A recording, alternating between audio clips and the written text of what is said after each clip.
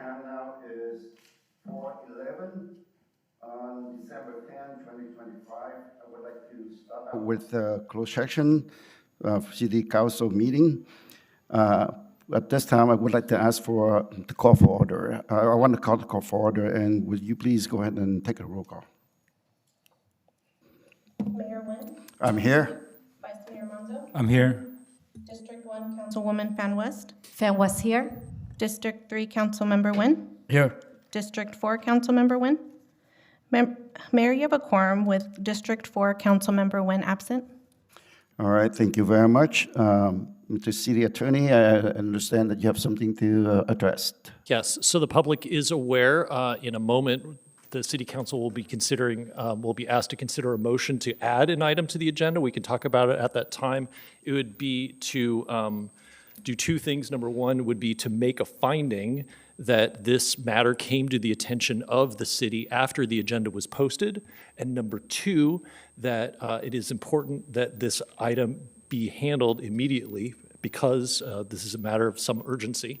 So that would be the request. The item would be, had it been posted on the agenda, it would have stated conference with legal counsel, anticipated litigation, significant exposure to litigation pursuant to Government Code Section 54956.9, subsection D2. So with that, we can hear public comment. All right, thank you very much. At this time, I would like to open up for oral communication for closed session. Is there anybody signed up for this? Mayor, I have one speaker. Okay, please. Connie Cohan. Good afternoon. It's nice to see you all. I was going to speak to 1, 2, 3, but I'll add 5 that you're going to consider adding. It's really hard to know what that would be about, but if it's in the interest of keeping our city safe, I'm all for it. Question 1, I believe Ms. West and Mr. Nguyen should recuse themselves. My question is, if Mr. Nguyen walks in after you adjourn to do your closed session and I'm gone, is he still part of the quorum? That's my question there. Regarding question 2, it's unfortunate that that's going to be appealed. I hope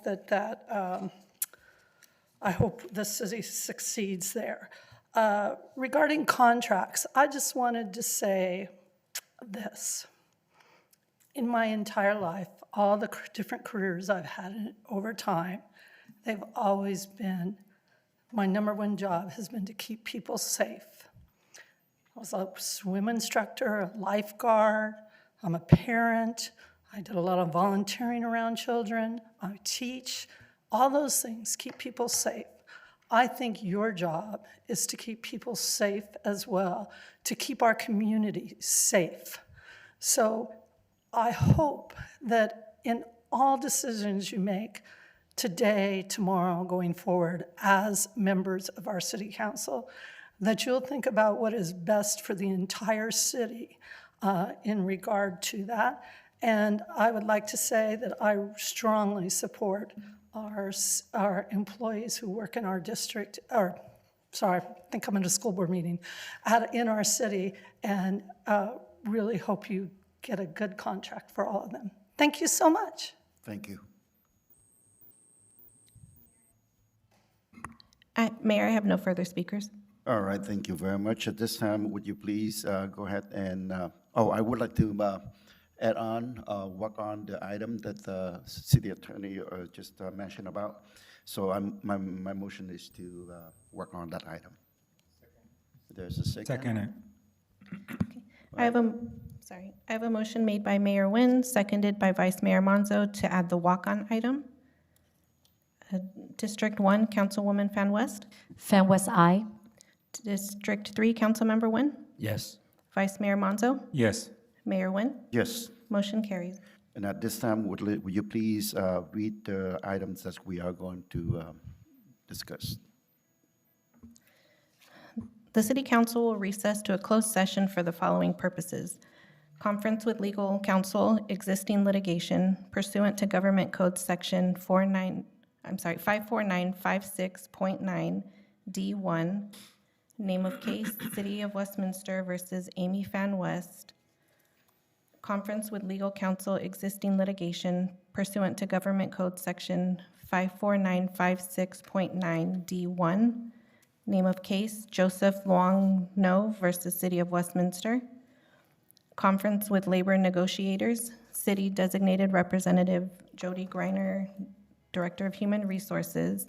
Employee organizations, Westminster Police Officers Association, Westminster Municipal Employees Association, management, administrative, and confidential employees, and executive employees. Number 4, public employee employment appointment, title City Attorney. Number 5, conference with legal counsel, anticipated litigation, significant exposure to litigation pursuant to Government Code Section 54956.9D2. City Attorney, do you have anything to add? One item, and just so that the public is aware, on item number 1, which is the litigation regarding City of Westminster versus Amy Fan West et al. Of course, Amy Fan West will not be participating in that closed session item, nor will Nam Quan Win. That is all. Thank you. All right, thank you. At this time, the City Council will recess for closed session, and we will be back at 6 o'clock. Thank you.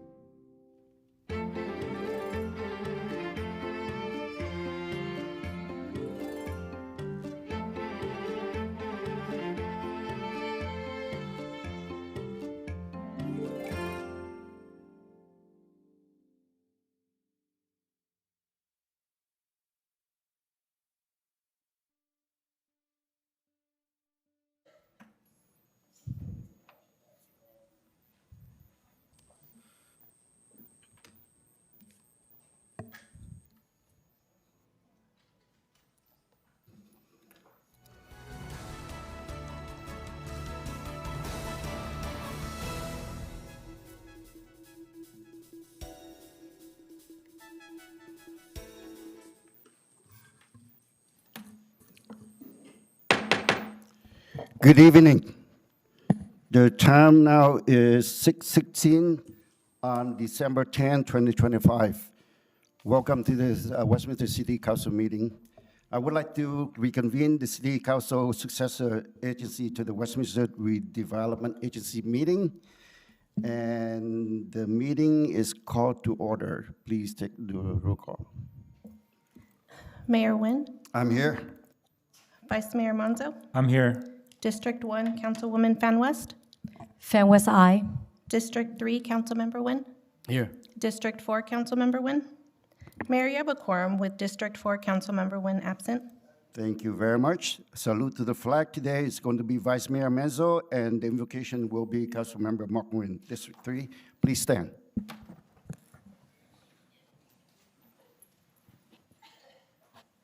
Ready? Begin. I I pledge allegiance to the flag of the United States of America and to the republic for which it stands, one nation, under God, indivisible, with liberty and justice for all. Please remain standing. Heavenly Father, enable those who gather this evening to discharge their duties with honesty and integrity. May we be all blessed in the knowledge of your truth and sanctified in the observance of just laws. We ask your assistance in providing all those in attendance with wisdom, understanding, strength, and patience. Bless and guide this evening's deliberations. Amen. Please be seated. And the next thing is, I just want to thank Vice Mayor Menzo and Councilmember Mark Nguyen for salute to the flag and invocation. Next is City Attorney, closed session report, please. Thank you, Mr. Mayor. We did meet in closed session. There is no reportable action taken. I will note for the record that, of course, Councilmember Fan West did not participate in closed session on item number 1, and nor did Colin Nguyen. Thank you very much. All right, next is Exportee Communications. Is there anything from the dais? No. Seeing none, hearing none, so moving on to City Clerk report, please. Thank you, Mayor. Item 5.4 has been withdrawn by staff and will be brought at a later date. And item 5.3, there was a typographical error in the staff report. The resolution is correct. The minimum wage amount is $16.90. Okay, so item 5.4 is being withdrawn. Okay, Withdrawn. all right. Just want to make a note of that for everyone. Next is City Manager report, please. Thank you, Mayor, members of the City Council, and everyone in attendance. Happy holidays. So first off, we'd like to provide just a little bit of a tip from the police department regarding package theft this holiday season. So these are some 5 tips that will be helpful for you to make sure that you are protecting your packages. So number 1, use package lockers or pickup locations. Number 2, schedule deliveries for when you're home. Number 3, require a signature for delivery. Number 4, install a doorbell camera or security system. Number 5, consider using a parcel box or secure delivery vault on your property. And these strategies can significantly lower the chances of your packages being stolen. For more crime prevention tips, please visit the Westminster PD's website as well as their social media. A few meetings ago, we announced our holiday home decorating contest, and so now it's time to show off your festive spirit. So enter our holiday home decorating contest for a chance to win in one of 3 categories. First, the best overall display, your Elf-tastic display. For the best use of lights, merry and bright display. And then judge's choice. The application deadline is December 17th. Public voting will be from December 19th through 21st. And the winner in each category will receive a prize generously donated by Home Depot store number 647. For more information, visit the city's website or follow us on Facebook and Instagram. Last weekend, if you missed our Santa traveling through our parks, well, Santa's making his tour this Saturday. You're in luck. He'll be making his way around town again on December 13th, College Park from 10 a.m. to 11:30 a.m., and then Bolsa Chica Park from 1 to 2:30 p.m. Enjoy holiday crafts, treats, and activities. This is our 5th year doing Santa on a Go, and we're just really proud of seeing all the community members coming out and enjoying the events. Special thanks to our community service, public works, and all the others who've put their time, energy, and effort into making these events successful. Okay, coming up on Wednesday, December 17th from 11:30 a.m. to 1 p.m., the Senior Center will be hosting a festive afternoon filled with cheer, community, and holiday magic at their annual holiday party. Tickets are $5 and on sale now at the Senior Center, or you can call 714-895-2878. The Year of the Horse is galloping closer to Westminster. Save the date for the 2026 TEP Parade happening on Saturday, February 21st. Parade participant and sponsor applications are now being accepted, so join before entry rates increase after January 9th. And for more information, you can visit the city's website or email tepparade@westminster-ca.gov. That concludes my report for tonight, and again, happy holidays, everyone. All right, thank you very much for your report there. Next is special presentation. We have none tonight, but I have a Mr. good Mayor? news to say. Mr. Mayor, Yes. may we move item Yeah, after not yet, the not- public speaking? Not yet. We are at the special presentation right now. There's no special presentation. But I will get back to you, okay? At this time here, because I was talking, so please. We have none special presentation, but I do have a good news to share to every one of us tonight. And we, the council, city council and city staff, and our residents in the city of Westminster have accomplished so much this year for our community.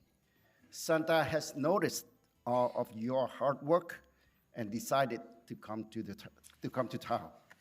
So in fact, he chose to join our meeting today to greet all of us. So let's welcome him to the dais. So would you please go ahead and put your hand together? So Santa, would you please? Santa. Woo-hoo-hoo. Would you please come to the dais here? Come up to the dais. Yes. All right, so this is something new, right? And we all enjoy. This is a time of the year that we have Santa's coming to town, but not only that, he is coming to the meeting, city council meeting. So you want to say something, Santa? Yeah, Merry Christmas, Happy New Year. All right. Yeah, take care of everybody. We need help. We need people not to be hungry, homeless. And thank this council who have done a great job. They did the tree trim and made our city look good. The new tree is wonderful. Yep. You outbeat Found Valley's tree. I would like to ask all the council members, city attorney, and city staff stand up so that we can have the picture with our Santa. All right. So, is there anybody taking a picture? Yeah. All right,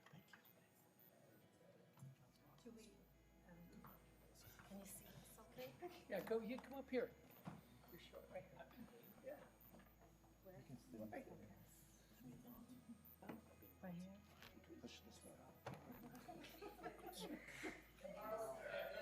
Okay, everybody.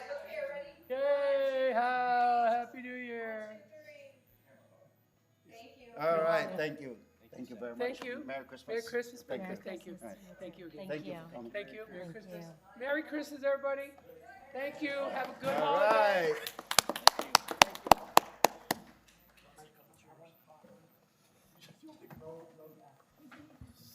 So yes, at this time, again, thank you very much for coming here.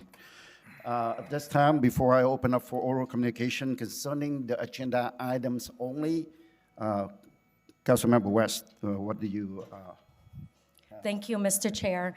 Since we have people here in support of Sylvia Mendez, I was thinking if we move agenda item 9.1 after the public comment, and so in that way we can respect her supporter to speak.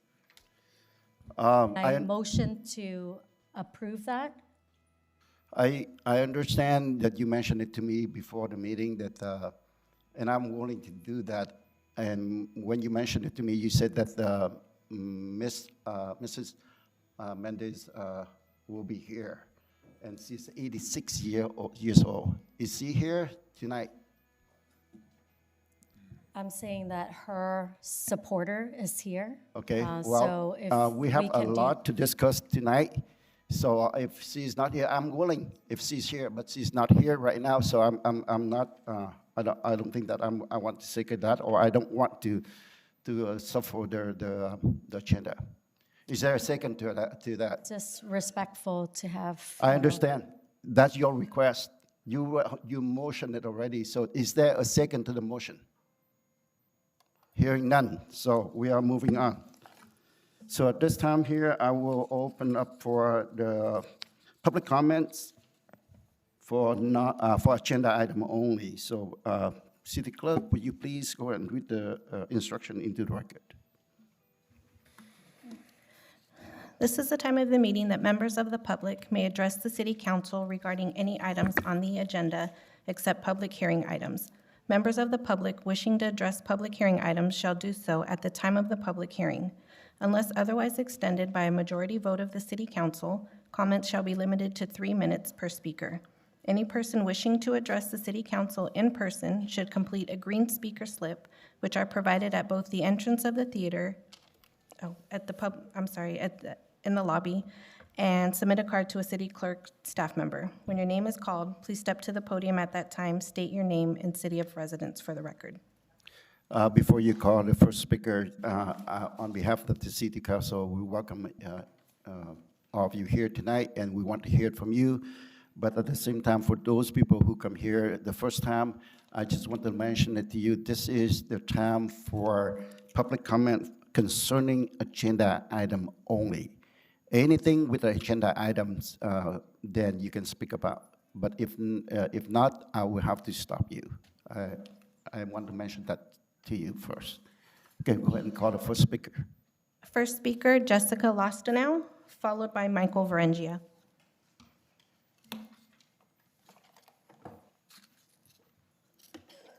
Good evening. I'm Jessica Lostanow, a resident of Westminster, and I'm here tonight to speak in support of naming a street after the Mendez family.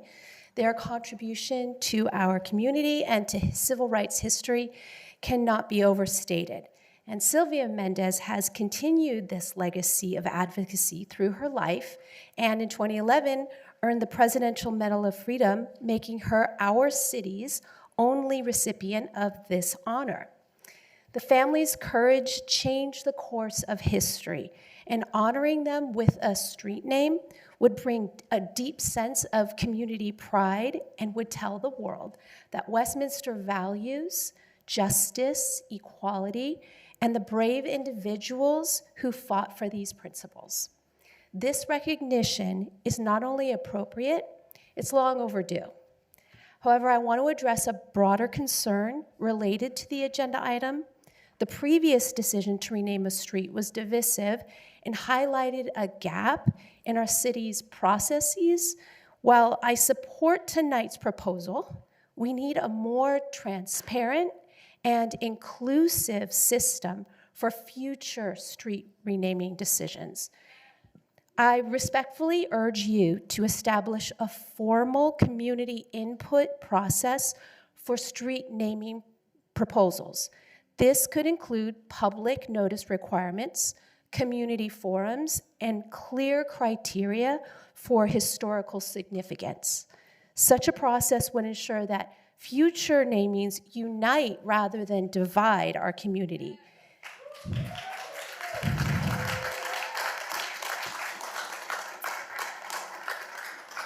And it would tell residents that they have a meaningful voice in shaping the identity of our city.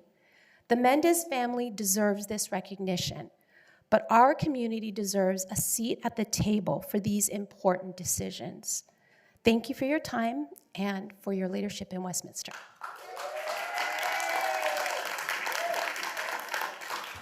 Michael Varengia, followed by Deborah Mariscal. Please reset the clock. Good evening. I'd like to speak on, my name is Michael Varengia. I'd like to speak on 5.8. The city is going to spend $55,268 on the design and development for the Little Saigon Archway, but you didn't want to spend any money on the Rose Center. You have a beautiful, I don't want to say cultural center, you have a beautiful city center over there that can be used for all kinds of things. But you're going to spend $55,000 on an archway for one segment of this city. It's like spending money where it's not really needed. How about if we have all those people down there donate money into a pot to pay for this instead of all our tax dollars going for it? Let's do something for everybody in this city. The other thing, renaming Main Street Sylvia Mendez Way. I don't have any issue with renaming it. The only issue I have, this isn't a heartfelt request to rename it. This is political posturing at its finest. Right here, right in front of us. It's not heartfelt. This isn't something that's been worked on all year and brought up in front of the city, brought up in front of the community itself to see what their input is. Nobody here has a problem with it. Everybody knows about the Mendez family. Everybody knows what they did and what they had to go through to get that. But just doing this for a political posturing, I would have loved to have seen one of the Mendez family stand up here and say, thank you very much, I appreciate the thought, but no, it's a political stunt and nothing more. It's like Charlie Kirk Way. I had no problem with I didn't agree with everything Charlie Kirk agreed with, but he didn't live in Westminster. There's no reason to name it. Why didn't we name it Sid Goldstein Way, a real Westminster hero, a World War II hero, winner of the Distinguished Service Cross? Not only did he do it in the war, but he did it without having to kill a number of enemy. He took them live prisoner instead. That shows the mettle of the man and what he was really like. That street, if you're going to rename it, should be Sid Goldstein Way because it goes right down to Sid Goldstein Park. And let's not piss money away on an archway. Let's get those people down there to donate money to help defray the cost. Thank you. Deborah Mariscal, followed by Nick Papaduke. Good evening, Deborah Mariscal, Westminster resident since 2000. As a Westminster resident with a Hispanic last name, I really have a lot of respect for the Mendez family. I'm really glad that we have that historical monument to honor and educate people about the case. Oh, wrong one, sorry. My apologies. I'm short, what do you want? However, what is the purpose of renaming a street when our city faces many significant challenges? There's absolutely zero reason for this other than political grandstanding at this time. I do think that that would be something to address in the future, but this is just political grandstanding in my opinion. Your focus should be on the things helping Westminster as a city out of our many issues, our financial, our homeless, parking, street, on and on and on. So I am not in favor of renaming the city at the street at this point in time. And then also for travel and expenses, I don't think there should be any increase in that. And quite honestly, if you can afford to pay for some of those things yourself, you should.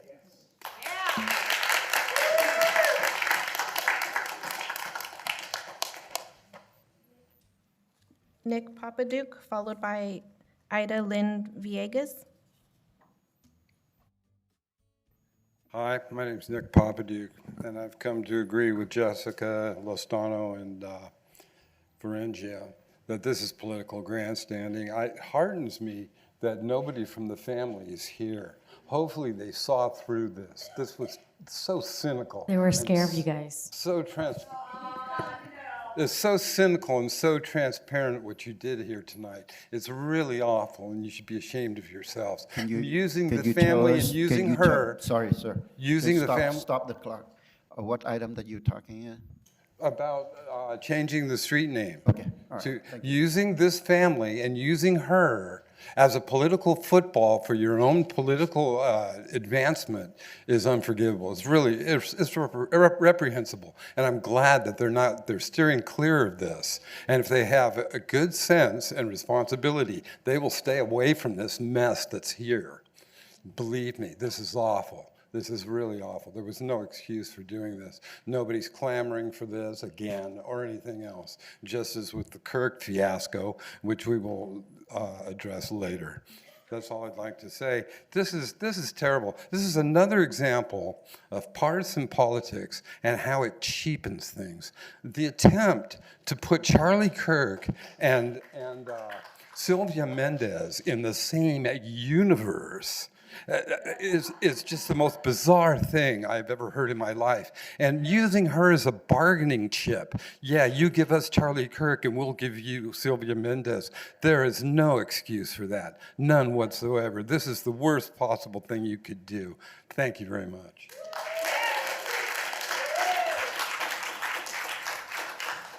Ida Villegas. Before you move on, I just want to mention it to you, okay? You can talk about renaming the Mendes Street, but you are not talking about the Charlie Kirk today. If you want to, you can talk at the time that we have non-agenda item. Charlie Kirk is not on the agenda item today. So I just want to mention that to you. No, the name change today. If you read, please, the name change, if you read the items, the item talk about the Mendes, they're not talking about the Charlie Kirk. I am not going to argue with you. I'm not going to argue with you, okay? Okay, I am mentioning it in general. Right now, you are done with your speech, okay? Sir, if you one more time, I'm giving you the first warning, okay? And 3 warnings, I have to ask you to go to leave, all right? Mayor, I think it's reasonable since these are 2 items, the item that's on the agenda is the Mendez naming of the street, but it's comparable to what just happened at our last meeting, and it's very understandable that somebody would mention it, to at least reference it. At least reference Attorney, at let me least ask you, reference City Attorney. it. So we're here I to can protect, understand that and supposedly, to honor Charlie Kirk, supposedly he was somebody of First Amendment rights. Let's at least give them the First Amendment right to say what they want to say.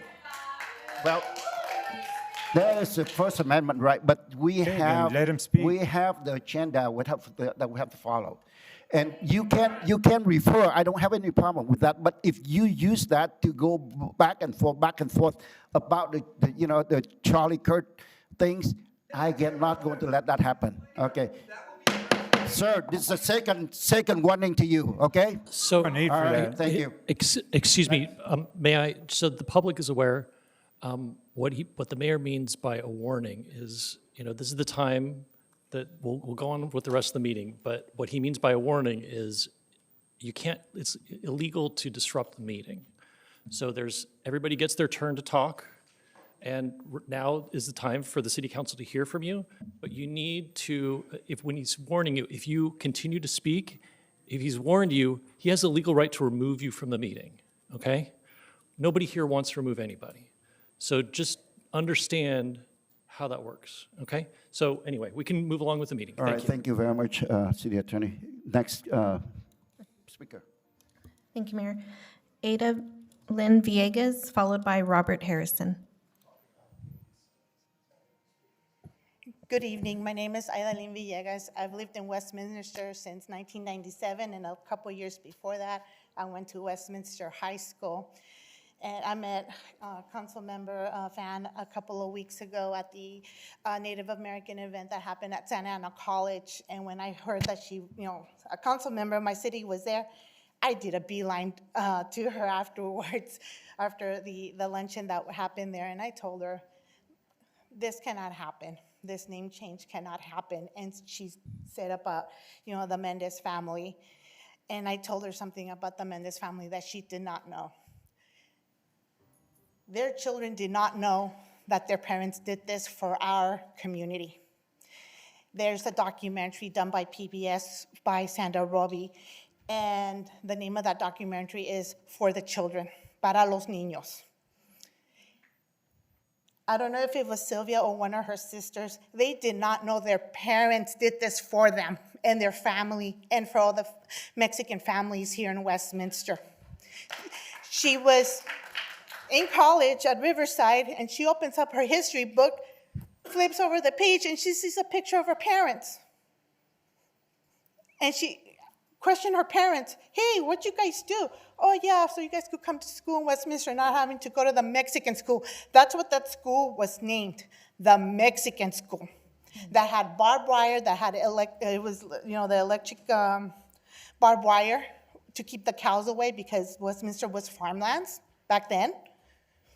Not only that, their family took over, I forget the Japanese family's name, their farm, so their farm wouldn't be taken over because at that time, the Japanese were being interned, the Japanese Americans, in internment camps, concentration camps in World War II in our country, okay?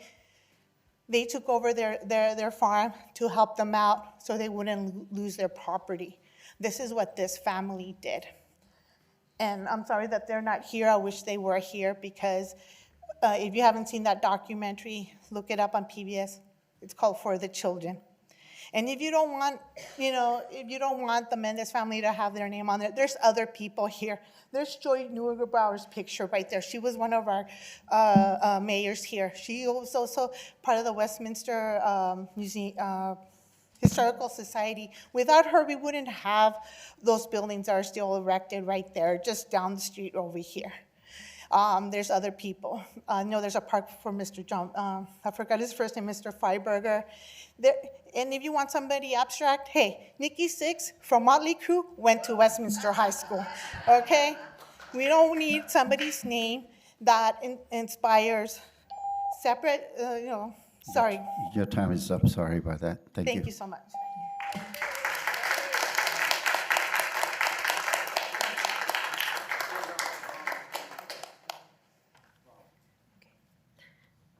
Connie Cohan, followed by Richard Martucci.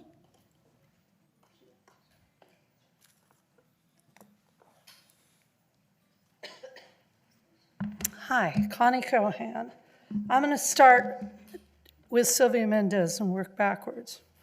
The Mendez family did amazing things.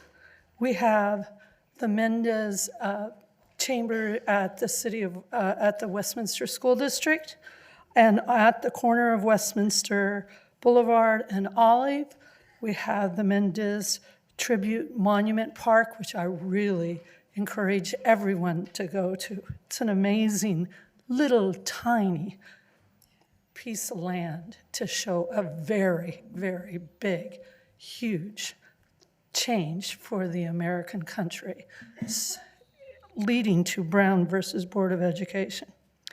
So if you're going to rename a street, I consider renaming Olive or Westminster Boulevard. But that's a different issue. Whatever Ms. Mendez wants, I'm all for it. Let's go back down, and I apologize that I may not have heard this correctly because you mentioned something about changing things in the 5 points section. Under salary schedule, I hope that's enough money to get those employees, those part-time employees. Great, do that. Under the one that's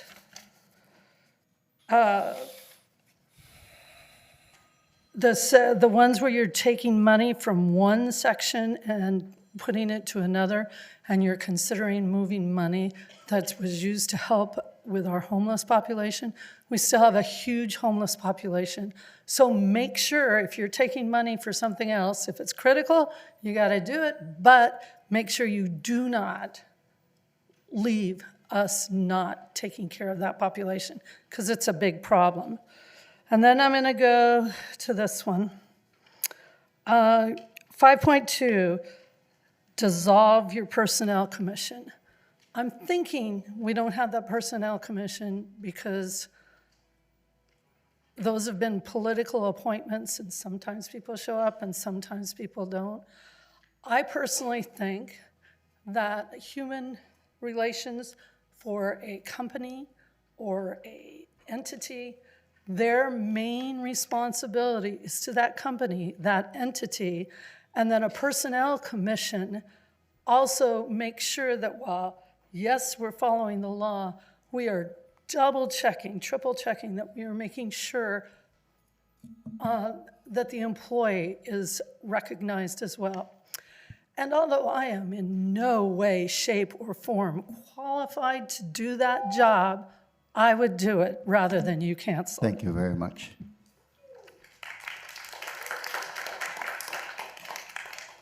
Eric Christopher Coda, followed by Louise Larson.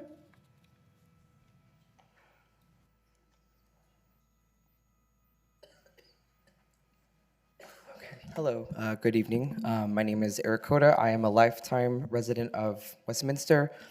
In fact, my family has been in Westminster since the early 1900s. I'm a fourth-generation American, very proud Mexican lineage. This is in relation to 9.1, which is to name the street Sylvia Mendez Way. When my great-grandma was born, she was born in Westminster on a farm in Bolsa Chica. She was not allowed to go to the school where all the other kids were going because she was Mexican. She was sent to a school called the Barrio School, otherwise known as the Wetback School, which was a derogatory term that was used towards Mexicans. We ask that the Mendez family and her foundation are not associated with this name change because it's clearly part of a political grandstanding from Amy Pham. This movement, this city. May I stop you for a minute? We are not clocking. Oh, is the clock not on? Sorry. All right, so, all right, go ahead. So this city prides itself on multiculturalism. I'm Mexican American. My family is Vietnamese American. I'm very proud of this community and how we've come together. And I think that the Mendez family should separate themselves from this divisive rhetoric that's clearly part of a political pawn from a clearly desperate Congress campaign. It's very obvious. On a website for this Congress campaign, you're claiming to be a business person, clearly not the beauty or fashion business. But I think that it is important that we separate ourselves from a divisive rhetoric, and I believe that they're not here for a reason. I find the comments inappropriate of "you're scared." I find that, frankly, a little bit weak to come with those kind of comments to your constituency. Clearly, if these comments are bothering you, you are not in the right profession. So again, I ask for the city and the Mendez family, I wish they were here, to consider not accepting this gesture, which is clearly not genuine and clearly has some sort of desperate political gain to it. Thank you.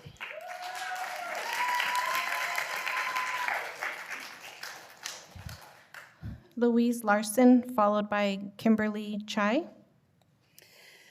Hello, I'm Louise Larson, Chair of the Democratic Club of Westminster, and I'm speaking to Agenda Item 9.1, the naming of Sylvia Mendez Way. How could I possibly outdo some of the eloquence I've heard here today from Jessica Lostano and Eric Coda and everybody in between?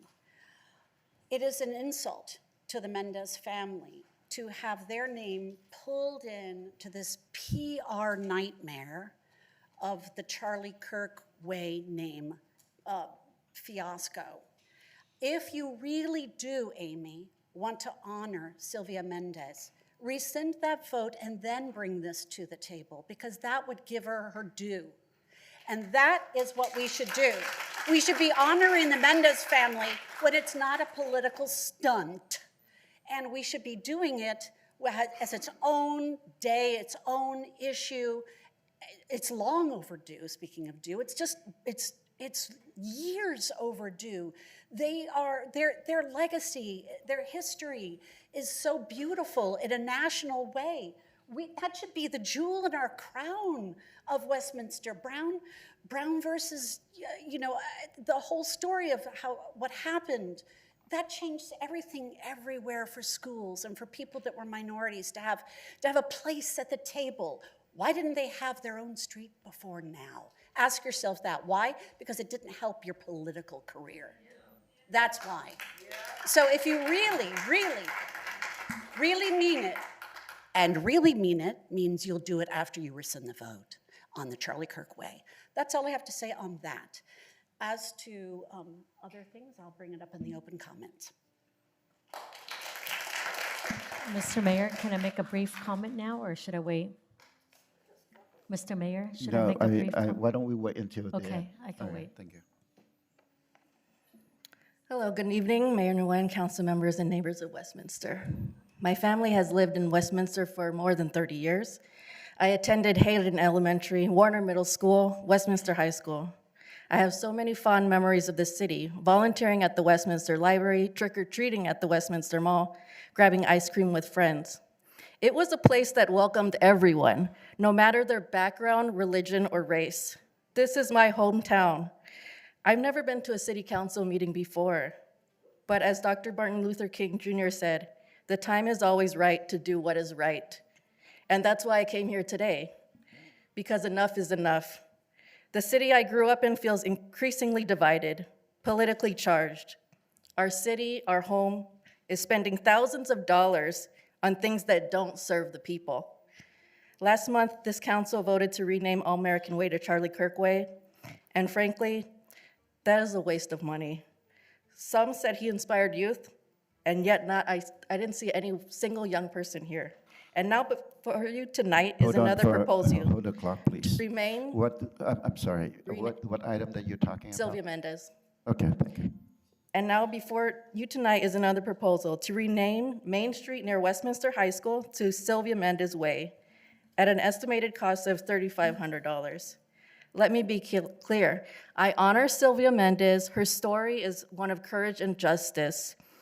But this isn't about her. This is about priorities. Because these new street signs, they don't feed families. They do not fix roads. They do not clean up parks. They do not lower taxes. They do not heal our divisions or rebuild public trust within the council.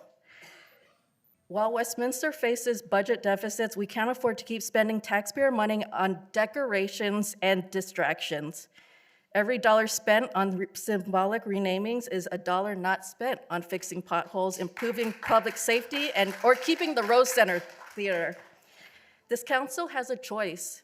Continue chasing the headlines for the Register or start restoring public trust. Stop the waste, stop the politics. You are elected by the people to serve as nonpartisan leaders. That means free from any political party affiliation. So serve the people, not your political ambitions. Let's make Westminster known for progress. It's time to restore trust. It's time to listen to the people who live here, to lead with integrity, not ambition. To remember that public service means serving the public. Because the time is and will always be right to do what is right. Thank you.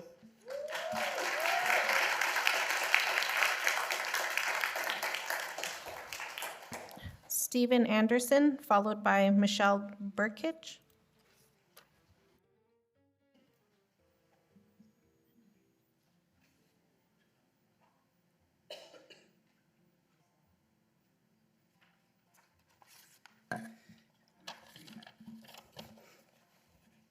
Good evening, everybody. I had a script and I rewrote it based on what's going on. So, Amy, what's really scary is your little Trump flag. It's not rocket science to connect the timing of this street naming to the other street naming. Oh, I'm sorry. As political theater. To use and abuse the Mendez name and not help the community, is there no other important issues? That's it.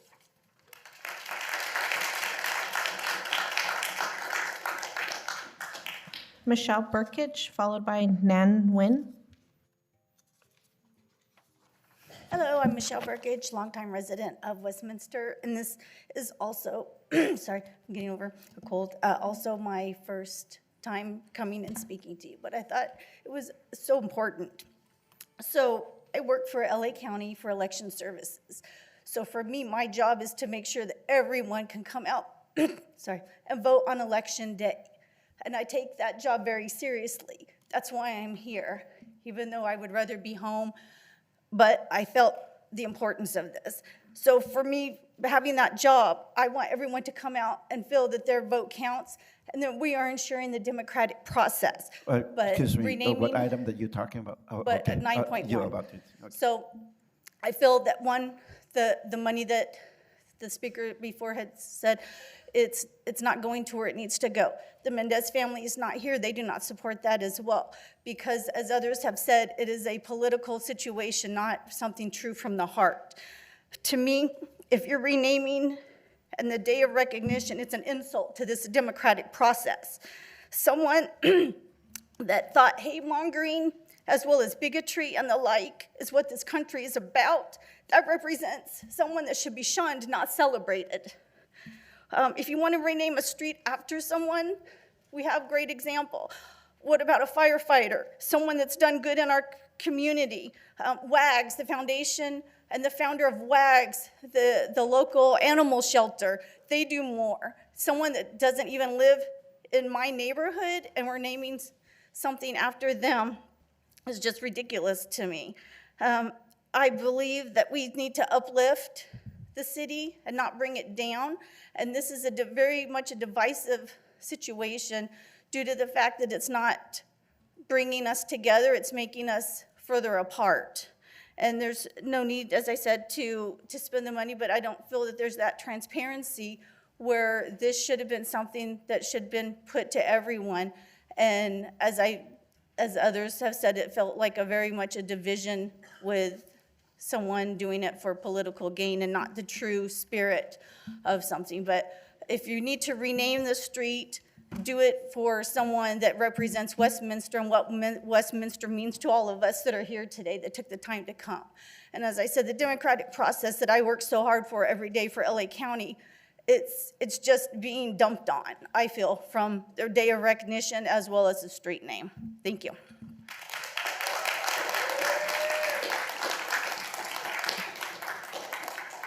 Nan Nguyen, followed by Gigi Vo.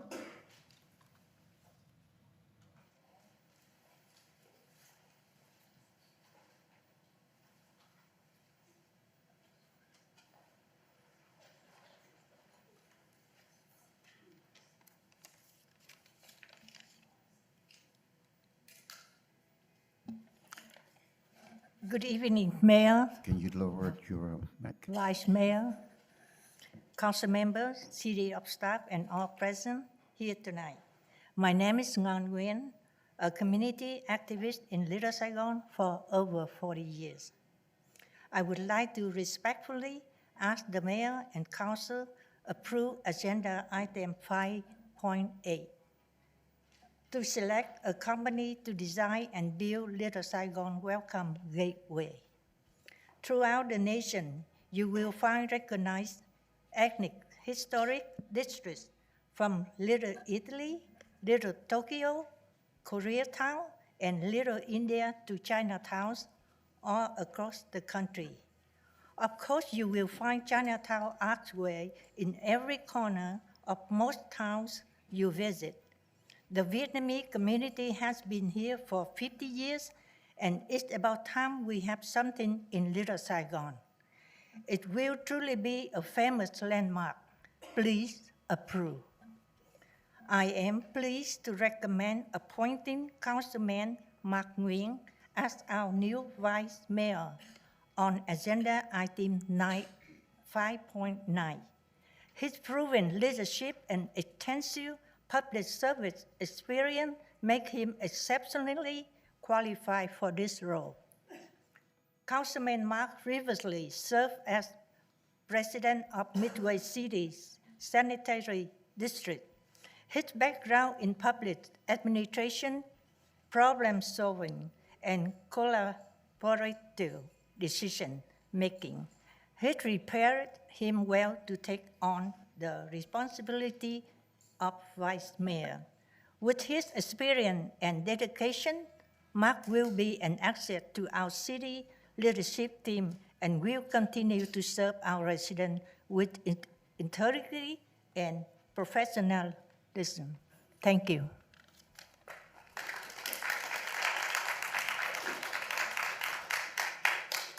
Gigi Vo, followed by Monique Nguyen.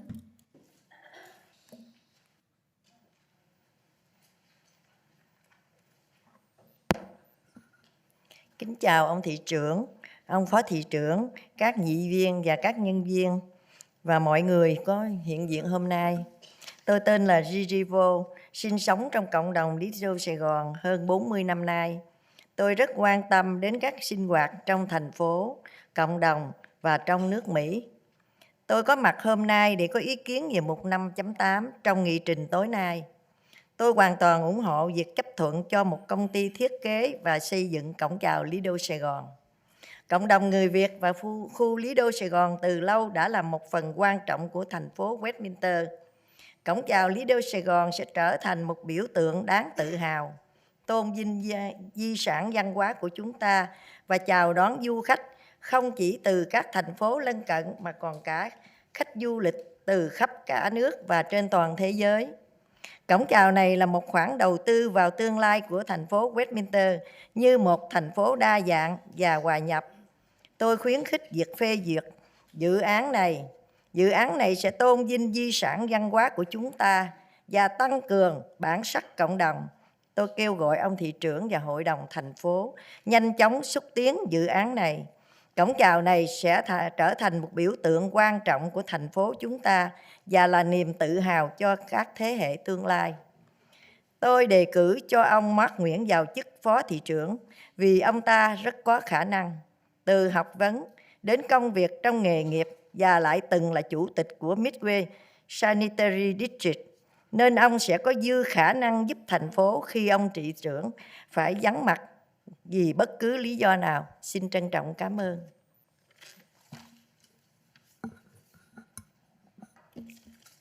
Good evening, Mayor, Council members, staff, and everyone here tonight. My name is Gigi Vo. I live in Little Saigon for over 40 years. I am very interested in the event and activity in the city, the community, and throughout the United States. I am here tonight regarding item 5.8 and 5.9. For agenda 5.8, I strongly support approving a company to design and build the Little Saigon Welcome Archway. The Vietnamese community and Little Saigon have long been a vibrant and vital presence in the city of Westminster. The Little Saigon Welcome Archway will serve as a proud landmark, celebrating our cultural heritage and welcoming visitors not only from nearby city, but also tourists from across the nation and around the world. This archway is an investment in Westminster's future. This project will honor our cultural heritage and enhance the identity of our community. I urge the council to move it forward as soon as possible. This archway will become a major landmark for our city and a source of pride for future generations. As a diverse and inclusive city, and I encourage its approval. For the 5.9, I also support the nomination of Councilman Mark Nguyen for the position of Vice Mayor because of his very capable, from his academic background to his professional work, and having previously served as chairman of the Midway Sanitary District Board. He will be more than capable of assisting the city when the mayor is absent for any reason. Thank you.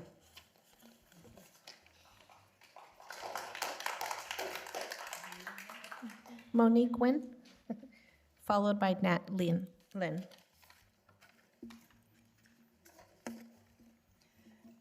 Good morning, good evening, I'm sorry.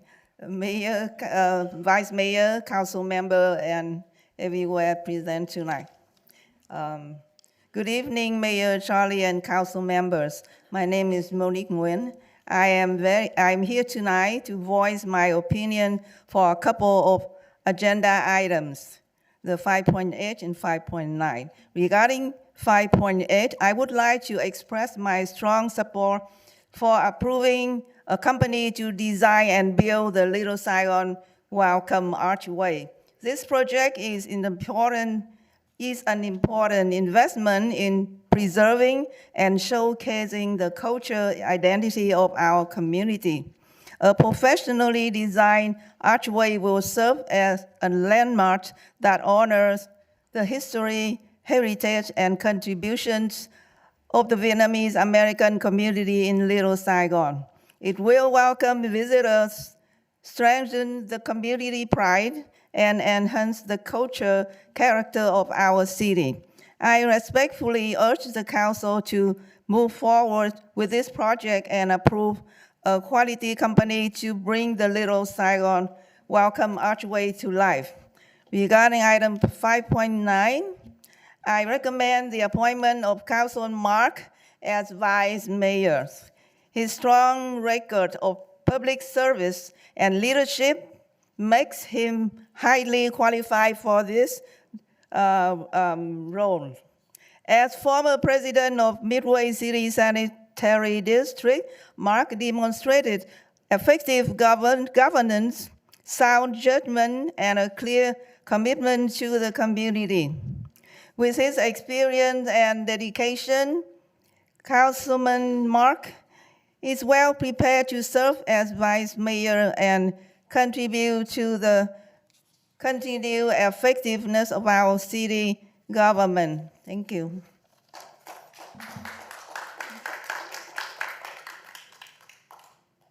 Nat Lynn, followed by Jody Boyd.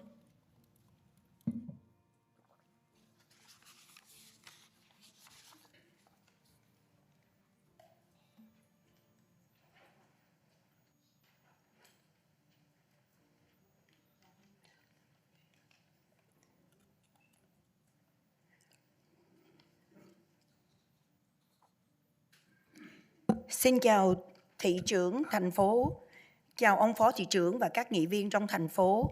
Xin chào tất cả quý vị. Tôi tên là Nhật Linh, là cư dân của thành phố Westminster. Hôm nay tôi đến đây xin được có ý kiến về hai item 5.9 và 5.8. Về nghị trình 5.9, tôi xin được đề cử ông nghị viên Mark Nguyễn vào vị trí phó thị trưởng trong agenda 5.9 này. Bởi với góc độ nhìn của tôi đánh giá về thành tích phục vụ công cộng xuất sắc, phong cách lãnh đạo điềm tĩnh và sự chính trực không lay chuyển của Mark Nguyễn khiến ông ấy, theo sự đánh giá của tôi, rất phù hợp với vai trò này. Ông từng là chủ tịch hội đồng khu vệ sinh Midway City. Mark Nguyễn đã lãnh đạo hội đồng một cách hiệu quả, giám sát các hoạt động quan trọng và thể hiện khả năng phán đoán đúng đắn, tầm nhìn chiến lược và trách nhiệm tài chính. Về mặt chuyên môn, Mark Nguyễn cũng quản lý các hoạt động hàng ngày cho nhóm của mình tại quận hạt Orange County. Điều này càng chứng tỏ khả năng lãnh đạo và quản lý đã được chứng minh của ông. Với kinh nghiệm, sự tận tâm và cam kết đối với cộng đồng của chúng ta, Mark Nguyễn sẽ đóng góp rất lớn vào sự ổn định và hiệu quả của chính quyền thành phố Westminster. Về item 5.8, phê duyệt cho một công ty thiết kế và xây dựng cổng chào Little Saigon. Từ năm 1975, tức là đã 50 năm qua, người Việt Nam đã chọn Westminster làm quê hương thứ hai của mình. Cộng đồng Việt Nam đã đóng góp to lớn cho thành phố này và cho khu vực Little Saigon. Đó là lý do tại sao một cổng chào không chỉ là sự công nhận xứng đáng cho lịch sử phong phú đó, mà còn là một khoản đầu tư thông minh cho Westminster. Một khoản đầu tư sẽ thúc đẩy du lịch, hỗ trợ phát triển kinh tế và nâng cao bản sắc văn hóa của thành phố Westminster. Cổng chào Little Saigon sẽ trở thành một biểu tượng nổi bật không chỉ cho Westminster mà còn được cả quốc gia và thế giới biết đến.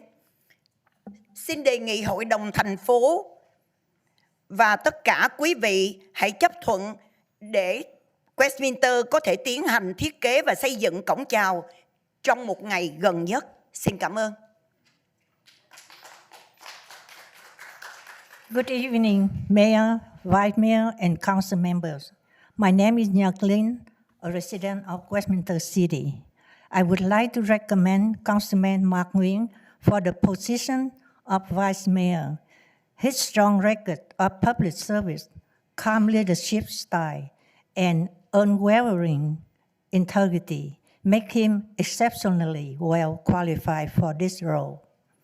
As president of the Midway City Sanitary District, Mark led the board effectively, oversaw key operations, and demonstrated sound judgment, strategic oversight, and fiscal responsibility. Professionally, he also managed day-to-day operation for his team at the County of Orange, further reflecting his proven leadership and management skill. With his experience, dedication, and commitment to our community, Mark is well prepared to serve as Vice Mayor and will contribute greatly to the stability and effectiveness of our city government. Regarding item 5.8, approval for a company to design and build Little Saigon Archway. Since 1975, for 50 years now, Vietnamese people have made Westminster their home. Our community has contributed immensely to the city and to Little Saigon. That's why a gateway arch would not only be a well-deserved recognition of that rich history, but also a smart investment for Westminster. One of that will boost tourism, support economic development, and enhance the city's cultural identity. This arch will become an iconic landmark, not just for Westminster, but one that will be celebrated across the nation and around the world. Please approve so the city can move forward with design and build the archway as soon as possible. Thank you all for listening.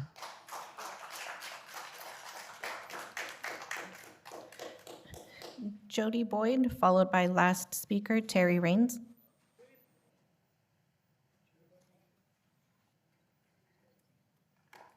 Good evening and happy holidays. It is a pleasure to be here this evening with you. It's an honor and it's a pleasure to be able to stand here before you to speak on 2 agenda items, because in Charlie Kirk's way and eyes, I should not exist. Okay, 5.8, your gateway arch. I've looked at the population. If every Vietnamese person in this city and the other people who wanted to donated $1 towards that arch, you would not have to take tax dollars out of the rest of our pockets. So to you, Mr. Mayor, who has changed your stripes, I no longer like you or your ties, because you are just as discriminatory and divisive as Trita and the gang. No arch. You guys don't deserve it. Further, Sylvia Mendez Way, to co-name or rename a street sign. My answer, and I have utmost respect for Sylvia and her family, but my answer is no, because this is politics playing to November 2026. And we see it. I think, and they're not afraid to be here unless somebody has fed their heads through of nonsense.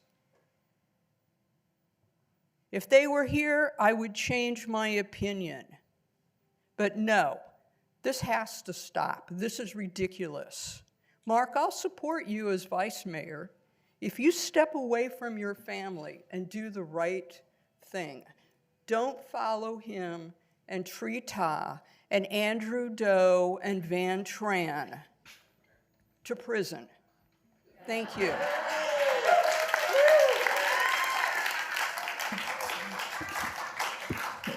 So, Donald Lank, followed by Terry Raines.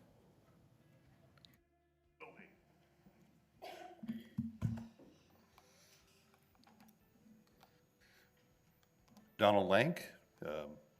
Good evening, Dias.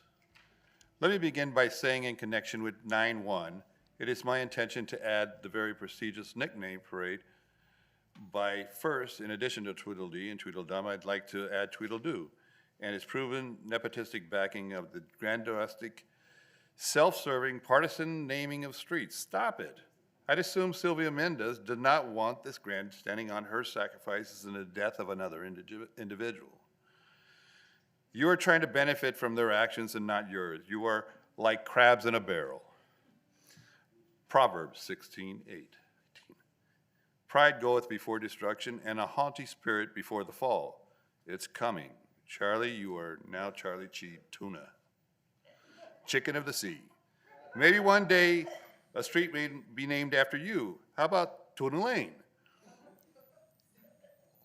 I end by saying, well, I didn't all the way in, by saying, sorry, Charlie, and I apologize to anybody born after 1975, although the Chicken of the Sea commercials are now running again 40 years later.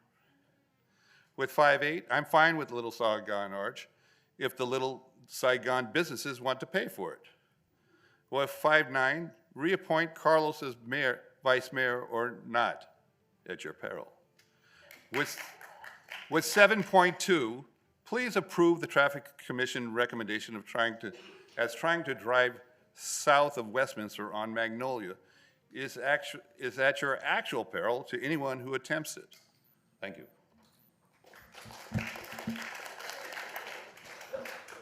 Last speaker, Terry Raines.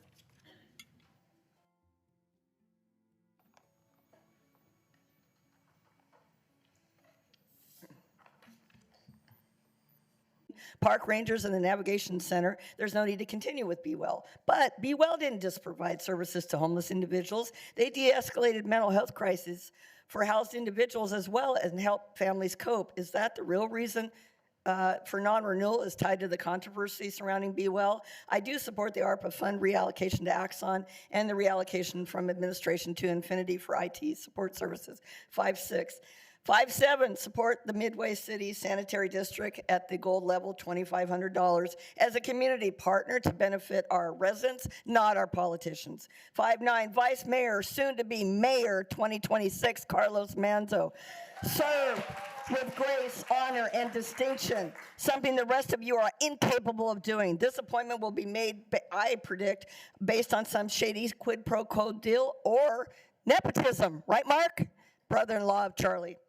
7.2, I spoke to 2 traffic commissioners when this was on their agenda. I live in the immediate area and frequent the segment of Magnolia daily.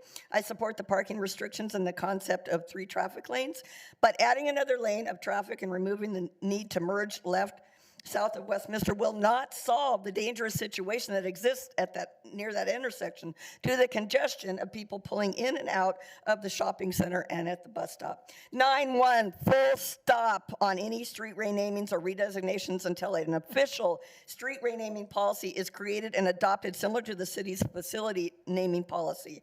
First, a bunch of street signs honoring historical figures from Vietnam, then Charlie Kirk. Don't politicize or dilute the Mendez family recognition. The city built a wonderful interactive Mendez tribute monument park in 2022, and the Mendez Historic Freedom Trail will be completed soon. In 2019, the school district unveiled their new district sign with in honor of La Familia Mendez added to it. The museum also has a great exhibit of the Mendez family, and their landmark case is finally getting into school textbooks. Multiplying honors too much actually dilutes the single importance of a person being recognized. Charlie, Amy, just stop with your campaign bullshit from the dais. Mark and Nam Kwan, stop going along with it. As you can tell by the crowd outside and inside these chambers, this community is done with your campaigning bullshit, and we're done with the four of you.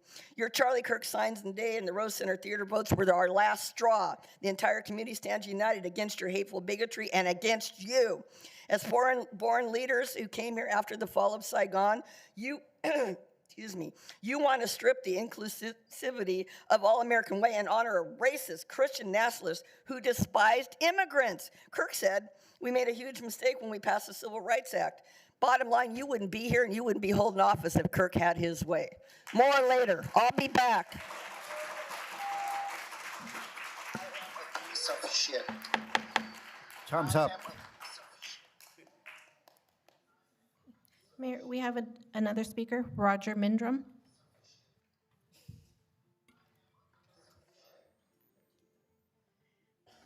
Good evening, Roger Mindrum, resident of Westminster. Couldn't make it here earlier. I was at home, but I was watching it on YouTube, and I wasn't sure what all these reserved seats were for until I come up now and see that they're reserved for the Mendez family. But where are they? Did anybody actually invite them?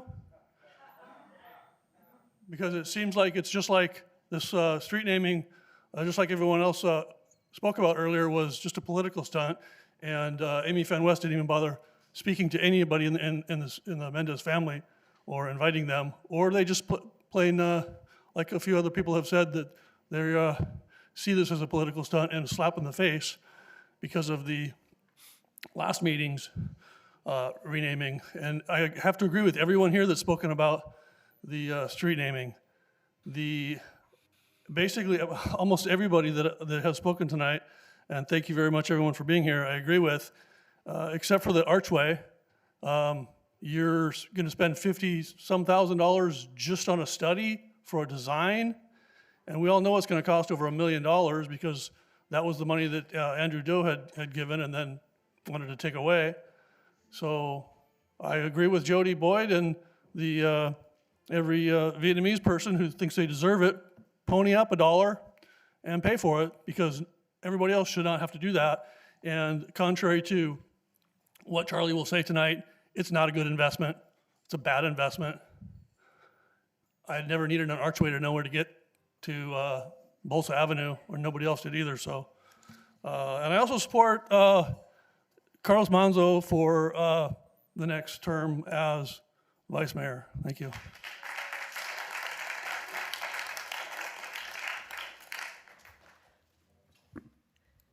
Mayor, I have no further speakers. All right, thank you very much. I want to thank you for your comments. Before we end with this, before I close the public comment for agenda items, I believe that Councilmember West, you have something that you want to say. I appreciate that, Mr. Chair.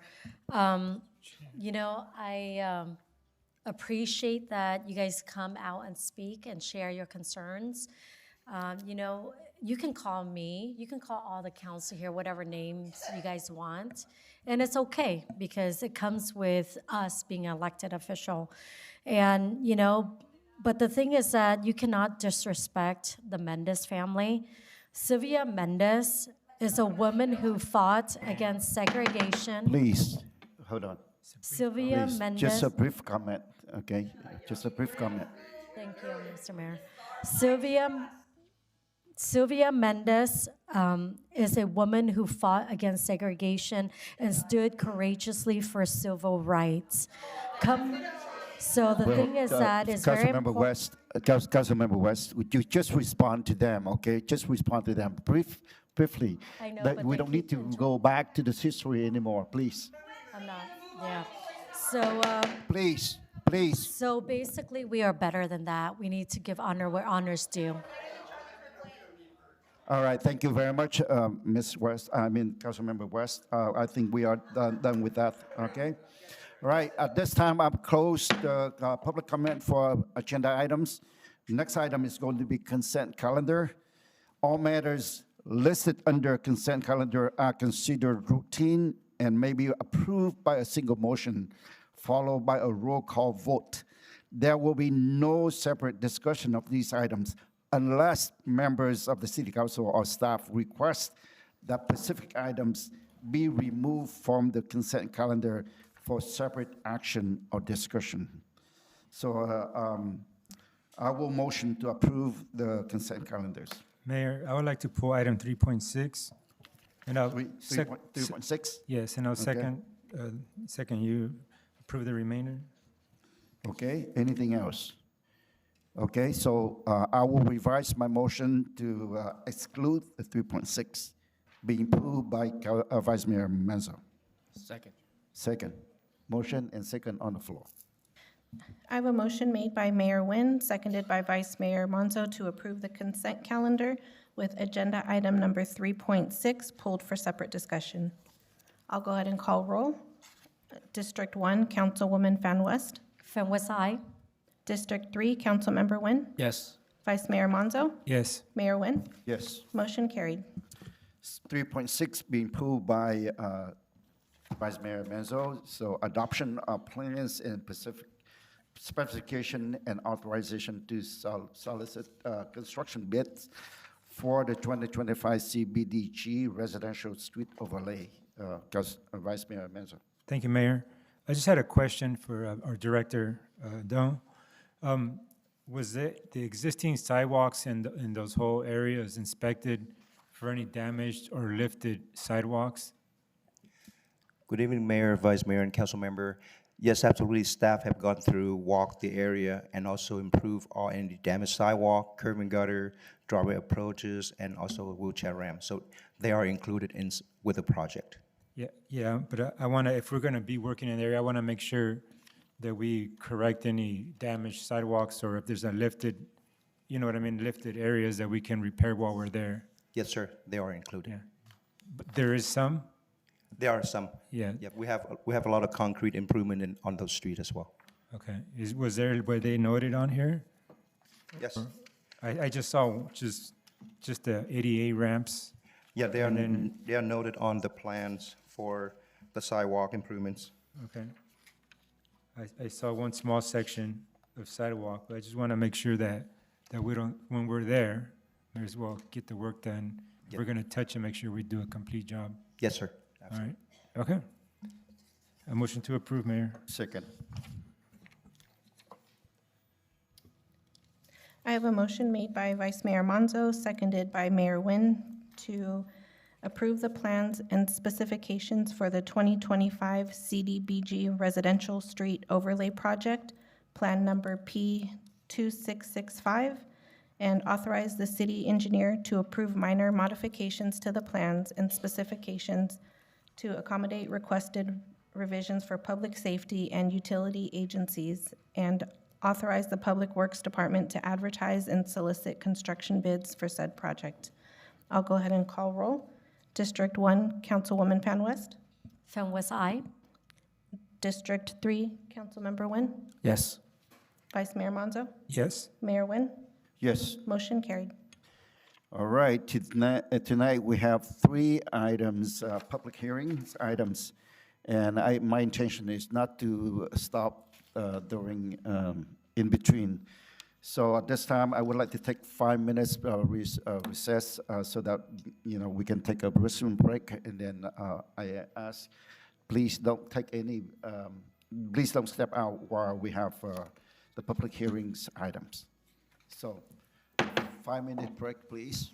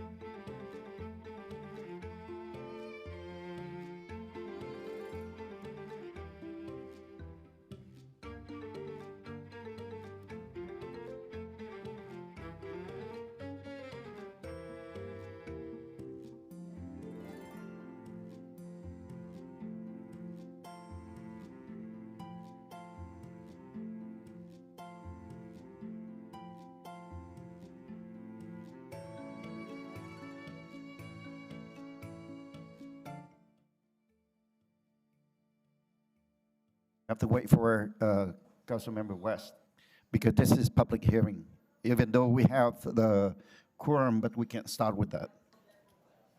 Councilmember West. No, for the public hearings, we need to have everyone. All right, Celsius.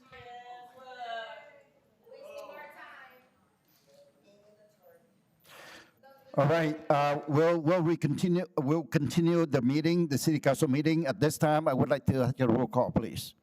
Ask for roll call. Yes, I'm here. Vice Mayor Monzo. I'm here. District 1, Councilwoman Fan West. Fan West, aye.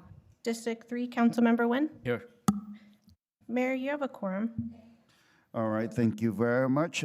For the item 4.1, public hearing, continue from November 12, 2025, regular meeting, public hearings, and appeal of Planning Commission's July 2nd, 2025, approval of case number 2024-0160 for a new industrial warehouse building proposed at 15172 Golden West Circle.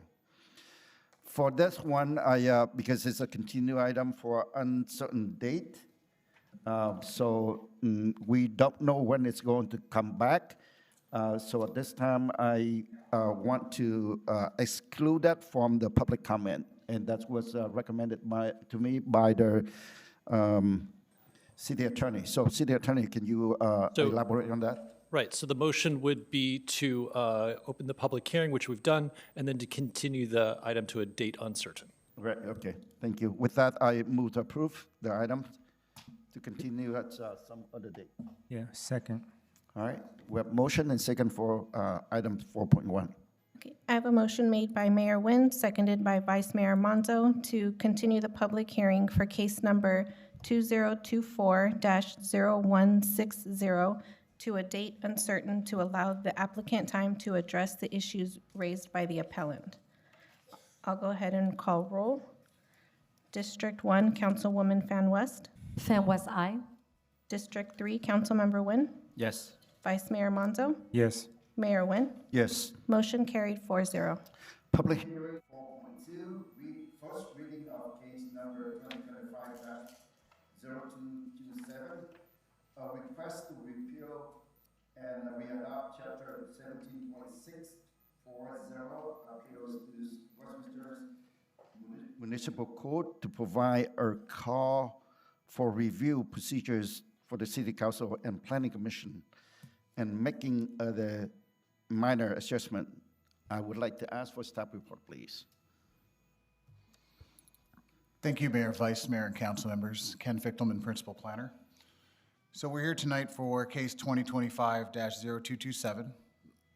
This is a zoning code text amendment to repeal and readopt Chapter 17.640, Appeals of the Westminster Municipal Code, to provide for a call for review procedure.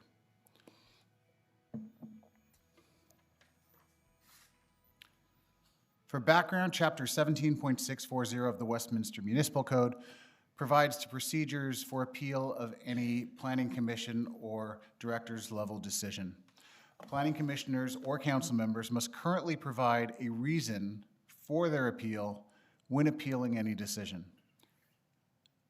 Having to provide for this reason creates a bias before facts and evidence are heard and could disqualify either a commissioner or a council member from being able to vote on an appeal. Planning Commission recommended approval of this item 5-0 at one of their regular meetings. The proposed changes for the chapter are fairly simple. We're adding a section for call for review. This will allow for planning commissioners or council members to initiate a review of a decision without providing a reason, therefore eliminating any bias before they hear at a public hearing. It will also have a cleanup of the chapter that will amend for clarity and consistency and review planning commissioners and council members from the actual appeal portions of the chapter. This project is not a project per CEQA. And with that, Staff recommends that you introduce the ordinance for first reading, read by title only, and waive for further reading. That concludes staff's presentation, and I'm here to answer any questions. All right, thank you very much. And I would like to open up for comments and presentation. Applicant, if applicable. Is there anything for that? No, Mayor, staff, No. the city All right. was the applicant. Right, okay, so we can move on. Comments from appellant? No? All right, yes or no? Public, no, then I will move on with mayor and hold on. Yeah, it will be mayor and city council question for staff. Is there anything from the council, from the dais here? Nope. Nope. Okay, then I will open up for public comment. Is there any speaker sign up for public comment? We have one speaker, Terry Raines.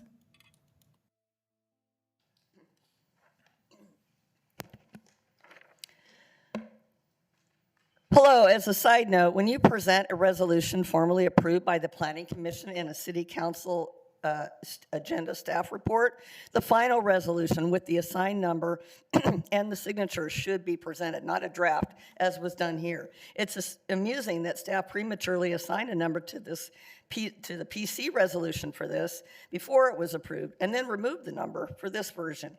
I support this revision to the municipal code, specifically adding a call for review procedure for elected and appointed officials to bring cases up for review without having to state a reason. I asked about this a few years ago as the bias optics were strong when the official had to openly state the reason why they felt the case needed to be brought back for review. The opinions that came out of the city attorney's office at that time were ambiguous and inconsistent. This is one of those revisions that makes me wonder, what took so long? Sadly, our municipal code is filled with inconsistencies, errors, and non-compliance with state and federal laws. A robust effort to correct the code, all sections, should be made sooner rather than later. Vote yes on this item.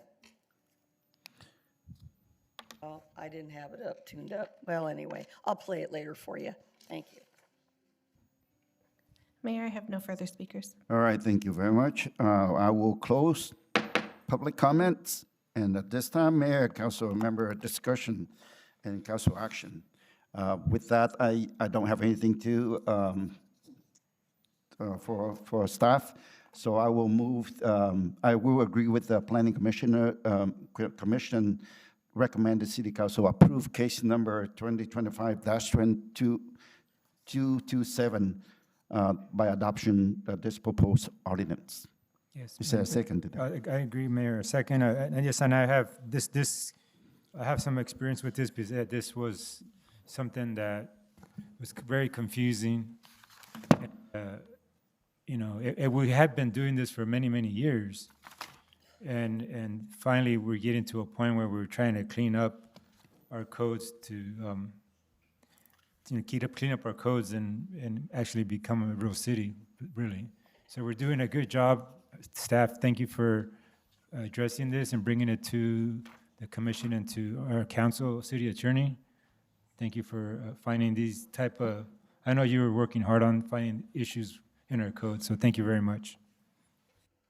All right, if there is no further comment on this, then we can vote. We have a motion and second on the floor. Thank you, Mayor. I have a motion made by Mayor Nguyen, seconded by Vice Mayor Monzo, to introduce for first reading an ordinance entitled, "An Ordinance of the Mayor and City Council of the City of Westminster, California, repealing and readopting Chapter 17.640 of the Westminster Municipal Code, Appeals, to provide for a call for review procedure for the City Council and Planning Commission, and making other minor amendments," read by title only and waive further reading. Go ahead and call roll.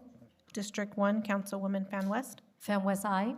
District 3, Councilmember Nguyen. Yes. Vice Mayor Monzo. Yes. Mayor Nguyen. Yes. Motion carried 4-0.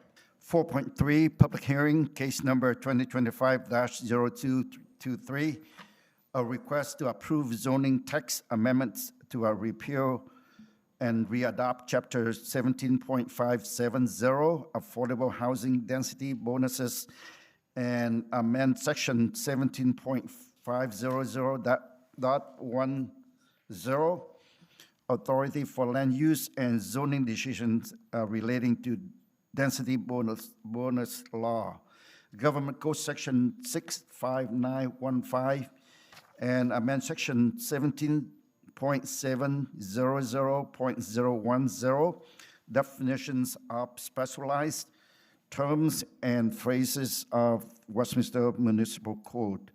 I would like to ask for a staff report, please. I'm sorry. Thank you, Mayor and fellow council members. My name is Alice Tu, Associate Planner. So tonight I will be presenting case 2025-0223, which is a zoning text amendment to the city's density bonus law. The California Density Bonus Law is found in the state's government code. It allows developers to build more housing units, or in other words, at higher densities than what the city zoning allows if the developer provides a certain amount of affordable housing units or senior housing. Over time, the density bonus law has evolved with numerous amendments to further encourage affordable housing developments, allowing for higher percentages of density bonuses and incentives. The city's current density bonus law was adopted in 2010 per the California Density Bonus Law. On February 5th, the Planning Commission initiated a zoning text amendment to update the density bonus law to ensure compliance with current requirements. On November 5th, the Planning Commission held a public hearing and unanimously voted and recommended approval of this zoning text amendment to the City Council. In this zoning text amendment, Chapter 17.570, which pertains to density bonuses, will be repealed and readopted. We are also amending two other sections of the code, one of which pertains to the review authority for each permit type or entitlement, and the other is our definition section. These amendments are to ensure that these code sections are consistent with the proposed density bonus chapter. We are also adopting the state density bonus law by reference into our code. And now I will go over several of our key changes that we're making for Chapter 17.570. One major change is that we are changing the process or the review authority and the need for findings. Our current code requires that the City Council approve a density bonus, followed by the Planning Commission's recommendation. It also lists specific findings for approval. Since the city must approve a density bonus if the developers meet density bonus requirements, these requirements are dated and are inconsistent with state law. The proposed code will instead require that the density bonus be considered and approved by the review authority for the housing project. So if the project requires a City Council level review and approval, then the density bonus will be reviewed and approved by the council. Otherwise, it will be reviewed and approved by the approving body for the underlying project. The proposed code will also eliminate the need for findings. Another major change is that a new section will be added that lists specific development requirements. Most of these requirements are created to ensure that the affordable units are provided similarly to market rate units. For one, affordable units must be constructed concurrently with market rate units. So the developers cannot construct the market rate units first, and then there's a lag in developing the affordable units. And second, the affordable units must have the same amenities as market rate units. The affordable units should have equal access to all on-site amenities that's made available to the market rate units. And if the project contains for sale units, these affordable units must also be for sale.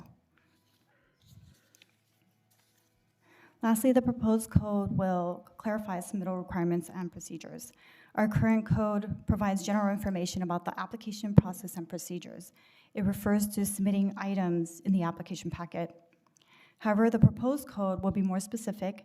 It will add an application content section that includes specific information that the applicant must provide for the density bonus. For example, the applicant must provide the number, percentage, and income levels of the affordable units that's being proposed.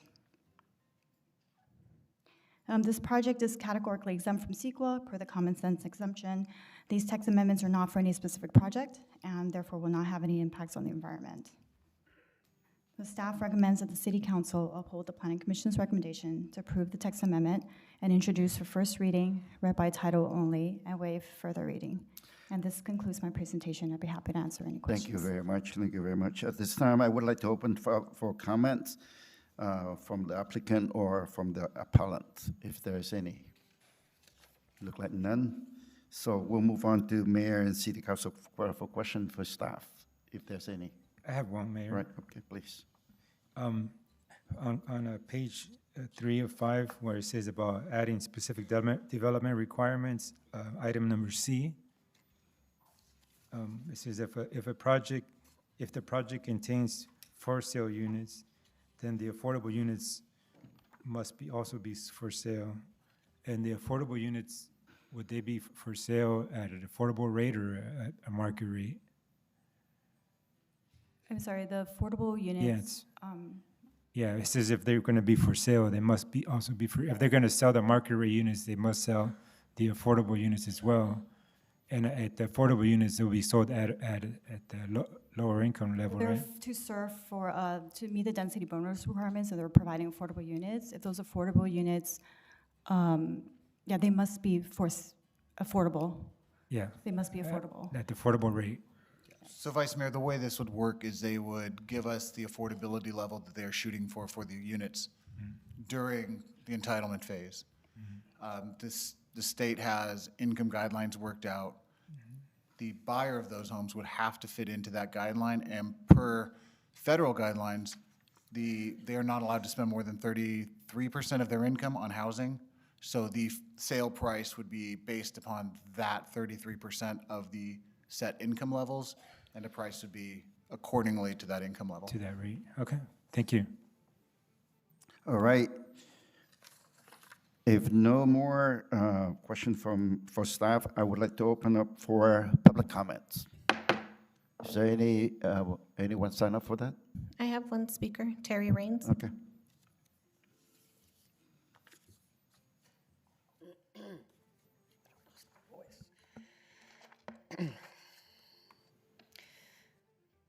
The only corrections I suggested that were made to this ordinance were minor typos. After several emails, I thought it best to share my concerns with this council. On page 7 of the proposed ordinance is the following definition: affordable housing agreement, a legally binding agreement between an applicant and the city to ensure housing remains affordable or available to senior citizens in accordance with provisions of applicable law or a negotiated development agreement. When I asked staff why they added seniors to the definition, the reply was the term senior was inserted because it is used within the density bonus law as a defined separate category of units. Importantly, the passage me are stating does not apply only to senior housing. Yeah, I knew that. It applies to that housing that remains affordable or available to senior citizens. Those affordable housing I'm agreements. sorry, may I stop you for a minute? Clock, please.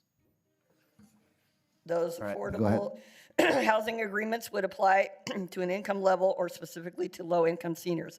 This response did not make sense to me. This is merely a definition of an agreement, not a passage. In my opinion, the definition should read something like a legally binding agreement between a developer and the city recorded to guarantee specific units remain affordable for a set period, ensuring compliance with state density bonus laws, Government Code 65915 et sec, period. By putting in a single category, it's no longer a general definition, even with the or phrase. On page 8 is the following definition: extremely low-income households. Households whose income does not exceed 30% of the Orange County median income as published and periodically updated by the State Department of Housing and Community Development as more specifically set forth in Section 50105 of the California Health and Safety Code. When I asked why Section 50105, originally cited incorrectly as 50150, was cited instead of the actual state law that defines extremely low-income households, Section 50106. Staff's response was Section 50105 was used due to B, which states that very low-income households include extremely low-income households, as defined in 50106. This response still didn't make sense. Why direct the reader to one code only to be redirected to the correct specific code? Definition expressly states in part, quote, as more specifically set forth in section blah, blah, blah. It should be 50106. On page 6, section H reads, any project utilizing the density bonus provision shall be subject to all replacement requirements for low and very low income housing as required by state law. When I asked why lower income wasn't used to encompass all, the response is we are not using the term lower income because that term is vague and not defined in state law, whereas low, very low, and extremely low are defined and have specific income thresholds. The response didn't make sense. Government Code Section 659-15C3 literally states, in part, if the dwelling units have been vacated or demolished in the 5-year period preceding the application, have been subject to recorded covenant, ordinance, or law that restricts the rents to levels affordable to persons or families of lower or very low income. 2, the proposed Section 8 omits moderate, which must also be replaced. Hence, why 659-15C3 uses the term lower. Again, these are corrections that I presented to when it went before the Planning Commission. I sent emails to you and the city attorney about these changes. Again, I don't do it for my health, but I think if we're fixing the code, let's fix it up right. And that's my comments for this. Thank you. All right. I have no further speakers. All right, thank you very much. At this time, I will entertain if there is any motion. Mayor, before we proceed, can we, somebody from staff respond to those inquiries from the member of the public? Yes. So Vice Mayor, the ordinance has been run through the city's attorney's office on multiple occasions. The ordinance was crafted by the city's attorney's office with input from staff. We are confident that everything in the ordinance meets what is required by state law. And the idea behind this is we are adopting state law by reference with this ordinance. That means that instead of codifying everything within our code, we are taking state law and saying we are making it our code. This keeps us from having to continuously re-adopt the ordinance every time the state makes changes. So the majority of the law is being adopted by reference. So we are adopting directly state law. The other sections, as I said, have been run by the city's attorney's office and have been found to be consistent with what the state requires for those sections. Is that city attorney? Correct. We had our land use, one of our land use specialists, actually the Planning Commission counsel, who's been doing this for a very long time, and she's a very smart woman, and she looked at this very carefully. So she tells me it's great. I listen to her. Okay. I move for approval. I second it. I'm sorry, I missed the motion. Motion by Councilmember Markway. Thank you.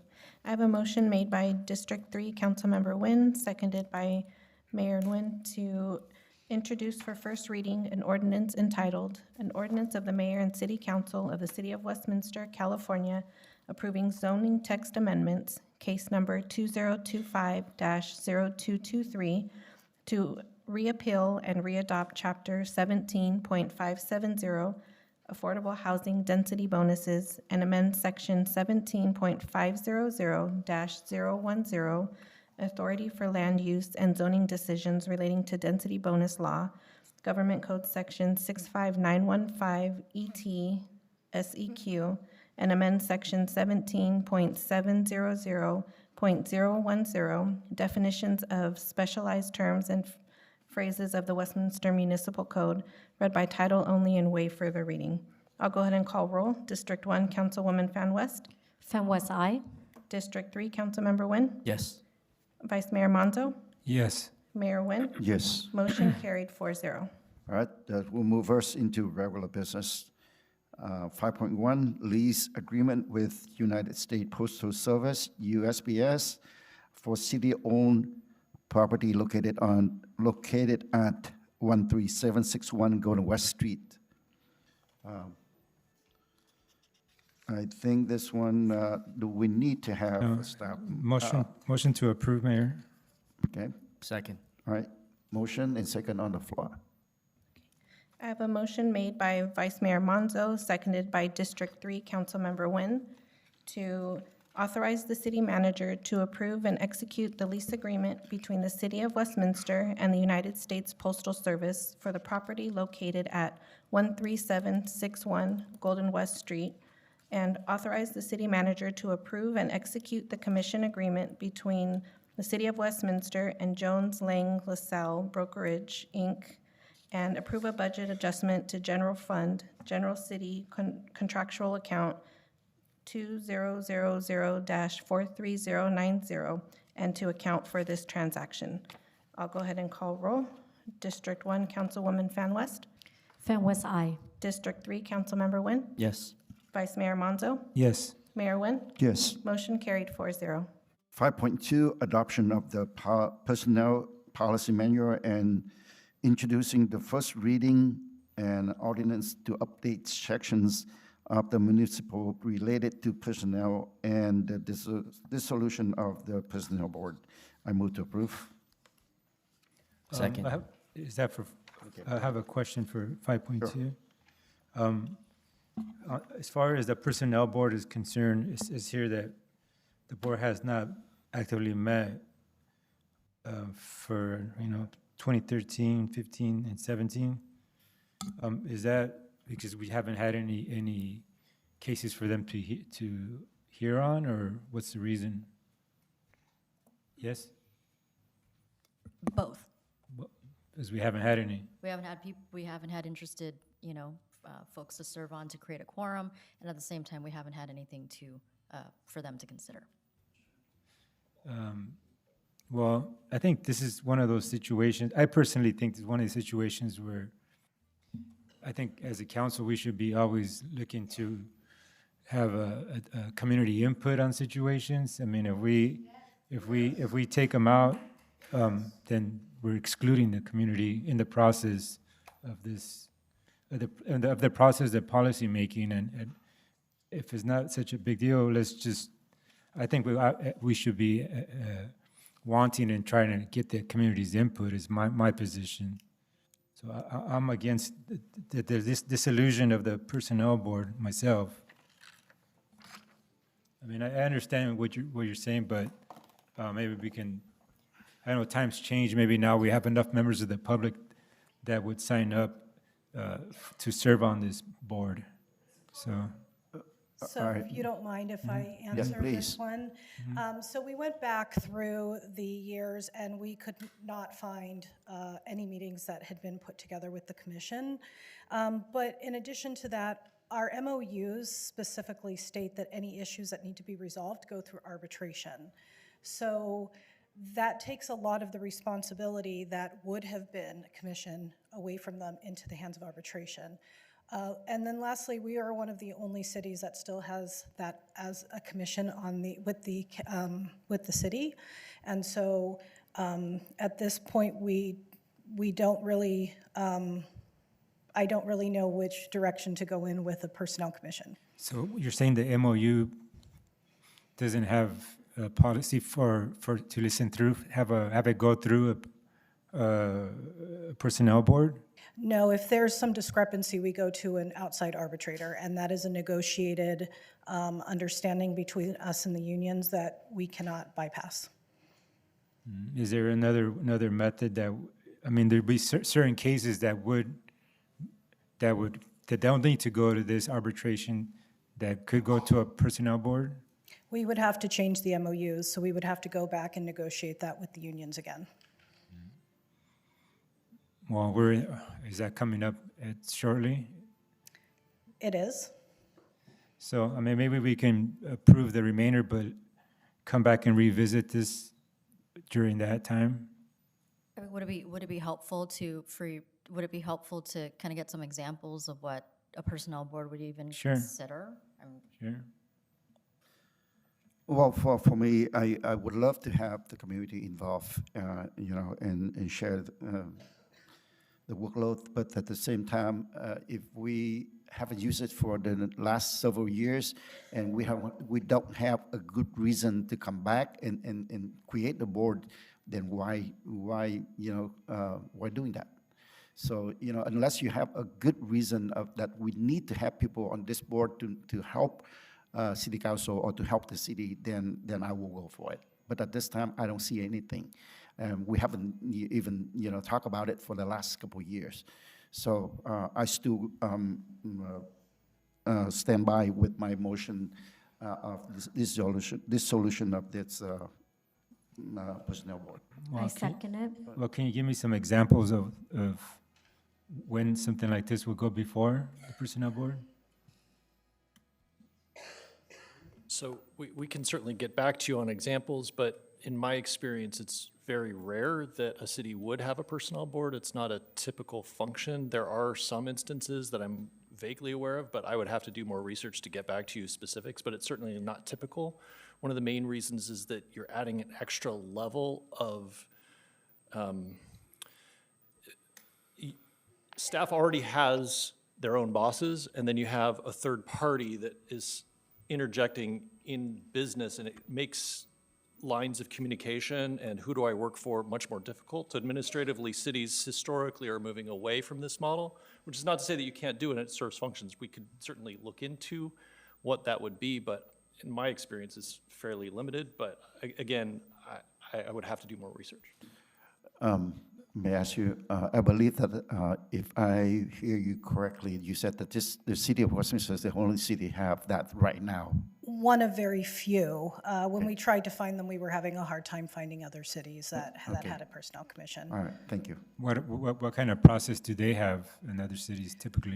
Well, remember, our MOUs are really what we go off of. So we go through a long and intensive negotiation that decides how we're going to move forward. And then if during any random day, if something is in discrepancy, then we go through arbitration. We go through a process of grievance and then arbitration. So a personnel commission wouldn't sit on or hear that the way that our MOUs are written.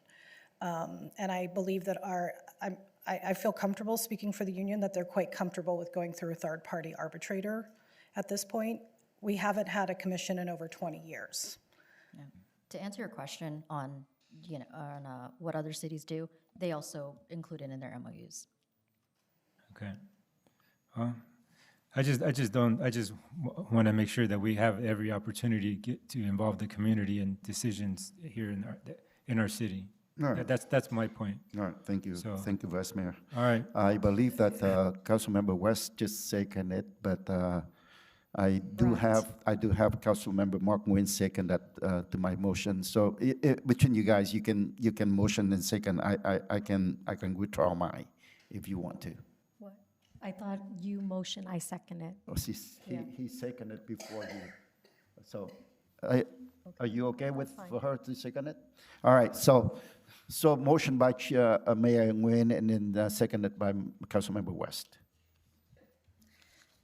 I have a motion made by Mayor Nguyen, seconded by District 1 Councilwoman Fan West, to adopt a resolution entitled, "A Resolution of the Mayor and City Council of the City of Westminster, California, Adopting the Personnel Policy Manual," and introduce and conduct the first reading of an ordinance entitled, "An Ordinance of the Mayor and City Council of the City of Westminster, California, Dissolving the Personnel Board by repealing sections 2.68.060, Personnel Board Appointment Membership Term Vacancy Filing, and 2.68-070, Personnel Board Powers and Duties Generally, and amending section 2.68.090, Personnel Officer Powers and Duties Generally, and 2.68.120, Unauthorized Absence Resignation of the Westminster Municipal Code, read by title only and waive further reading.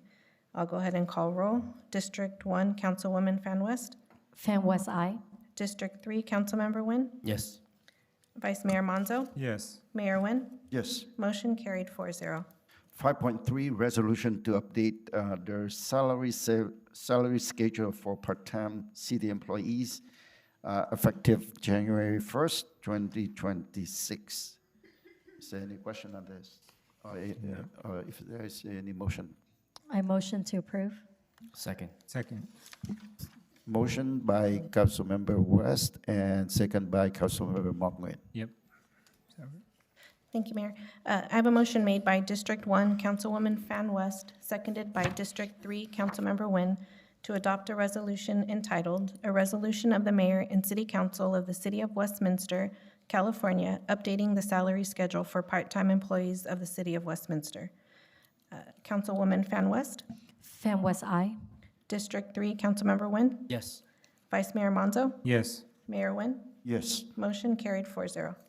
5.4, withdrawal by staff, so we're not going to talk about that. 5.5, consider reallocation of America Rescue Plan Act funds from the Be Well project to the Exxon projects. So I believe that this is very self-explanatory. We can't move the money for, I believe that there was a public comment moving this funding to the different one, but I believe from the staff, I understand that you have only move in a certain area that that are funded. So I move to approve this item. I second it. Motion and second on the floor. I have a motion made by Mayor Nguyen, seconded by Vice Mayor Monzo, to approve the request for reallocating ARPA funds in the amount of $1,752,568.52 from the Be Well project, account number 212319, to the Axon project, account number 212308. I'll go ahead and call roll. District 1, Councilwoman Fan West. Fan West, aye. District 3, Councilmember Nguyen. Yes. Vice Mayor Monzo. Yes. Mayor Nguyen. Yes. Motion carried 4-0. 5.6, consider reallocation of American Rescue Plan Act funds from the general administration allocation to the critical infrastructure technology upgrades for digital security projects and approval of amendment number 2 to the professional services agreement with the Infinity Technologies. This is the same as the previous item, so move to approve. Second.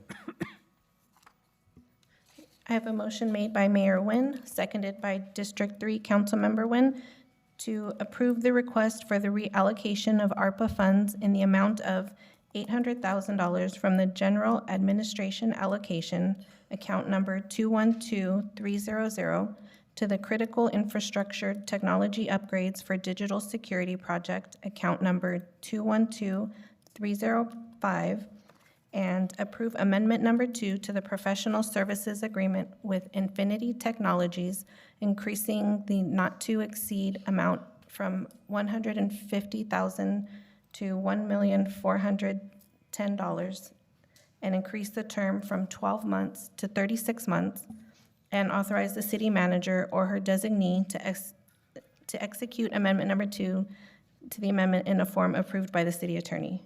District 1, Councilwoman Fan West. Fan West, aye. District 3, Councilmember Nguyen. Yes. Vice Mayor Monzo. Yes. Mayor Nguyen. Yes. Motion carried 4-0. 5.7, consider sponsorship for Midway City Sanitary District open house. Mayor, I motion to do the gold sponsor of $2,500. Second. Motion and second on the floor. I have a motion made by Vice Mayor Monzo, seconded by District 3 Councilmember Nguyen, to approve a sponsorship in the amount of $2,500 to the Midway City Sanitary District Open House. District 1, Councilwoman Fan West. Fan West, aye. District 3, Councilmember Nguyen. Yes. Vice Mayor Monzo. Yes. Mayor Nguyen. Yes. Motion carried 4-0. 5.8, approval of professional services agreement with MIG Inc., a qualified consultant for the design and development of the Little Saigon Archway. Is there any motion for this one? A motion to approve. Second. I have a motion made by District 3 Councilmember Nguyen, seconded by Mayor Nguyen, to approve the professional services agreement with MIG to design and develop the Little Saigon Archway in an amount not to exceed $55,268, and authorize the city manager or designee to execute the agreement on the city's behalf. I'll go ahead and call roll. District 1, Councilwoman Fan West. Before I vote, briefly, Archway is very important in this community. Majority, of the population are refugees. But there's issue that we cannot talk about in closed session, I have to abstain. So my answer is abstain. District 3, Councilmember Nguyen. Yes. Vice Mayor Monzo.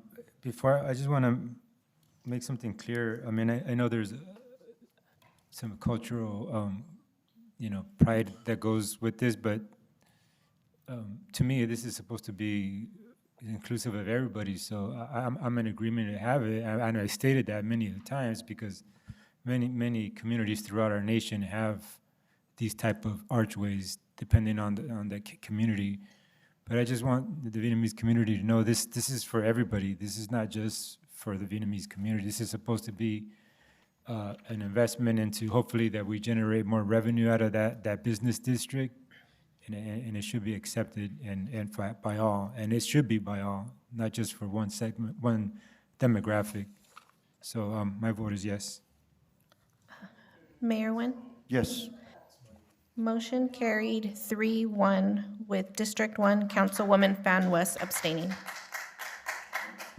So the vote was 3-0 with an abstention. Very Yeah. good, thank you. All right, thank you. Thank you for clarification on that.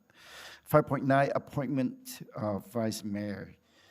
First of all, before we go on deeply into that, I want to thank Vice Mayor Manzo for his dedication and, with working along with him over the year. We have a lot done for our community. So I want to take this opportunity to thank him for the time and the effort that he put in. And since this is a rotation vice mayor, so I'm going to move to appoint or a motion to have Councilmember Mark Nguyen as a vice mayor for the next year. Is there a second to that? I second it. I have a motion made by Mayor Nguyen, seconded by District 3 Councilmember Nguyen to appoint District 3 Councilmember Nguyen as vice mayor for a one-year term. I'll go ahead and call roll. District 1 Councilwoman Fan West. Can you come back to me? I think that we need to 24 move of us, on. We can't come back, because you need to move on with vote. Then I abstain. I don't see why. Yeah, okay. District 3 Councilmember Nguyen. Yes. Vice Mayor Monzo. I'm just gonna make a comment here. I mean, I want to be honest with you guys. I originally was going to abstain from this, but in the spirit of being a team player, I want to support Councilmember Mark Nguyen because I also believe that everybody should take a turn to be vice mayor. I just, hope that he can carry that with integrity and make sure that he's his own person going forward. So in that spirit, I'm going to vote yes. All right, thank you. And it's a surprise for me that I believe last year, both Councilmember Nam Quan and Councilmember West going for Councilmember Mark Nguyen, which is just swearing in. So I personally don't agree with that. But this year I know that Councilmember Mark Nguyen already on board, and he was also a president. If you don't know about it, he was president of the Midway City Sanitary District, and he ran effectively. And so my vote is yes. Thank you. Motion carried 3-0 with one abstention. All right, thank you very much to Vice Mayor and Manzo, and now our new Vice Mayor is going to be Mark Nguyen. So congratulations to you. Well, thank you, Council, for the vote. The next item is going to be the commission and committee item, and we are talking about 7.1, Measure Y and E, Citizens Oversight Committee Annual Report. May I ask, is there a person presenting this? Thank you. Is it Michael Varengia? Mr. Michael Varengia, is I don't know, but his name's on there. you or who is going to present us? Good evening. I can give you a quick summary of the report, and then the committee chair is here, Mr. Varengia, and he can speak to you if you have questions. But just a quick summary, as part of the Measure Y and E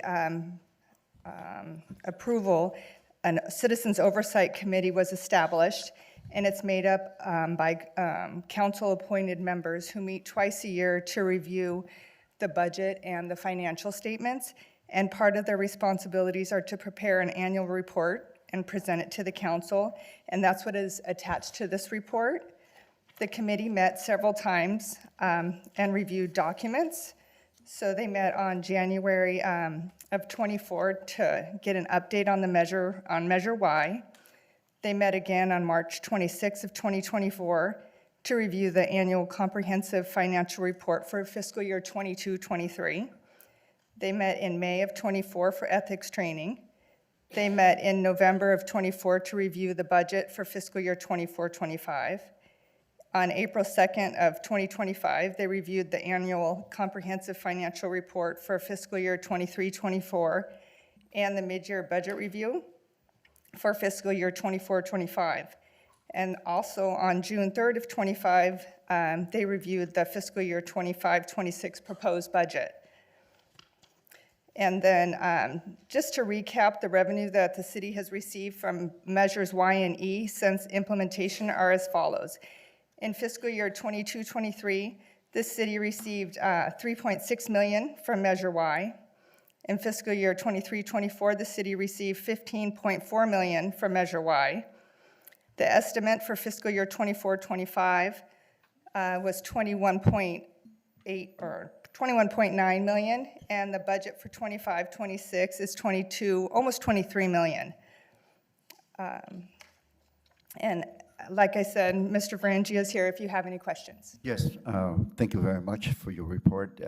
I may ask Chair Michael Varengia for additional report. Thank you, Mayor. I'll put on my other hat now. I'm no longer the private citizen, I'm the chair. Sure.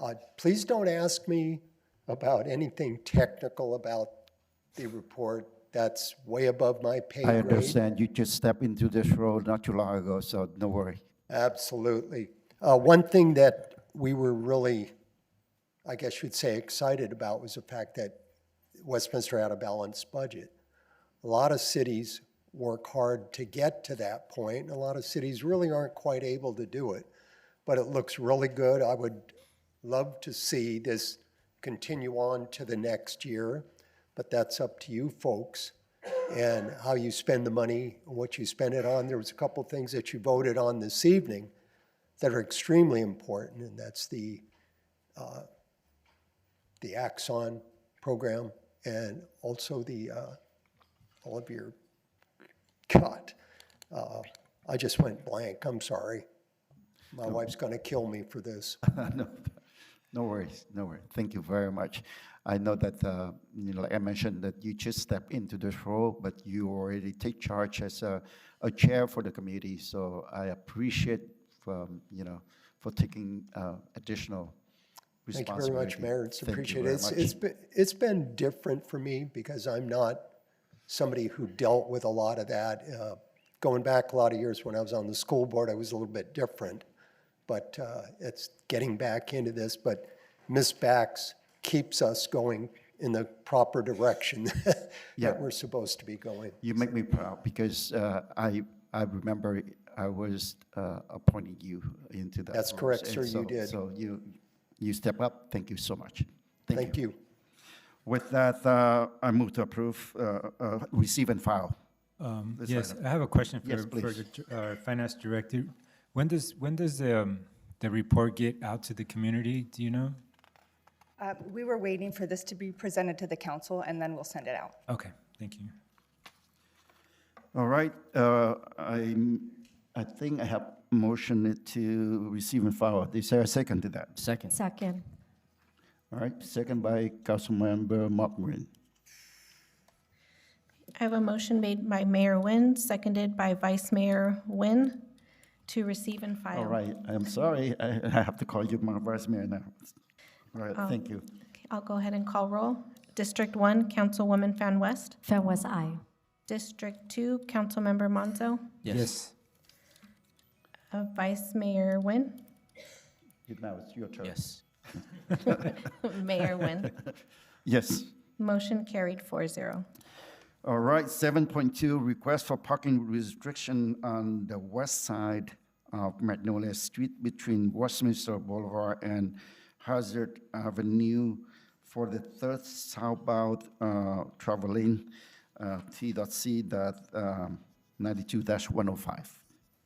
Is there any question on this? No. Or any motion? Motion to approve, Mayor. Second. There's motion and second on the floor. I have a motion made by District 2, Councilmember Monzo, seconded by Vice Mayor Nguyen, to adopt a resolution entitled, "A Resolution of the Mayor and City Council of the City of Westminster, California, providing for no parking or stopping at a certain location on the west side of Magnolia Street, south of Westminster Boulevard." I'll go ahead and call roll. District 1, Councilwoman Fan West. Fan West, aye. District 2, Councilmember Monzo. Yes. Vice Mayor Nguyen. Yes. Mayor Nguyen. Yes. Motion carried 4-0. Okay, we still have a time, and at this time, before we go into oral communication concerning on non-agenda items, are we okay to continue, or you want 5-minute recess? No, I'm good. Continue. Continue, okay, all right. So I will open up for oral communication, but before that, would you please read the instruction into record and also ask for the first speaker? Thank you, Mayor. This is the time of the meeting that members of the public may address the City Council regarding any non-agenda items that are within the subject matter jurisdiction, unless otherwise extended by a majority vote of the City Council. Comments shall be limited to 3 minutes per speaker. Any person wishing to address the City Council in person should complete a yellow speaker slip, which are provided at the entrance to the council chambers. Submit the card to the City Clerk's Department. When your name is called, please step to the podium at that time and state your name and city of residence for the record. First speaker, Michael Varengia, followed by Deborah Mariscal.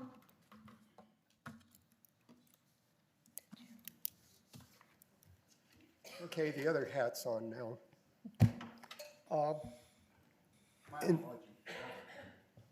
It's all right, I'll wait. Can I hold that for a minute, please?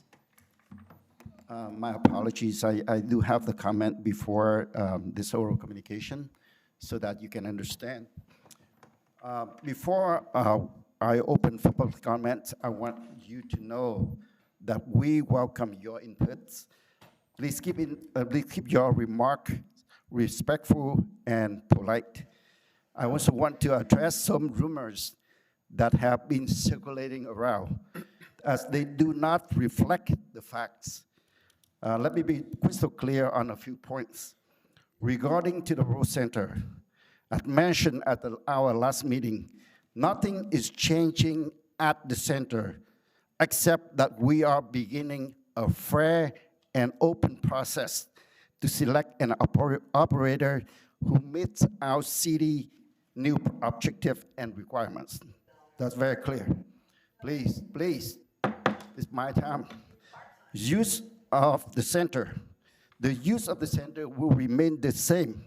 The term multicultural center was mentioned and emphasized that it will continue to serve as a cultural venue for all ethnicities within our community. This was discussed at the last council meeting in response to the question that for Council Member Nam Quang Nguyen. The third thing is the financial expectation. The city will not subsidize any expenses for the qualified operator selected to run the center. In fact, the city may request for a fair share of any revenue generated. City access. we want to make sure that the city will reserve the right to use the center for certain city-hosted events throughout the year, such as breakfast, Christmas breakfast that we just had, or the council swearing in. You know about that already. So I just want to make sure that city, and then, from the last meeting, the city staff have been directed to work with the consultant and the city council to develop necessary requirements before issuing RFP in search for a qualified operator. With that, I would like to open up the floor for public comments, and I'm sorry to interrupt you, so you may continue now. Right. Thank you. Already? Yeah, thank you. Okay, thank you. That brings up one of the points that I was going to comment on, and that was the Rose Center. That's something that really needs to be used for this entire city. There's all kinds of things that can be scheduled there. There's plays, there's concerts, performances. You could probably even turn it into a movie theater with the right equipment. But I don't want to see that sit vacant while people decide what they want to do, because we don't want to lose something like that. The other thing, the Personnel Commission, I'm really disappointed in that. And from what I understand, there were not a lot of people that applied for it. Unfortunately, I was one of the few people who probably applied for it. I felt that I had a good enough background being oh, yeah, never mind. all right. Stop my time, please. It doesn't matter. Thank you. Yeah, so we'll stop the time and we'll wait.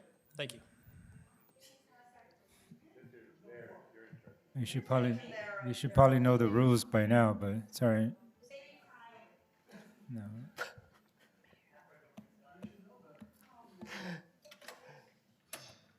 Was it something I said? I guess so. I guess so.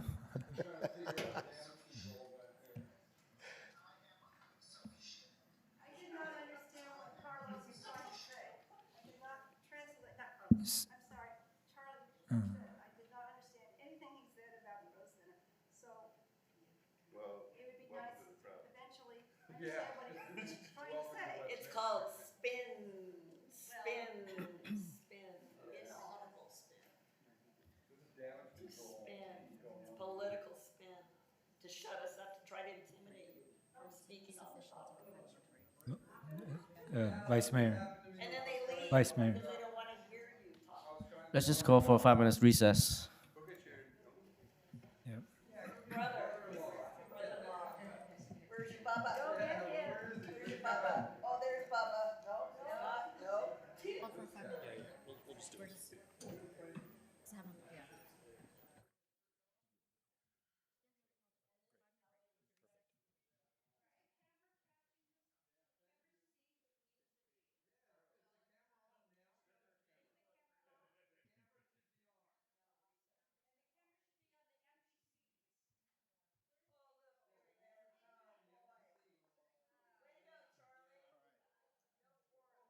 My apology. Did I leave after her? Yeah.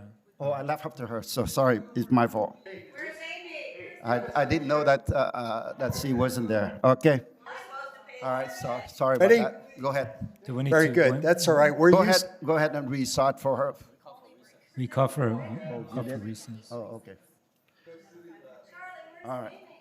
Well, let's not I wait for her, have but she's no not idea. going to You come go and back. ask her. That's, if we're ready to go, Mayor, I have a quorum here. That's Yeah, fine. we have 3 people now, so we have quorum. So let's start. That's fine. We'll go ahead and go with that. But I think you call for recess. No, Vice Mayor did. Oh, Vice Mayor. Okay. At this time, I want to continue with the meeting. So go ahead and roll call, please. Mayor Nguyen, I'm here. Vice Mayor Nguyen, Here. District 1, Councilwoman Fan West, District 2, Councilmember Monzo, Here. Mayor, you have a quorum with District 1 Councilwoman Fan West absent. All right, my apologies, so why don't we start from the beginning, please? Thank you. Okay, very good. Actually, we're all used to the. From beginning, three minutes for him. Yeah. Well, that's okay. Thank you. As I was saying, Mayor, we're used to her not being here anyway, so that's not going to make any difference in this. But the Personnel Commission, it's a shame that we didn't get enough people that applied for this. As I said, I was one of the people that applied for it. And the background in dealing with unions and being a union steward, and currently I am in another union, and I'm a union steward for that union. Being on the school board, I had background dealing with personnel issues there. So it's a shame we couldn't get enough people, because it is an important function of a city, just like it's an important function of the school district. But the people that spoke up here about the Mendez issue, and it's obvious that that family is staying away from it because of this. It's not a heartfelt issue. It was never brought up at the last meeting. And I already said my points of view on Charlie Kirk. I'm a conservative Republican, but he doesn't live here. He didn't live here. He didn't work here. He didn't go to school here. So there was no reason for his name on that sign. I would have much rathered somebody brought up Sid Goldstein. It goes right down to Sid Goldstein Park. And there's a gentleman who would represent the best of Westminster right there. But that's kind of besides the point now. There's been a decision made on the sign, and there's nothing that can be done for it. But thank you for extending my time here. I appreciate it, Mayor. And good luck to everybody running for office. Good luck with that. Been there, done that. It's a lot of money. It's a lot of time and a lot of expenditure to those that go into this. It's not for fun. It's to represent your district, your city, depending on what you're running for. And I wish all of you the best. And thank you for the time. Again, thank you for serving the communities. Thank you. Devora Mariscal, followed by Sonia. Council, Devora Mariscal, Westminster resident. I really try to be respectful. That is something that needs to go both ways.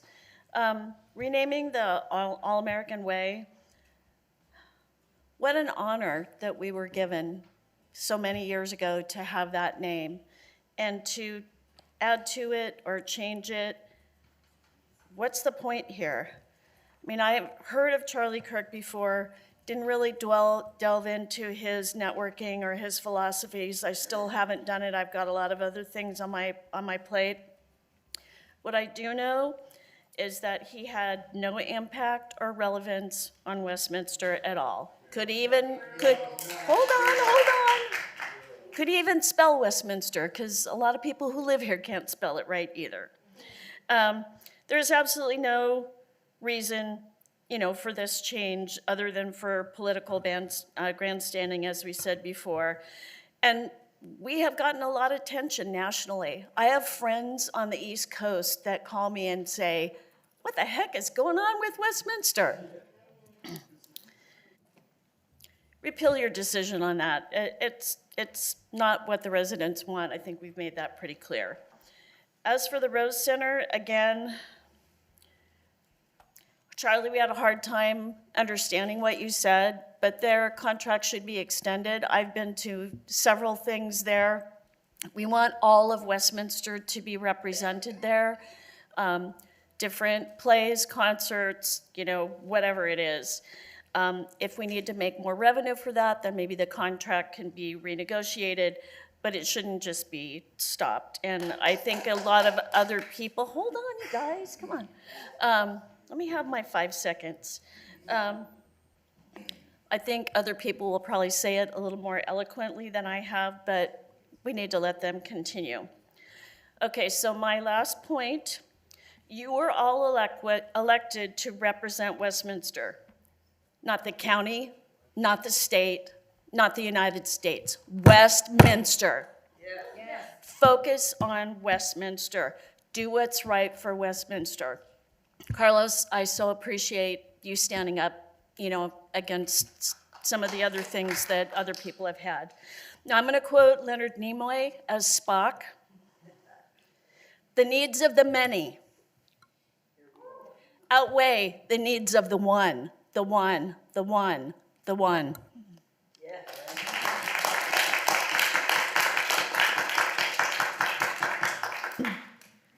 Sonia, followed by Nick Papaduke.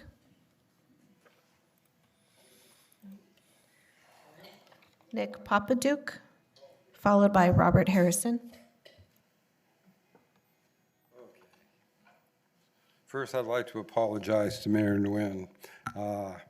Patience is not my forte, so if you can forgive me for my outburst. Let's see, where was I? Oh, yes. I was going to address the Charlie Kirk decision this time. This is a mistake for two reasons. The first reason was that you chose, obviously, for very political reasons, the most divisive figure on earth. And I'm going to give you the benefit of the doubt and assume that you have no idea who this guy is or was, that somebody told you that this would be a good idea. The person who told you that this would be a good idea, they are not very good advice for you, because this was a mistake and it wasn't going to be made better by doing this. I hate to bring up another agenda item, but it's directly related to why these seats are empty right now. And there's a good reason that they're empty. And I think you realize what it is. They didn't want any part of this. This Charlie Kirk business has nothing to do with Westminster. Freeman Boley would have been better. Myrtle Nouse would have been better. Eldon Gillespie would have been better. I can give you a dozen names of people in Westminster, and what they all have in common is that they supported multiculturalism. They were not uniculturalists the way Charlie Kirk was. He believed that one culture that a civilization couldn't survive multiculturally. This is what he thought. This is his belief. He is against immigration. He's against what you've accomplished here. I assume you have no idea who this person was, and you have no idea what he was doing and what he was saying. Now that you realize it, you have to step up and do the right thing. You have to be a man, admit that you were wrong, you were uninformed, you took bad advice, and you're going to make it right. You're going to have to do that without a bargaining this for that. You can't do that. That cheapens something that somebody did that was valuable, that was historically meaningful. This Kirk guy is going to be forgotten in 3 years. He's another podcaster. That's all he is. That's all he's for. And you've done that. You've betrayed the public trust, really. We trust you to not pull stuff like this, to not change names for political gain, which is all this was, and it's transparent. Everybody sees through it. They saw through it. And I hope that you do the right thing and step up. Thank you very much.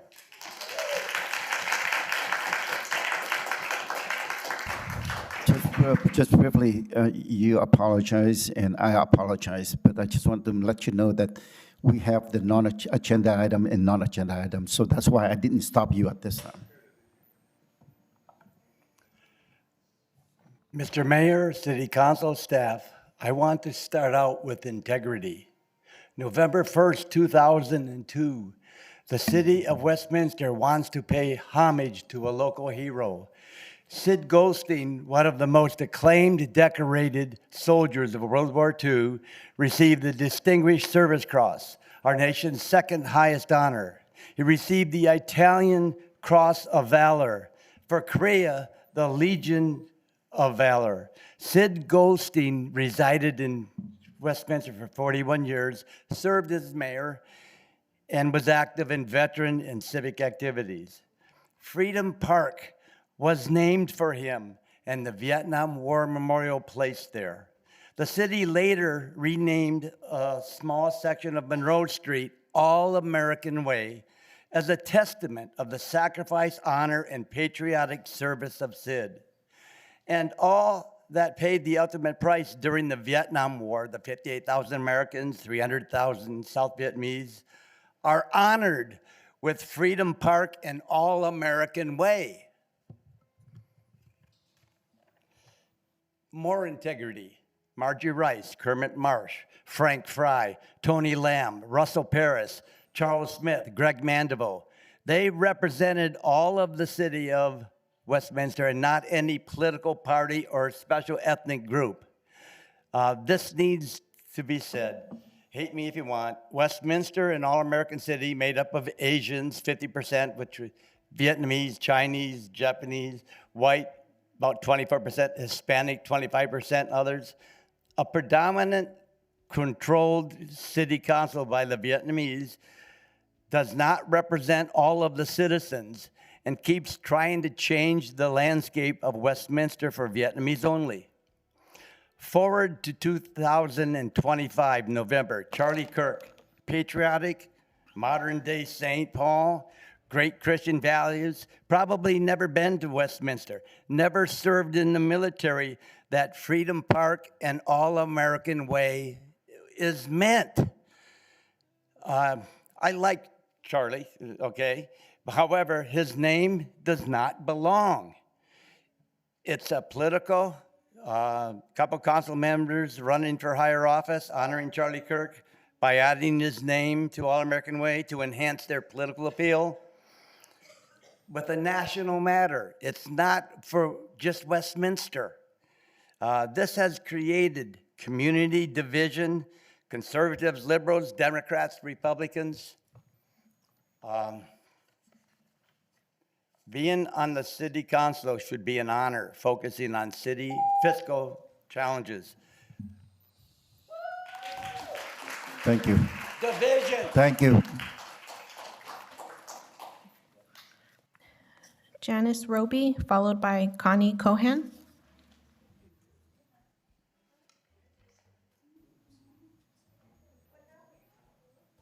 What happened? Hello. What happened? My name is Janice Roby.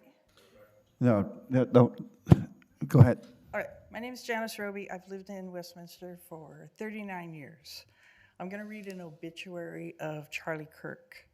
It says Charles James Kirk, 31, died from a gunshot to the neck at Utah Valley University campus event, just as he was trying to deflect a question about mass shootings by suggesting that they were largely a function of gang violence.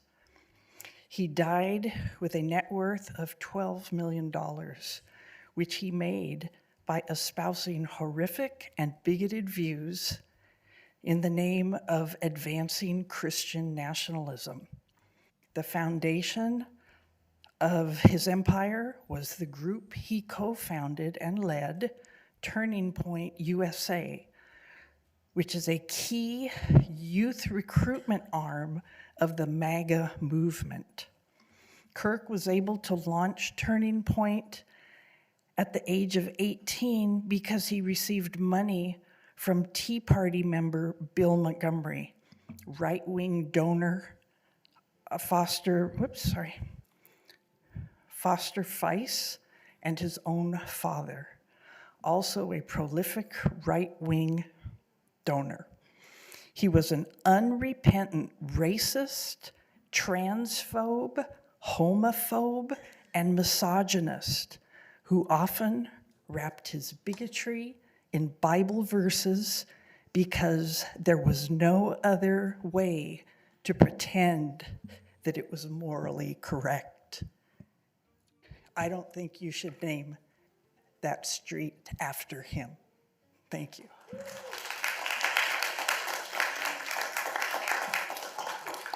Connie Cohan, followed by Donald Link.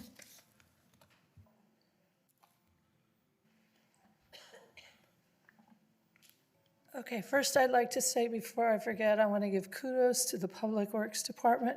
And I have a really hard time finding the way to really mention their name in public where everybody hears it. And I'm going to forget the name of the woman who answers the phone. It might be Jessica, but I may have that wrong.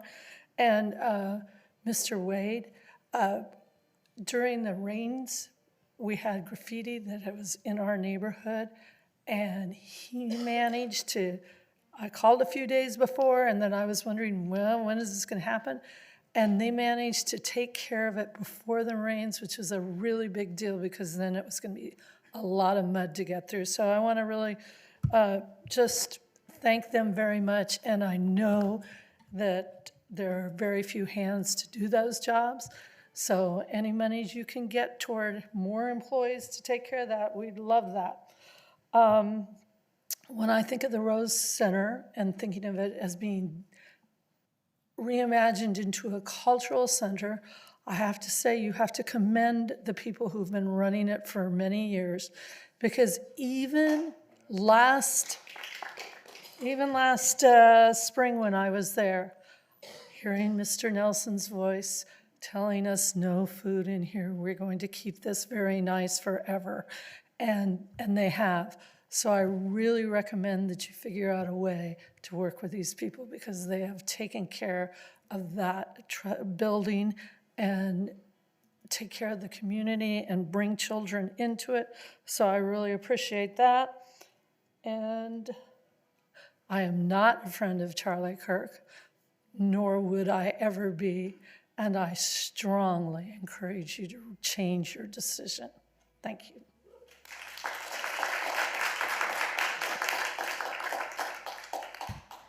Donald Lank, followed by Richard Martucci. Hey, someone left their thing. Anyway.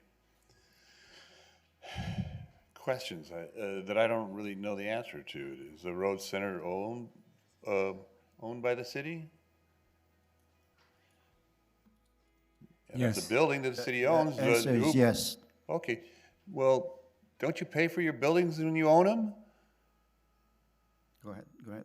So why do we complain about there's, $50,000 a year to take care of the Rose Center? And say it's the money that you've been losing? It's just money you pay in your bills. You got $1 million for the arch, that would take care of the Rose Center's expenses for 20 years. Right? And that'd be for everybody. You know, people from outside this city come to the Rose Center. How many things you have that attract people from outside this city? They choose other places to go in Orange County.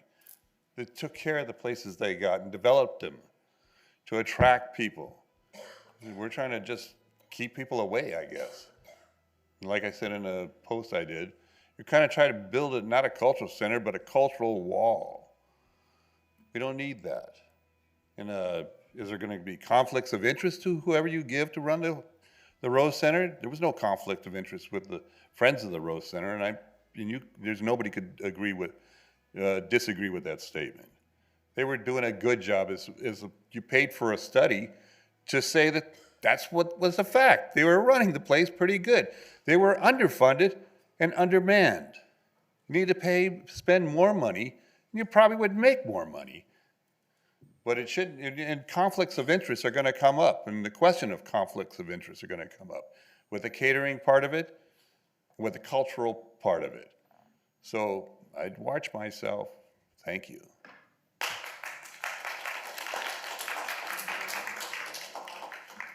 Richard Martucci, followed by Don Anderson.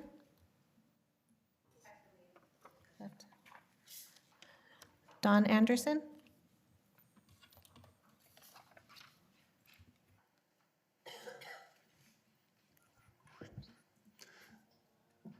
I'm Don Anderson, President of the Friends of the Rose Center Theater Board of Directors.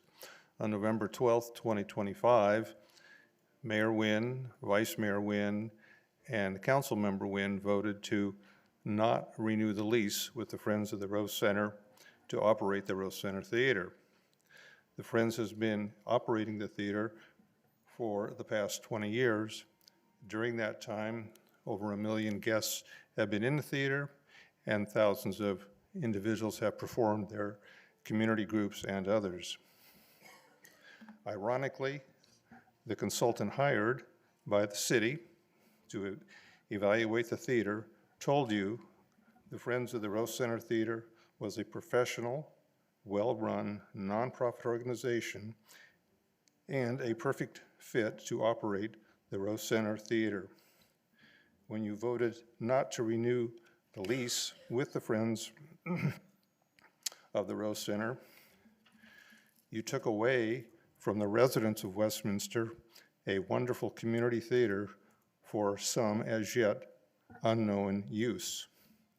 I believe there is a solution to keep the Friends of the Rose Center Theater at the Rose Center and accommodate the unknown use.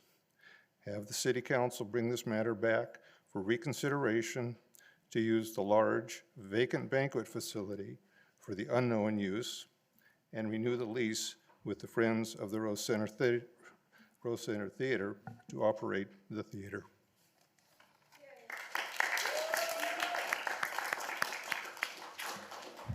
Chuck Tyson, followed by Dylan Slayton. Chuck Tyson. Dylan Slayton.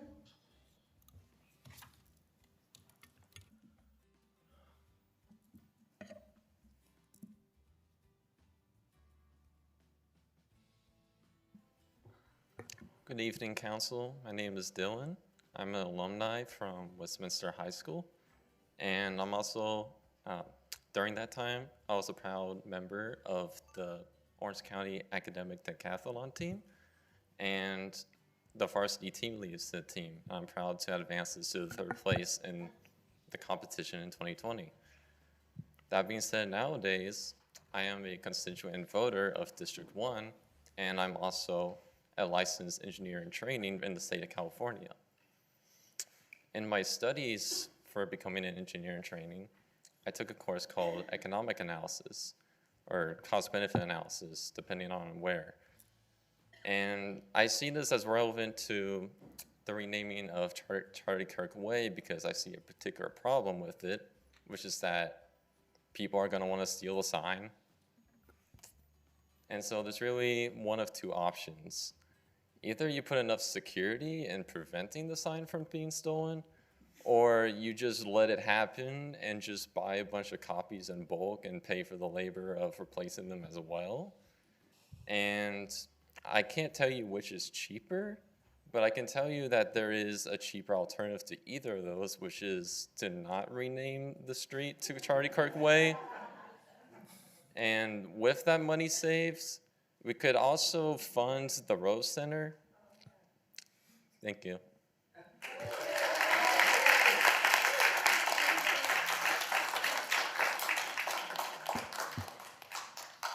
Ken Tran, followed by Eric Coda.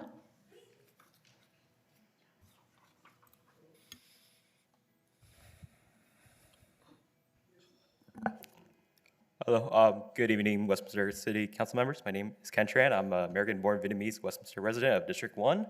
I'm here tonight to ask the council to rescind a decision to redesignate All-American Way as Charlie Kirk Way. So, as a recent graduate at Cal State Long Beach, I got the opportunity to meet Charlie Kirk rally on campus this past May. And when I went to the rally, I just went past the class, I saw it, and I just wanted to see what was happening, right? And I wanted to see an honest discussion between students and the guest speaker, because, you know, supposedly he's this person that brings college students to engage in civics. But however, I saw a performance meant for social media. Students who asked questions were talked over, interrupted, dismissed, and later only the most embarrassing clips were shown online, making these students look unprepared and making him look superior. That's not the kind of person, behavior, or leadership we should honor with a street name. Like many Vietnamese Americans, my parents came to this country fleeing communism and working hard to rebuild their lives. Immigrant families like mine and many like yours helped build Little Saigon and shape the identity of Westminster. But Charlie Kirk has said word for word, we have way too many legal immigrants coming into this country. He claims that people like us take jobs and strain the system. That's insulting and simply not true. We work, we pay taxes, we run our businesses, we contribute to every single day. This decision also creates real economic risk for our city. The Charlie Kirk Way news has already spread beyond Westminster. It makes us look divided and extreme and affects how people view our cities. Businesses may not want to open here. Visitors may choose to spend their money on other cities like Garden Grove or Fountain Valley. Our tourism, our restaurants, and our small business depend on Westminster being seen as welcoming, not controversial. And we have to acknowledge the biggest fact about Charlie Kirk. Charlie Kirk has never done anything for Westminster. He has never lived here, he has never served here, never volunteered here. Until now, he has never stepped foot into our city. There is no meaningful connection between him and Westminster. All American Way already stood for unity, patriotism, and all of us working together. Renaming it after a polarizing outsider damages our reputation and divides our city. I respectfully ask the council to rescind the decision, restore All American Way, and choose symbols that honor our real community. Thank you.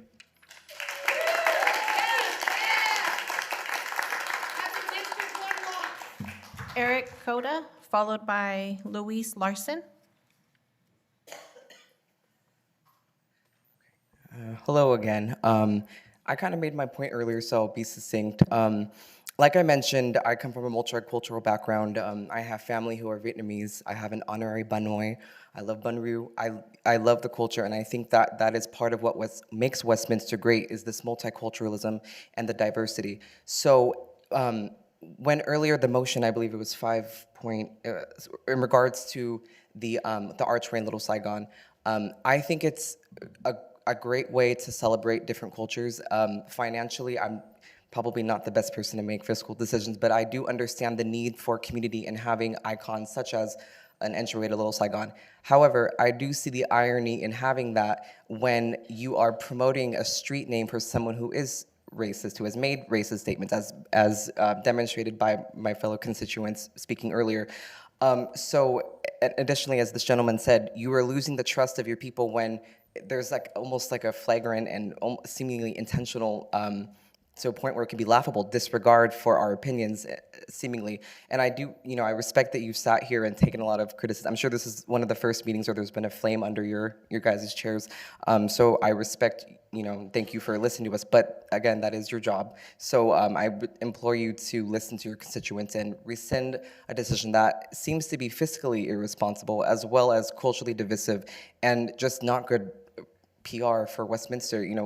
Someone was saying people on the East Coast are mentioning Westminster, and it's not like all good press is like bad press is good press. People are going to know the city for that, and it's going to cheapen the look of the city. People aren't going to want to do business here, and it's just not. It seems like a net loss. I don't know who would want that. I don't know who's winning from it. So it just seems like something that needs to be thought about more. And I just ask kindly that you rescind that street name. Thank you. Luis Larson, followed by Nancy. Good evening, Council.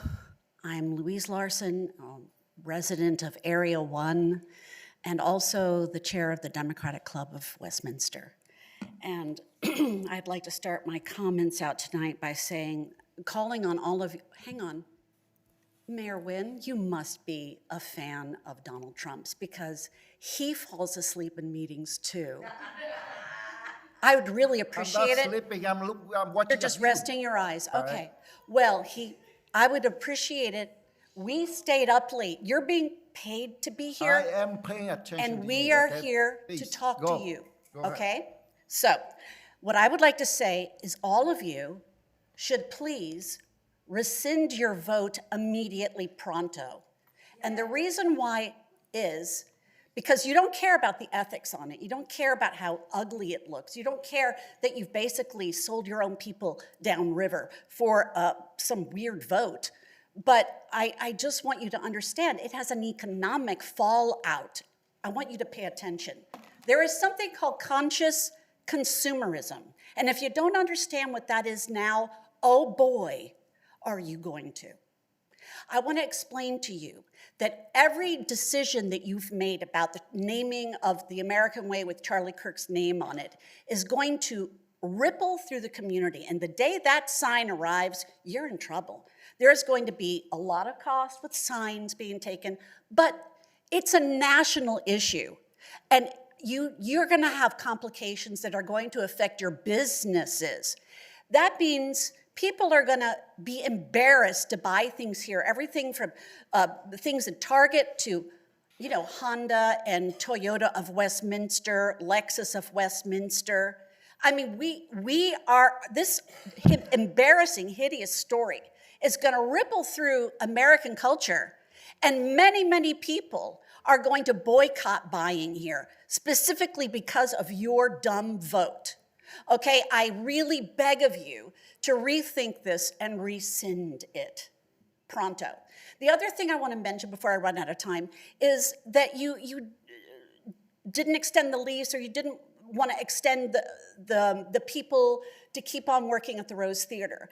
That's another economic loss. What kind of thing? Do you not want Westminster to have income and revenue? Let me explain to you something. Just sitting dormant for the next year, you already have a problem with, what is it, like $140,000 of dollars that cost the city just in catering losses alone, and that's not counting the income that the Rose Theater brought in. I believe, I just checked, they brought in over $500,000 last year. Time's up. Thank you. Nancy, followed by Holly Margulies. Good evening, Councilman. I'm a resident of District 3, and I'd like to say thank you for being the only one that stood up and not voted with like the rest to rename the All-American City Street to a bigot who, Amy Fed West, to you. You told me to get my facts straight. My facts are straight. Facts is that Charlie Kirk did not believe in the civil rights movement, meaning you wouldn't be up here if that was actually true. So, with that, I would just like to be done with it. That's it. Oh. So please rescind your vote unless if you guys want to be up there again. Holly Margulies, followed by Julie Kennedy. Good evening. My name's Holly Margulies. I've been here since August 1972. And I was born on D-Day, so you can figure I'm 18 reversed. Anyway, Amy, you're in my district. Charlie is my neighbor. So I appeal to the whole board that I want you to appeal your thought and save the Orange County Rose Society. I belong to the Rose Theater, I'm sorry. I belong to the Rose Society, and we planted those roses that are there. So I would like the Rose Theater to continue. It has been available to all of the Orange County citizens to experience under the talented Tim Nelson, who I had the privilege of working with when I taught at school. His leadership is really wonderful. It's not only good for the adults, but hundreds of children were able to experience his theater. I hope because they got to experience dancing, music, and seeing the actors afterwards. It is marvelous. They're not watching movies, they're not on the telephones, they are experiencing something wonderful. If you do away with it, you're taking away from the community. It is for the whole community, no matter what nationality or ethnic background you are for. It's a loss to the city of Westminster and to Orange County. And if you get older and you walk those aisles to get into your seats, you've got plenty of room. It is a gem. Do not lose it. Do not deny the children, Mark, Charlie, Carlos, and Amy, the opportunity for them to do. It is a draw point for everybody. And also, American Way is for all of us Americans. All of us, unless you were born here years and years ago, are all immigrants. And as Charlie said to me one October before he ran, you need to vote for me because I'm an immigrant. Well, I'm an immigrant, and all of us, we need to keep our city, Charlie, Amy, Carlos, and Mark, viable. We have the Westminster Mall. If you wanted to make that a terrific culture center, go for it. Thank you. Julie Kennedy, followed by Joe Kroll. Julie Kennedy. Joe Kroll. Michelle Burkich.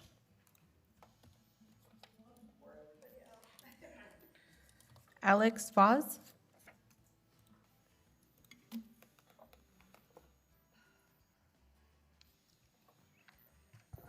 Good evening, Mayor Nguyen, council members, and staff. I'm here tonight because the community is deeply concerned about the city's decision to remove the Friends of the Rose Center Theater after 20 years. This change impacts far more than a building. It affects families, students, cultural groups, and the identity of Westminster itself. For nearly 10 months, the Friends worked in good faith with the city during contract negotiations. During this time, the city commissioned a $30,000 study, which placed the Friends in the top 20% of theater operators nationwide and praised their financial strength, leadership, and operational excellence. The study recommended co-management. The city would handle the ballroom, and the Friends would continue to run the theater. This would have allowed the city to expand cultural programming without eliminating the theater program. Yet the council voted 3-2 to reject that recommendation without identifying a single performance issue, operational concern, or financial deficiency. In fact, the city repeatedly acknowledged the Friends have been doing a really good job. Even more concerning is the city's new vision to repurpose the building into a cultural center, overlooking one critical truth. The Rose Center Theater is the cultural center. The theater hosts an extraordinary range of cultural organizations: Vietnamese dance academies, Tet celebrations, Korean cultural showcases, choirs, Chinese orchestras, cultural associations, Filipino community events and youth festivals, Asian American ballet schools, taiko drummers, and multicultural groups.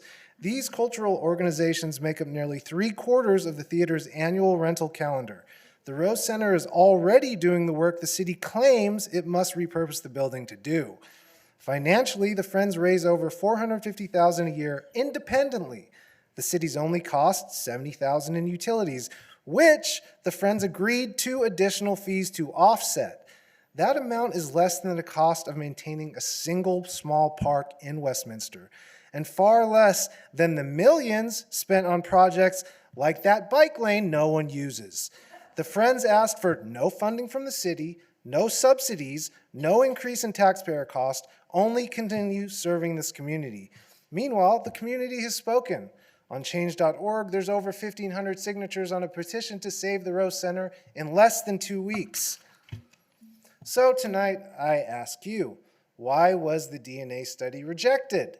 Why eliminate a top-ranked, self-funded operator with no performance issues?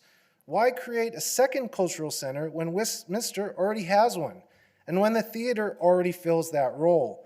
And if these questions can't be answered clearly, why not reconsider the vote?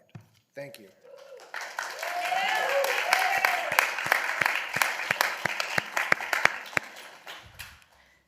Sharon Han.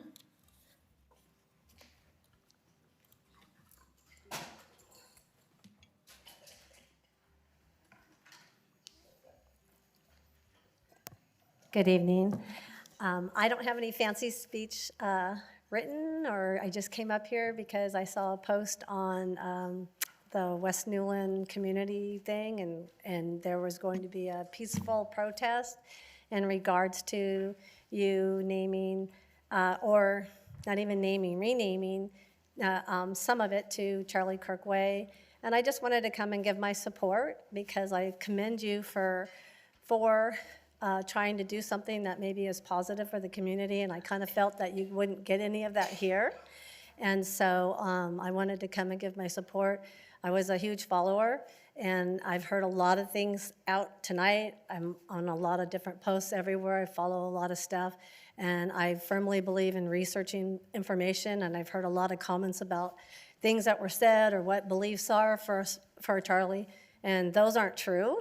And if you do extensive research instead of just what people post as, oh, he said this, but you have to look at the whole picture, which they do to a lot of companies in in the communities, and they bash people, but they only take out tidbits of what's being said, and then they try to polarize that in the community. So I wanted to just come and give my support for it. My understanding, because I tried to do a little research before I came in here, is that you aren't renaming it All-American Way to Charlie Kirk Way. You were actually just putting a subtitle underneath, which I think is commendable to you guys. So I do appreciate that. And I just wanted to come. I hear a lot of, I kind of was a little confused because I've learned parliamentary procedure when I was younger, and I was like, all over this agenda because I was very confused. Nothing was going as according in order. There was a lot of people outspoken, and that's not typically allowed. And then I hear a lot of name calling and all kinds of stuff, and I'm like, this is really, really crazy. I haven't been to a city council meeting in years and years. I went to one, I believe. I'm a 31-year resident. I would also like to say that I apologize for people that I don't know. Sylvia Mendez and her history, I Googled it when I was sitting over there. I did see the wonderful tribute that you guys made to her years ago when you did it. But honestly, I don't know the history. And I hear people throwing out there that everybody knows who she was and et cetera. And I honestly don't, being a 31-year resident here. I didn't know, not even until I saw the tribute of the statues that they had put up. So, excuse me? That's okay. Go ahead and continue. Anyway, I just wanted to come here, and there was a lot of things that have been said. I'm not even sure about the Rose Center, but I think it's time that I kind of started following along what's going on. Thank you. Your time's up. Xuan Lon Nguyen. That's you. Hello. So I live in Westminster for over 30 years, and there were many stupid decisions that went on, but I've never seen anything like this. How could you, four of you, that foreign-born people that voted for a guy that against foreign-born. You know that he was against foreign-born people? I mean, if it's up to him, you wouldn't be here. So why, and I figure out why are you doing this? You're running for Congress, and you want to use the city as a stepping stone, and you don't care about what the residents say. You just want to step on us and get your way. And you know what? That's a wrong thinking because you think people will vote for you for this? People won't. People won't because you're showing people that you're not listening to the resident of the city, which you won't listen to your constituents, right? Am I right? You just want to be selected. Yeah. So I am asking you, if you still want to serve the city, if you still want to serve the city, resign your votes. Yeah. Otherwise, step down because you're not serving the city of Westminster. Yeah!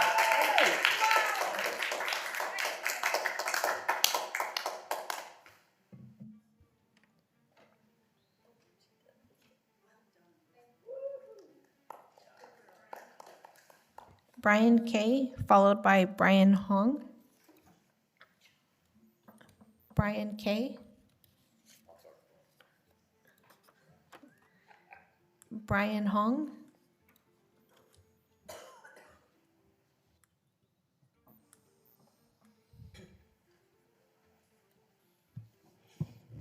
Hello, my name is Brian Hong. I'm a resident of Westminster, born and raised, 22 years. As a lot of people have already said, Charlie Kirk did awful things, said awful things, all that sort of stuff. Everyone gets it. One thing I want to mention as a member of the younger generation is that Charlie Kirk is kind of a joke now. There's a lot of memes going out, things being Kirkified, the whole Charlie Kirk AI song. So just renaming the street to Charlie Kirk Way is kind of embarrassing. Someone asked where I'm from. Someone asked, oh, where's your city hall? Oh, yeah, it's on Charlie Kirk Way. Like, that's kind of embarrassing. And then the fact that it's not going to be the whole street, but just a subtitle is a little more embarrassing, because why not just go the whole way? Anyway, I think the decision is at best frivolous and indicative that you guys don't really care about what's going on in Westminster or don't know what's going on in Westminster. Seems kind of incompetent. Menza, thanks for saying no at least. I'm sure you do other cool stuff. One of our district members is even here, which is a little annoying because I've noticed there's only maybe 2 meetings a month, and they're often canceled. So we can't even speak to you guys. For Amy Fan, I've seen your Instagram. You're a little weird, a little strange. Are you recording me right now? Oh, she does that? Oh, hi. Maybe I'll see myself on the live. But anyway, I'm really hoping that in 20 years, I don't have to take my kids around Westminster and explain to them why there's a street called Charlie Kirk Way and who Charlie Kirk was. I'm definitely not going to explain to them who you guys are, because you guys will not be remembered then. Because what are you doing for us? You're changing the name to someone who has done nothing for Westminster, has no relation to Westminster. My own mother, who's sitting back there, has done more for this town. Most of the people sitting in here has done more for the people in this town than Charlie Kirk ever has and ever will. What he's mostly known for is spreading hatred and vitriol and divisiveness and getting shot. And now that he's dead, what he's known for in my generation is a bunch of really poorly made AI-generated jokes and a really bad AI song. Thank you.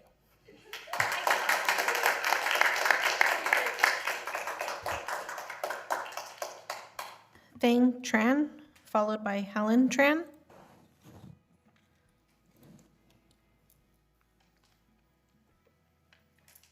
My husband is Thang Tran. We came with our little girl, and she couldn't sit through the whole thing, so he had to take her home. I'll speak on behalf of both of us. My name is Helen Tran. I know I don't look like a typical Tran, but my husband really does look like one. Honestly, this is really, really hard for me. I'm painfully shy, and I'm petrified of public speaking. So it's just a testament of how important this is to me and how much the Rose means to me, my family, and really our entire community. My family has been going to the Rose for years. Our elementary school takes field trips over there to watch shows. I serve on the board of my son's middle school music department, and we have one musical a year, and that's at the Rose. You take away the Rose, then our students lose their home. You already know that an independent survey determined that this is not fiscally responsible. So obviously there's other reasons why you want to remove it, and I understand that there's more things that are important than money, which is why you should keep the Rose. The Rose Center has value beyond profit. It is where schools perform, it is where churches gather, and it's where children's lives are forever changed. My eldest is almost 15 now. 3 years ago, you honestly wouldn't have recognized her at all. She gained confidence, strength, and joy, and she got it all from the Rose. And as personal as this feels to me, she's just one number of thousands of kids and adults and seniors whose lives has been profoundly changed by having this safe, loving environment where they can create on stage. People flock from everywhere to see them, to spend their money in Westminster and support the local talent. And now it's being taken away. And it's not just from a Middle Eastern Vietnamese family, but from families of every culture and every background, and that is just heartbreaking to me. So I assume the Rose was chosen for the New Vietnamese Cultural Center because of the memorial next to it. But that memorial honors American soldiers and the Vietnamese who fought with them. Together, it represents a shared history. So the Rose should remain a shared space. Thank you for your time.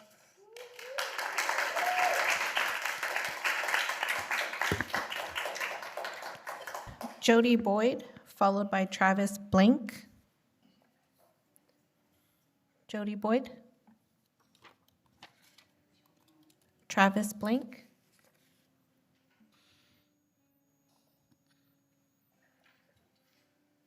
Hi, council members. Thank you for taking all of our comments tonight. Appreciate it's been a little heated at times, but I'm just here to kind of echo on the previous speaker from a personal standpoint, what the Friends of the Rose meant to me, to my family, and I think also to the city of Westminster. So my son is, he's a performer, and sometimes it's hard for boys to be in performance. It's not necessarily a thing that you see often or a thing that's embraced in a lot of families.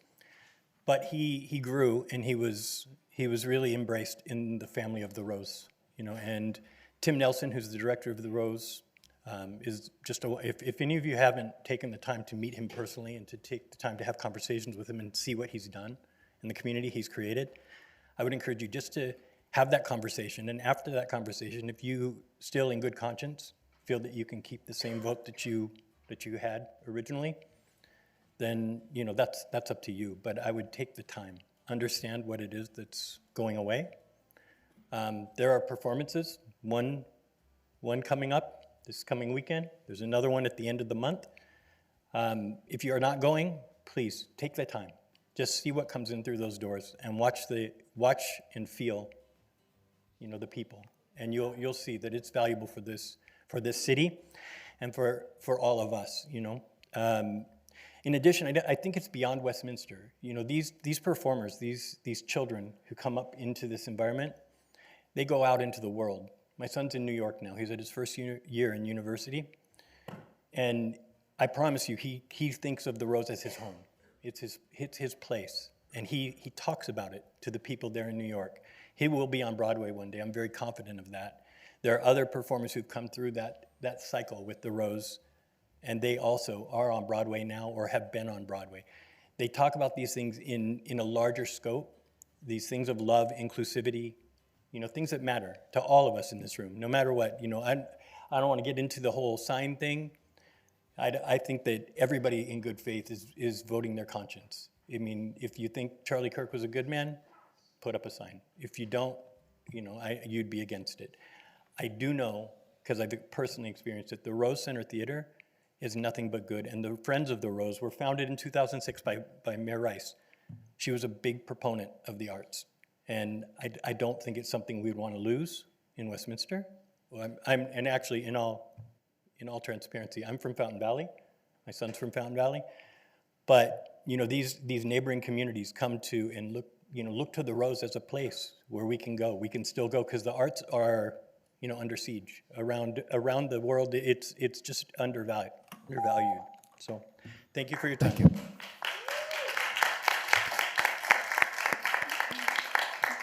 Dean Bobar, followed by Roger Mindrum.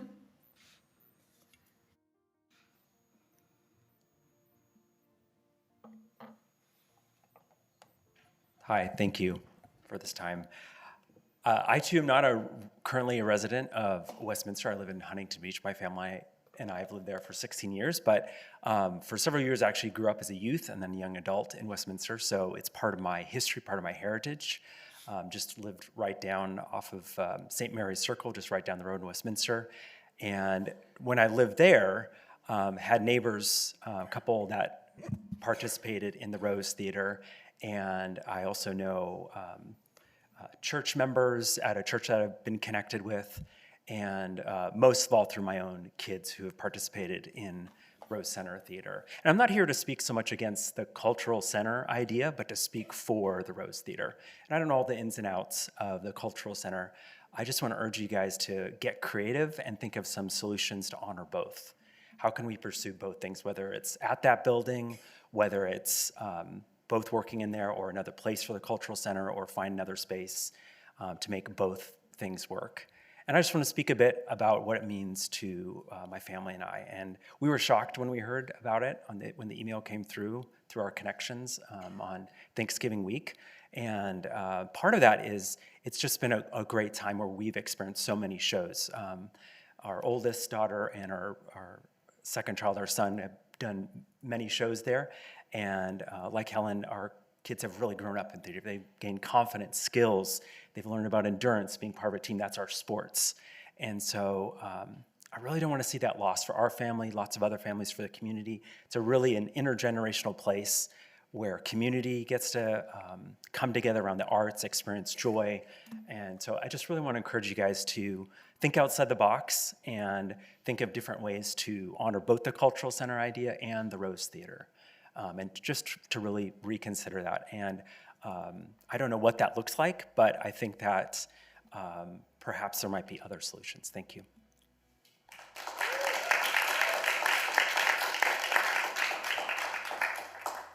Roger Mindrum, followed by Bonnie Castry. Good evening, Roger Mindrum. So basically, I'd like to speak about the Rose Center. I implore you to change your mind on this. Hopefully, I doubt if you've read all of the emails. I've read some of the emails from some people, and please, read those emails. People's stories of their families and their children and what's helped them. My daughter was in theater from elementary school through high school, and you know, it's the outcasts you see in school that might be sitting by themselves. That a theater program, when they're kids, they take them in. They're safe. That's their safe place. And I've gotten to know a lot of the theater kids when my daughter was in theater, and that's their family. And the cast that's in the Rose Center, that's a family. And you can see kids all the way through pretty elderly adults. And reconnected with a friend actually Saturday when I went to the gala show there. And he's done 34 shows there. Mr. Tim Nelson was his 6th grade music teacher. And I don't know how old he is, but you know, he's up there probably close to me. Another thing is, a really quick Google search, Friends of the Abbey was what the original name was. This is a simple Google search, 2003. Friends of the Abbey, I guess they're now the Friends of the Rose Center. The organization's, their mission, organization primary purpose is to help defray the cost to the City of Westminster for the construction and operation of a community cultural center in the City of Westminster. It's already a community center. So what should have been done before you voted on this, I don't believe you guys did much homework at all. For one, you need to go back and reread that theater DNA study. I don't know how much it cost. Was it $10,000 or was it $30,000? You paid for that. And then you just blew it out of the water. It's already a cultural center. There has to be enough time in the yearly calendar that you can put on more events. The building is just a building. The building is a gem. It's a great theater. But the people who run it, the actors and the singers and the cast and the crew, they're the gem. And we're going to miss it like you have no idea. I hope you have an idea. I hope you get a clue of what this city and what this community will miss if that's gone. If Mr. Nelson the guy's a genius. He's playing 4 instruments right in front of us, doing the music for the play. There's 3 or 4 other musicians there too, but I can see he's playing a flute. He's playing several instruments. So please reconsider.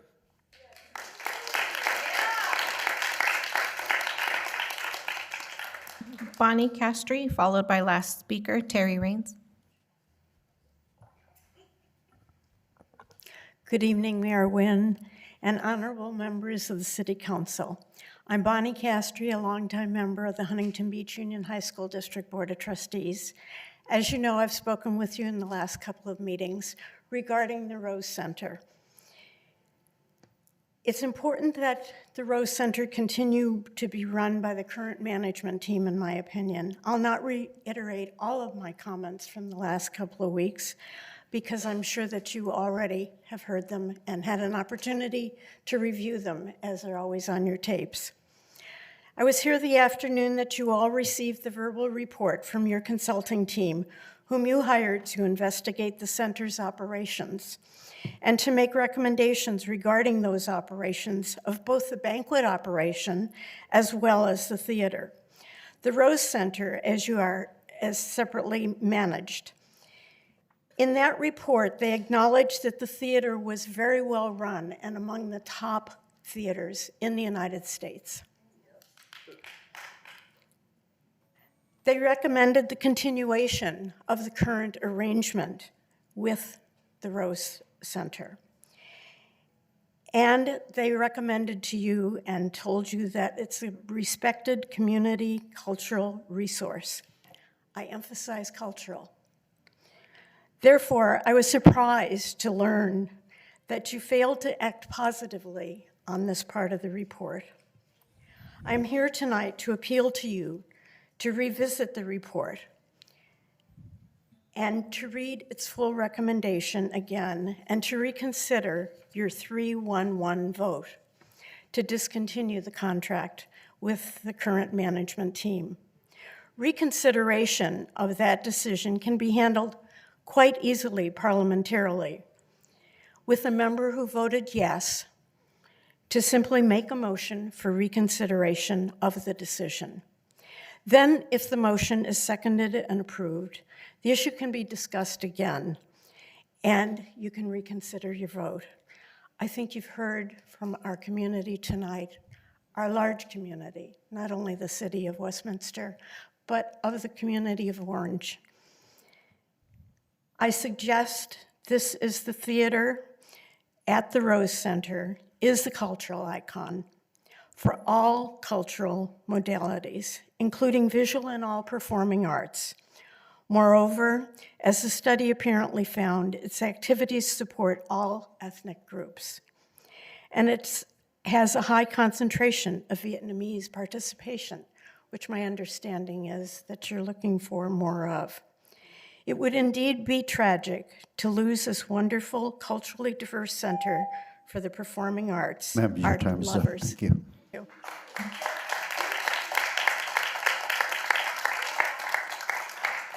Last speaker, Terry Raines.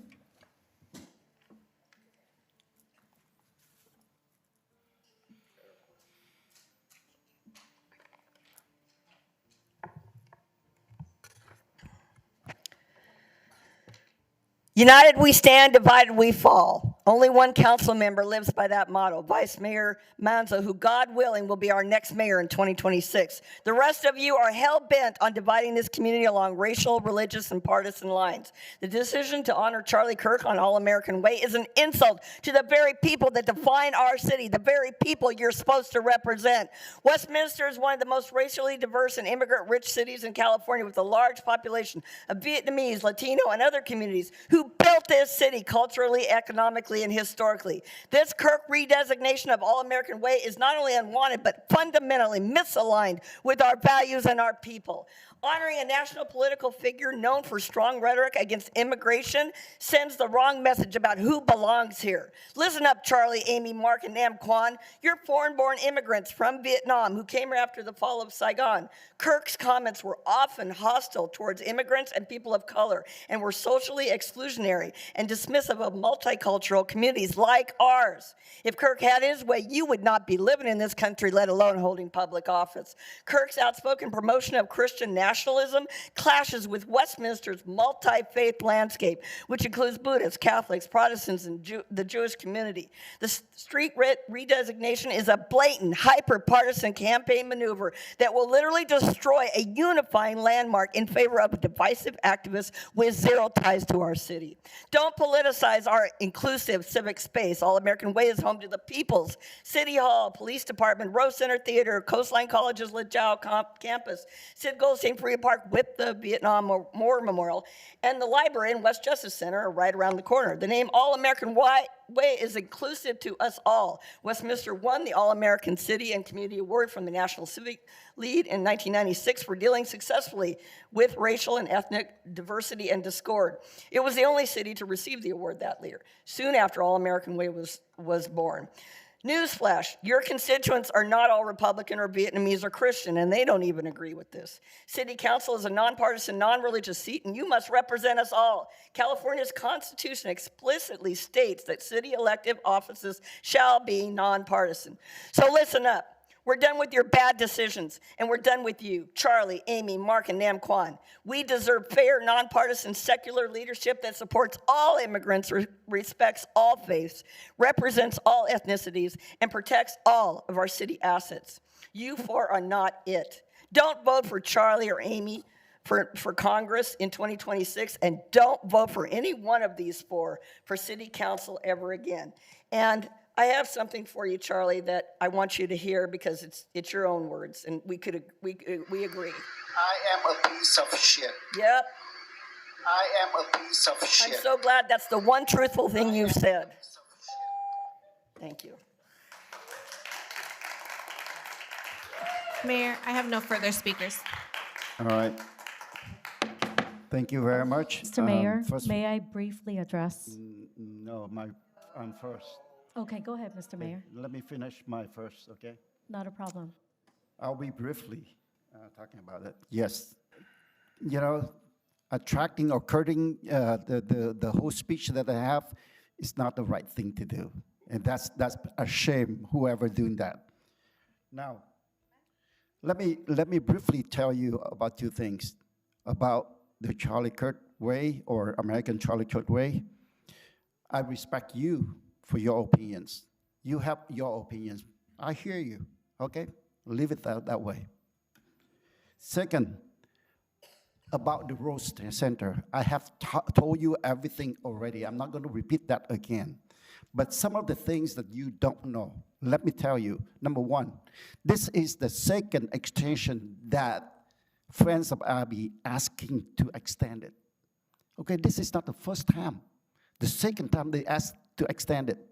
Now, the second thing that I have for you, I want to reaffirm you that we are not doing away. We are not doing away. It's just that we have the organization have ran this operate this for 20 years already. We need to have a fair process to open up for anybody, and we welcome. We already said that. We welcome to have Friends of Abby go ahead and submit it to, and apply for it. And so that we can, we can review, this council will review and then vote it on that. It is an open process, and it's a fair process. You think that there is a non-organization operated for 20 years, that you sign contract for them for another 20 years, do you think it's fair? I think it's not fair. We need to open up for people to come in and vote for it. No. I hear you. Mayor, we're supposed to make I hear just you. That's- brief comments. That's brief not- comment. not I big understand. comments. But please, let me finish. I am done. Okay, I'm done with that. So, at this point here, we open up for the open, fair process, and we welcome Friends of Abby to apply for it. Let us, like I said, not do away, but we are going to work with the consultant to come up with new requirements. That's it. Thank you. Thank you, Mr. Chair. For those of you who came up to talk, spoke about the Rose Theater, I really appreciate that. Because for me, as a council, I'm really saddened that the majority three, mayor, his brother-in-law, Mark Nguyen, and also Councilman Nam Quang have voted to stop the theater from happening in our city. And as a mother, wife, and a resident in the city of Westminster, my husband and I have been in many plays growing up, and we love theater. And not only that, we have our kids in theater as well. I vote no. I vote no with Carlos Monzo. So you guys can go back to it and look at it. But anyways, what I'm saying is that we can change this course around if we have the mayor or his brother-in-law or Nam Quang to reconsider with Monzo and I to bring this back for addressing it. But the thing is that I understand deeply the value of arts and culture enrichment at the Rose Center Theater. It brings our community together completely, and I agree with that. And every Christmas, my children do plays for the homeschool group, and I understand how valuable it is because they get to show and they find confidence in those playing. So I think it's important when we take away the theater, we're taking away their avenue of finding confidence in another way of growing up and building that characteristic. So for me, I plead with the mayor and the vice mayor, Mark Nguyen, and Nam Quang, Councilman Nam Quang, to reconsider. I think it's very important. We're taking something away that is valuable to this community, but not only that, I believe that the people have spoken, and I think we need to hear that. Mayor, can I ask, first of all, I think we're getting out of what parliamentary process that we're supposed to be making a brief comment, and time again we're doing these big brought out comments and speeches and not at the appropriate time. We should be waiting. These type of comments should be wait to the end. So go ahead and make your brief comment. No, Go ahead. that's what my point. My point is that we're not being professional up here and following the proper process. And city attorney. That's. And I got you. Go ahead and make your brief comment right now. Yes, I am. I can go on here and tell you many reasons why canceling the agreement with the Friends of the Rose Center is so irresponsible and destructive. I'm going to speak on that later on, and I just want my colleagues in between now and then. I hope to you and your conscience can see how you're just destroying lives of thousands of people in our community. So between now and the end of council comments, I hope you guys think about that, and I'll make some more comments later. So thank you. All right, thank you. This time, please. Okay, this time I close the oral communication for non-agenda items. No more discussion. We will move into business matters from City Council and agency members. And that is 9.1, consider request to change street name sign at the intersection of Golden West Street and Main Street at the entrance of Westminster High School in honor of Xavier Mendez. Is there any question on this? I believe, let me go back. This item brought in by Councilmember West, so why don't you take the first shot at it? Thank you, Mr. Chair. Thank you, Council Member. I really appreciate that. Tonight, this item 9.1, in honoring, basically honoring to bring forward an agenda item. I am honored to bring forward this agenda item that hold deep historical significance, not only for Westminster, but for our entire nation. I am proposing that we rename the west portion of Main Street with staff help, which is off of Main Street and off of Golden West, to Sylvia Mendez Way in honor of a woman and a family whose courage helped change the course of American history. Mendez versus Westminster in 1947 was one of the first federal court decisions to strike down the school segregation in the United States, declaring the separation of Mexican-American children unconstitutional and paved the way for Brown versus Board of Education. As California governor at that time, Errol Warren, supported the case and signed the bill that ended school segregation in our state. Later, as Chief Justice of Supreme Court, he wrote the anonymous Brown decision that extended those same principles nationwide. Mendez versus Westminster was not just a California victory, it was the crucial first step that made Brown versus Board of Education possible and helped secure equal education for every child in America. This is not just a story we read about in textbooks. This is Westminster's story. This is our legacy, and we have a responsibility to preserve it. The location I'm proposing for Sylvia Mendes Way lead directly into Westminster High School. No better place than that. Every day, hundreds of students walk, bike, and drive down this road on their way to pursue education.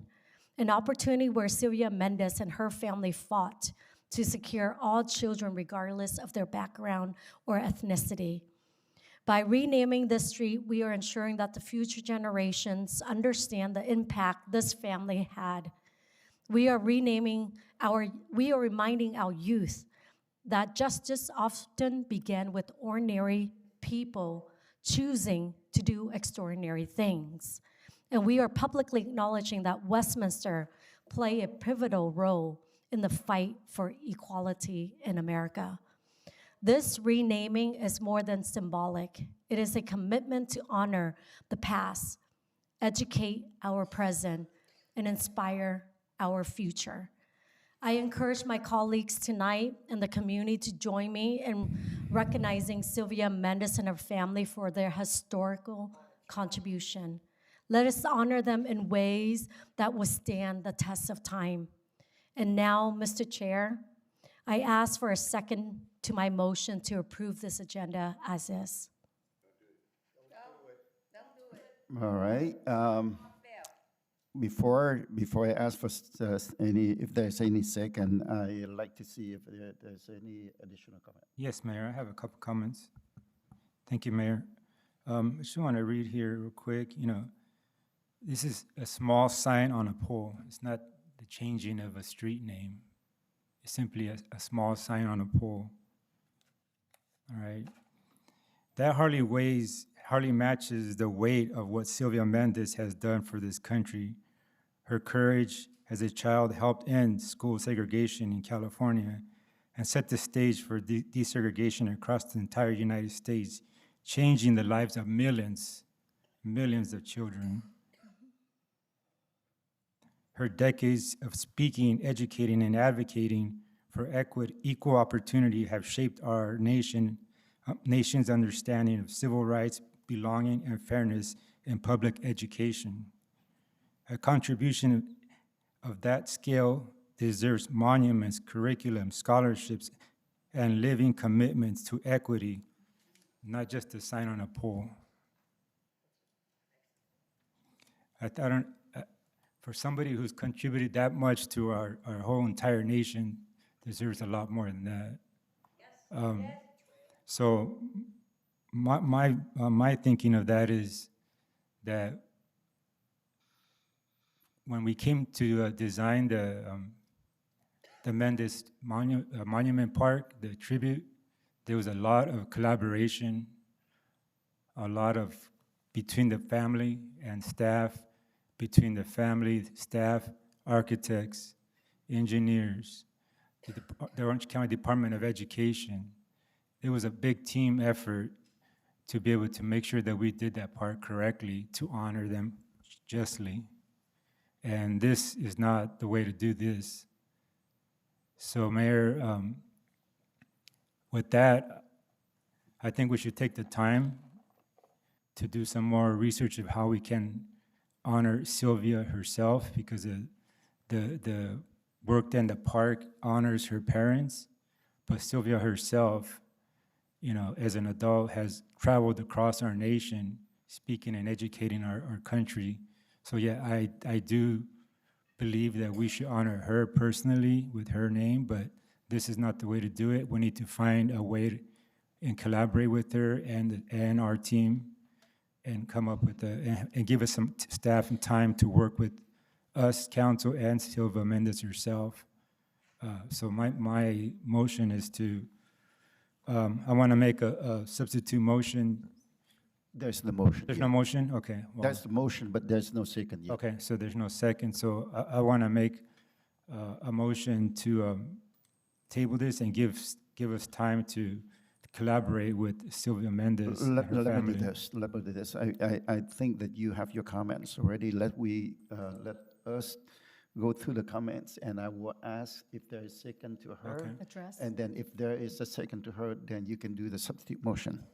But before that, let me go ahead and, I hear you, and I think that I totally agree with you on what you just said.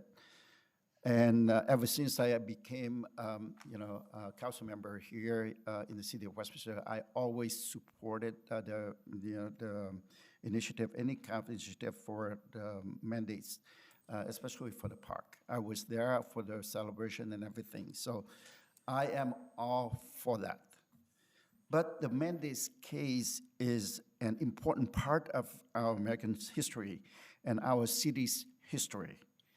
We have dedicated a lot of time and efforts to honor the Mendes family in meaningful ways, to memorize their legacy for generations to come.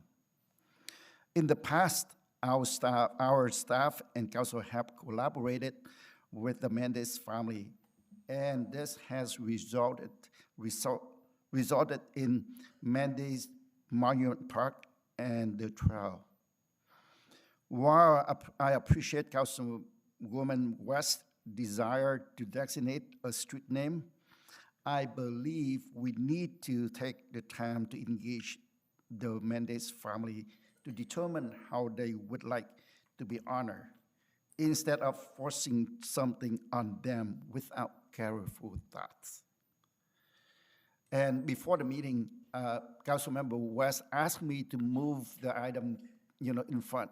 And she told me that she already talked to Mendes family, and Miss Mendes is going to be here. She's 89 years old. I don't see her at all. I don't see her here at all.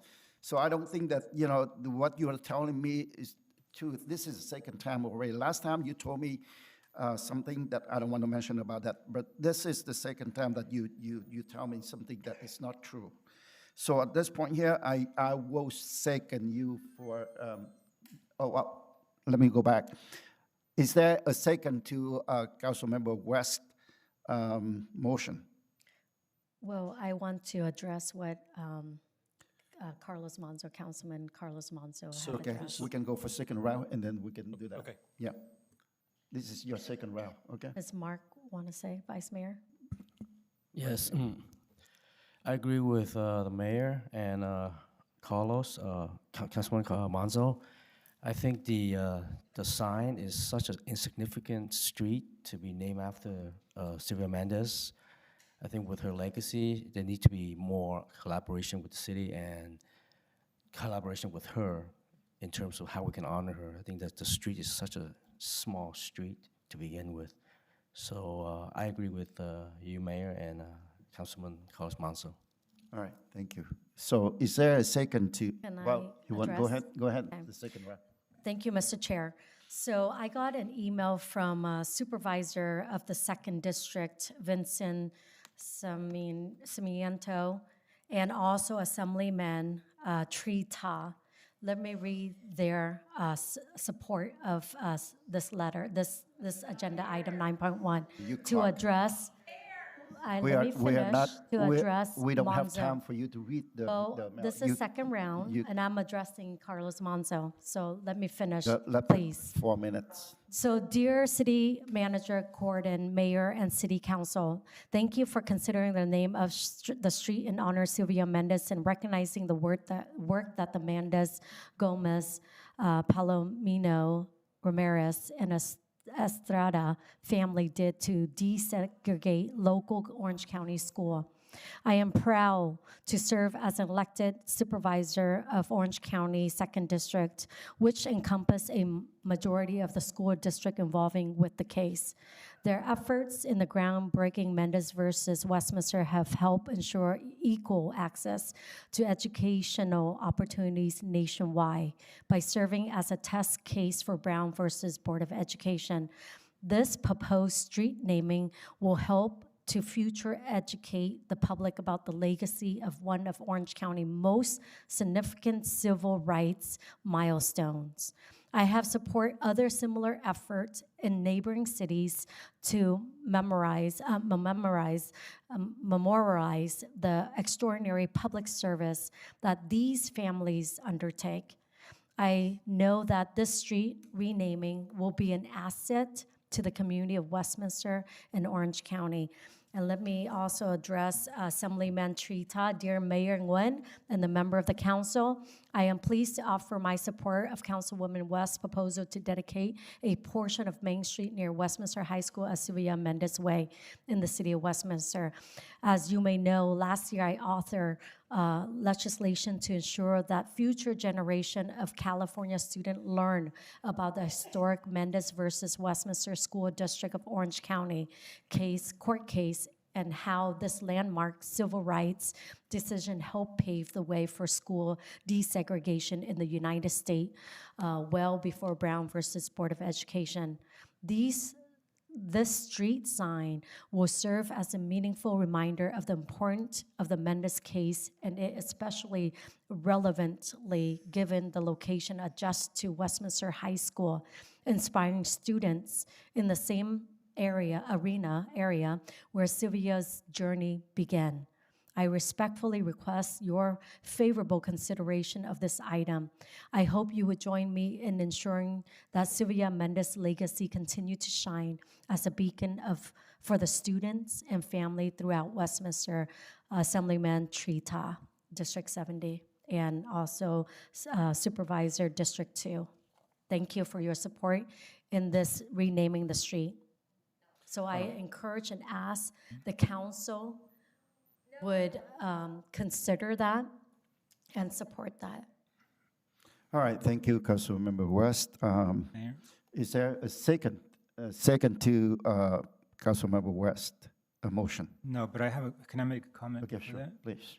I'm pretty confident knowing Supervisor Sarmiento, if he knew, because here on his letter says, consider the naming of a street. We are not naming of a street, we're just simply putting a sign on a pole.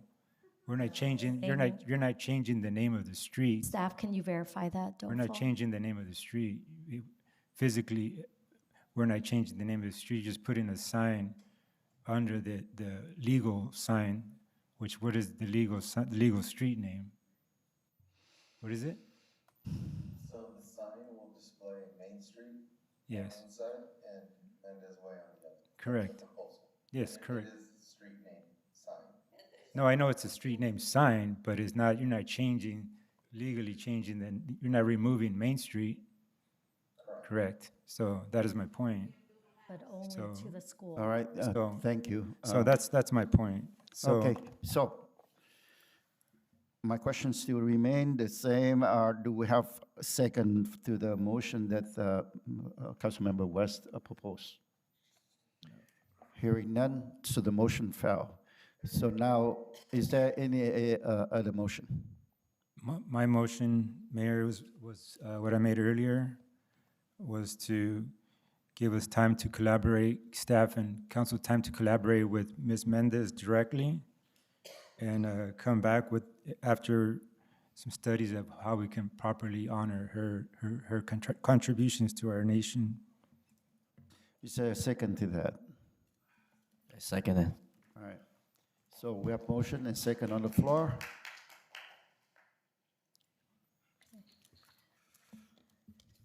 I have a motion made by District 2, Councilmember Monzo, seconded by District 3, Vice Mayor Nguyen, to have staff, and I might need help with this, to have staff collaborate with Sylvia Mendez and return at a later date. Yeah, no, to give staff time to collaborate with Ms. Sylvia Mendez and come back with ideas on how we can honor her. Correct. Thank you. I'll go ahead and call roll. District 1, Councilwoman Van West. You know, it's really interesting. Just a brief Yes, comment brief. right now. Yes. Yes. You already have tried 2 times already. Okay. I understand that. Now, the thing is that this is something special, leading straight into Westminster High School, rightly so. It's an educational that she fought for. And Westminster, this is where it all started. And leading to a high school, what better way of teaching our students What's your each time vote? they walk there is to see this. And I know you guys have the majority. You guys want to choose whatever What's your you vote, want. please? But the thing is that this is Time so to vote. significant, and yet you Councilmember would take Fan this West. away. Well, why don't I do this? I Motion call has for been question. called. With that said, Okay, please I vote. basically, abstain because I think this is a mistake that you guys are doing. You're taking away from the student from learning the history. Okay, all right. She vote Okay, abstain. District 2, Councilmember Monzo. Yes. Vice Mayor Nguyen. Yes. Mayor Nguyen. Yes. Motion carried 3-0 with Councilwoman Fan West abstaining. All right, at this time, I would like to extend further to, continue to the meeting into his hand. I second it. I have a motion made by Mayor Nguyen, seconded by District 2 Councilmember Monzo to extend the meeting past Okay. 10 PM per city policy. District, Okay, sorry. all right, go ahead. District 1, Councilwoman Fan West. Fan West, yes? District 2, Councilmember Monzo. Yes. Vice Mayor Nguyen. Yes. Mayor Nguyen. Yes. Motion carried 4-0. All right, thank you. So at this time, comments and requests for agenda item from city council agency members, including AB 1234, report when required. Let me start out with Councilmember West.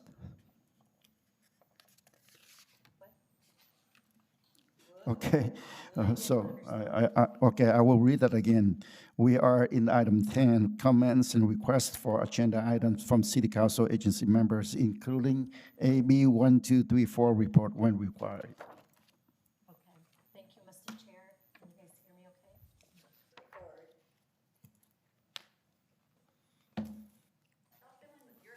Can you guys hear me okay?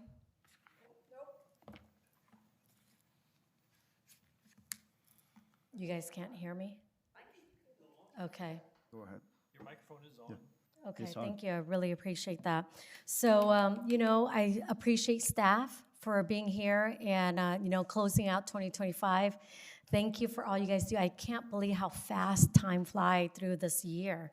And it's just so crazy. It seems like just a few months ago that we're here talking about 2025, and we got a lot done in 2025 here, and it's crazy. So thank you, staff, for all you guys do. And, keeping our city afloat, I really appreciate that. And law enforcement, thank you. And fire department, thank you. And, we understand that Christmas is coming up. This is our last meeting. So, as we celebrate this beautiful season coming up, I just want to share the true heart of Christmas, the baby Jesus who came to this world over 2,000 years ago. God sent his son into the world, not as a mighty king, but as a humble baby in a manger. He came to bring hope to a hopeless, light to the darkness, and salvation to every person who would receive him. John 3:16 tell us, for God so loved the world that he gave his only begotten son, that whoever believes in him shall not perish but have everlasting life. Christmas reminds us that God's love is personal. Jesus came to walk with us, save us, and offer forgiveness, peace, and eternal life. No matter what we have faced this year, joy or struggle, his love is constant, and his grace is enough. How much more do you have? How much more? I have the floor. May I finish, Mr. No, Mayor? no. There's no time limit for AB 123. We've done this. Do you it guys is. just change You the are not law? here. You are not here. So to may I do that. finish? I have No, the floor, how Mr. much Mayor. more do you have? I have the I am floor. not May going I to wait here finish? for 10 minutes. I have the to floor. hear you. May I finish? No. I'm almost done. No, May I okay, finish? if you're almost done, I will stop. So my prayer is that this season fill your heart with hope and peace that only Jesus can give. May you and your family experience the true joy of Christmas, Christ with us. Now, I want to agenda one item before I end here. I understand that January is Human Trafficking Awareness Month, established to raise awareness and educate the public about human trafficking. This is very dear to my heart. This tradition began under President Obama, and every president since then have continued to issue a proclamation each January. So, Mr. Chair, I motion to agendize a resolution and a proclamation to be issued in January to bring awareness and education to our community on this issue here in the city of Westminster. And now, Mr. Chair, I ask if I can get a second to this motion. Before I ask for the second, I would like to ask staff, I know staff usually have put on the, the proclamation for the holidays or for the, memory, and do we have that, or how do you take this into consideration? Well, so so there's two different components here that's happening, right? So generally in a proclamation, we get a request from an agency that, that wants to proclaim a particular month, which may include Human Trafficking Awareness Month. I don't have access to a list if there is something that's already pending. But as far as a resolution, if the council wishes to adopt to consider a resolution, then you would need to agendize it for the meeting. But as far as a proclamation, generally we get a request and we will, place it on the consent calendar per our policy. If you wanted to call it out and put it, you may as well, but just know that it may conflict, it may conflict with existing policy for the proclamation portion. As of right now, you don't have anything yet? Well, I can't look it up right now. Okay. I don't know. What happens if you already have one, then what? Then it'll be a fun conversation. If staff already, received If the request. staff has already received a request, then the process is with the proclamations is we place it on the agenda under the consent calendar for council consensus to, to consider it. And then after after it's approved, then you're able to present it. But if staff already has a request, then we would just do what we normally do. What's come to us is just a duplicate. What's come to us is just a duplicate of a request. Well, I would essentially have a conflict. If I have an agency, or if I have an organization that wants to request it, but then you as a council also want to request one, it's like now you're gonna essentially have to pick from two different ones, or you'd have to consider multiples and. Okay. All Well, right, my thank you. question is, I want to make understanding, get clarity. So as of right now, you don't have a list of anyone requesting for a proclamation, is that correct? No, I can't access a list right now in real time to let you know if I do have an outstanding request. Yeah, so the thing is that I'm asking for two things right here. One is a resolution to create in the city of Westminster to educate and honor, and bring awareness of human trafficking in the month of January, because that's what nationally Obama has brought forth. Now, the other thing is, if we do have a proclamation in play, just to say, and I requested this, I have no problem honoring that group, whoever, accept that, or in pending. So the thing is that I want two to be in play, meaning we're bringing a resolution to bring awareness, and then second, if it's already a waiting pending request, then it's totally perfect, it's fine. Then we can use that to honor whoever it is in the month of January.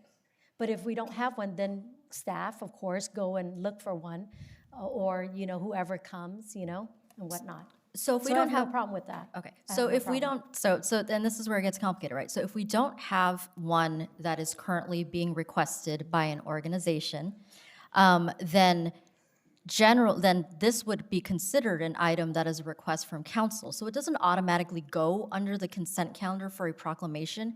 You would consider this under council requested items in 9.1, right? So if there is one that is already being requested by an organization, then we would essentially put that in the consent calendar. So I think there are two separate things that are happening here. if you decide that you want to marry both the proclamation and the resolution into one item, then depending on if there is a request from, an outside organization, we would have essentially a conflict of multiple proclamations being considered at separate times, right? But if you want to do a resolution, you can certainly place that resolution on 9.1, or you can essentially, or not 9.1, but whatever, the council agenda requested, items. You could essentially, do the resolution at that point, or you run the risk of, again, having two competing proclamations or multiple proclamations. So really up to your discretion with the strategy, but that's where we as staff would place the items. Yeah, so for me. First, I just heard that the proclamation, and then later on you added to have the resolution. That's what I believe. So right now you want to have two of them. So what I want is, number one, a resolution, right? To bring awareness. And then if we don't have it now, at least we have it on agenda. But of course, if there's pending, then that exceed what, my proclamation. That's it. So let's just, but if there is a pending proclamation, Then it's just a resolution. then you just want the Yeah. resolution, then we can do that. Yes, if that is, we can definitely do that. And if there isn't one in existence, then you would want to put a proclamation and a resolution together in your item. Right. Okay. Exactly. I don't know, the resolution, what do you want to get out of that, the resolution? I don't understand. I don't understand why we have to come up with the resolution. But anyway. Explain. But anyway. So, Christine. Anyway, right now, you are asking for the resolution, to have a resolution, right? Yes, like I mentioned, number one, I want that resolution to honor and bring awareness of human Okay. trafficking. Okay. And then, of course, a proclamation too. But if the city have pending, then I don't do a proclamation, just a resolution. Let me hold you on that. Number one, either you do number one, number two, because two different things. Either resolution or proclamation. You want to do both, then let's go with the first one and then the second one. But in my resolution, in my request to agendize, is just basically, I say like a clause, right? If I want both of that, but if staff have pending proclamation for it, then mine is no, meaning my proclamation is no, it's just a resolution. Does that make sense? No, I don't understand still. Do you understand where I'm coming from this? Can you explain? Go ahead. Typically there has to be when we do a proclamation, we're presenting it to Yeah. someone, right? Yeah. So Proclamation is different from resolution. if we as council want to do a proclamation, then who are we presenting it to? I think it's more proper just to do a resolution. Just do a resolution only. Well, I mean, I think how that's- does that, Christine, how does that? With my request, is that okay? But you're, Basically, I'm saying if someone's in pending, then mine. But then who are we gonna give it to? Proclamation is no, right? It's just a resolution. But if there's nothing, at least it's in writing already. Does that make sense? yeah, no, I understand. You, essentially, you would like a proclamation and a resolution. If there's not a requested proclamation, then you would forgo the request for a proclamation and then just would like council to consider a resolution. Exactly.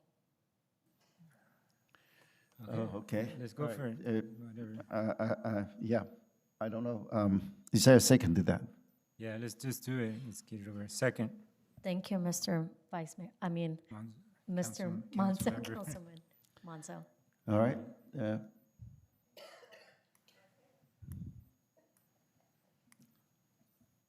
So we have a motion and second. So the on motion floor. would be that at the January meeting, that there would be a resolution and a proclamation relating to this item. And that depending on whether the proclamation is on or not, staff will make the determination of how that would be handled. So then ultimately, you would end up with both. whether one is a proclamation and one is a resolution. We'll just go with whatever I said earlier, but no, Yeah, it's, Christine. it was, so, Did I mess that up? I apologize. we're good, no, Butcher we're, it. so, one more time. So, Councilwoman Fan West would like to agendize a proclamation and resolution for Human Trafficking Awareness Month.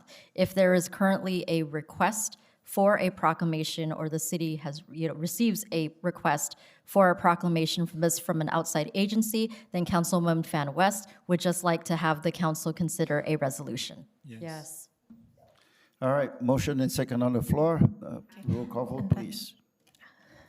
District 1, Councilwoman Fan West. Fan West, aye. District 2, Councilmember Monzo. Yes. Vice Mayor Nguyen. No. Mayor Nguyen. No. Motion So The we have motion that fails up. on a 2-2. 2-2. Yep. All right, so we can go ahead and wait until next time if there is another third vote for that. So that motion right now is done. Okay, is there anything else? Thank you. I really appreciate that. Can you guys hear me okay? It's Christmas. But I Okay, like to explain why I vote no for that, because I think it's rather come from an agency. Then we can talk to them, and then they can come in and request for that, just like we have been done before with many different agency. I think that is probably a better way to go. All right, thank you. So, Mr. Mayor, I'm really bummed because this is like a nonpartisan thing. It's basically it's Human Trafficking Month. We bring awareness. I think we already go over that. Yeah, I understand It's because done, you it's made done. that statement, so I just Do wanted you have to anything address else? you. Do you have anything else? Yes, I do. Okay. Thank you. Let me finish it out. I'm just really bummed that that's what you guys decided. I feel for you. It's just, I think you're just playing politics, but it's okay, Mr. Mayor, Mr. Chair. I appreciate that. You just make it very evident. So now I know today, 3 months have passed since Charlie Kirk was taken from us in a tragic act of political and religious violence. We remember him. Some might agree and some might disagree with him, but no person should ever be silent by a bullet. That is unacceptable, that's wrong, that is not humane. And as human being, we are better than that, than killing someone Can you because. briefly on that, please? Yeah, I'm almost done, Yeah. Mr. Mayor. No one should deserve to be killed for speaking out and speaking up. Now, may we honor his memory by recommitting ourselves to civic discourse, free speech, and protection of every American's right to speak and to think freely. Never forget. And again, I want to wish everyone a Merry Christmas, and may God bless you, may God bless your family, and may God bless Westminster. Take care. Thank you, Councilmember West. Next is Councilmember Manzo. Thank you, Mayor. So since our last meeting, I really hope that my colleagues on this council and each and every one of you have really read all the emails, really listened to all the voicemails that from our community members. And I've read them all. And one thing is clear, that our community, it was already tinkering on the division side. So now with this last meeting, Mayor, I hope you really do see how those actions really have put our city over the top as far as division and anger, what's happening. I really do hope that you guys can see that. I know you were trying to speak about the Rose Center and what you were meaning, but I think you were kind of missing the point as far as that, staff clearly let us know that an RFP would take conservatively 6+ months to even get some sort of proposals in. So I think it's very, for us to affect negatively the lives of many people in our community, all the children that come and perform at the Rose Center. That you can hear all the stories of all these children have grew up there. Now they're grown and telling the stories, gone on and moved up to be possibly Broadway actors, and that these people are our community. These are the people that we were elected to represent. I don't understand why you guys chose to have an empty theater. It really doesn't make any sense. At this point, I just want to talk about that why did we choose to have an empty theater for so long? It could even be maybe a year to have an empty theater. So why wouldn't we have the Friends in the Rose Center continue to operate this theater while this RFP process is continuing forward? If that is the decision that you chose to make, the decision that we chose to ignore the recommendations of Theater DNA. I mean, they're a professional organization that they go around and evaluate theaters as a profession across this state and probably even further than that they were doing a good job. They were raising over $300,000, $500,000 a year to put these shows together. I mean, Vice Mayor Nguyen, I hope you really did listen to everything that's been going on and read the emails. I just don't understand why you would choose to have an empty theater. So I want to, if we can't do it now, I would like to agendize for us to reconsider this action for a future meeting the first meeting in January, so we can talk about this more, because I'm really truly hope that you guys are seeing how is it negatively affecting our community.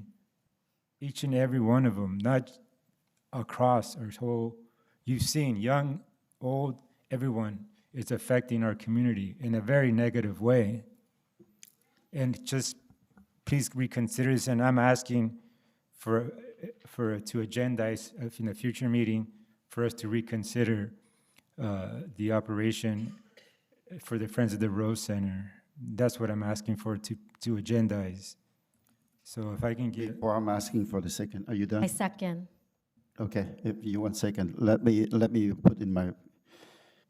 I don't know how much that I have to tell you. That nothing going to change. Everything is still the same, except that instead of renewing to the current operator, we are open up for everyone, and including the current operator to submit their hold on, let me finish. The application. Okay, that's number one. I think it's a fair, open for fair process. Let's say that there is an organization that is beside, different than Friends of Abby, that run this theater for 20 years. You think that we need to open up for others? No, it's up to you. It's your opinion. But let me, hold on. It's not your time right now. You already spoke about it. It's my time. No, it's my time right now, please. It's my time right now. No, no clarification right now. It's my time. Okay, please. All right, so because of that, I think that it's fair to open up the process. But before we open up the process, for everyone to apply, we have to sit down and make sure that we are not going to pay or subsidize a penny for that. If you can't, if they can't. Our community is not worth a penny? Wait. Is that what you're saying? That Mayor, that is very wrong. Hold on. You just said our community is not worth a penny. It's my time. You're saying the community is not worth a penny? Really? Council member. That is very awful of you to say. Our community is My not time. worth a penny? No, I didn't say Really? that. I You didn't just say said that. Come on, if you don't understand, then listen. You don't understand. All right. So at this time, we are going to take. We'll open up for the process, and then we'll take a look at whoever run according to their new requirements that the city council, their staff, and also the consultant put together. Okay. I am welcoming for the fan of the Army to turn in the application, the same thing. And if they, if, it's time right now. At this point, yeah. Okay. Well, Mayor, no, you're not understanding. You saying I didn't say that they cannot submit. Yes, they can submit, just like you just mentioned. Right. But what you don't understand, in between that, it's going to be empty. Yes. Now I It's can going to be address empty. that. I will address It's going to be that. empty. I will address that. And staff told us that it's going to take at least 6 months, if not longer. So between that time, you're choosing to have an empty theater. You're choosing to have an empty theater and to destroy the lives of our community. No, it's Yes, not. you It's are. not. It's going to have an empty theater. All right. Families have come here Okay. in tears. Okay. Members of the Exactly. public, can you guys In between that time, let Mayor, the it's council going to speak? be empty. You've had your turn. Between the time that we Right get an now, RFP I out ask there, I asked you. It's Mr. my time right now. Mr. Chair, may No, it's I my talk? time. I'm You talking. just did, so he talked, now may I talk No, on that issue? I have not finished my. first of all, this is my. I asked for a Yeah, second. for a motion I asked for to Right. agendize this. I hear And then you. you're trying to go into this big old wait. speech about it. You and- asked for, you motion it, right? Yes, and I have But a I sec- said that before I asked for the second. We need to have the input. We have not get the input in yet. Well, You don't here's- talk my time to about. get- Okay, cannot- let me put Okay. this out there. It's a parliamentary. City attorney, correct me if I'm wrong. Since this is not an agendized item, we need to give a Discuss. comment.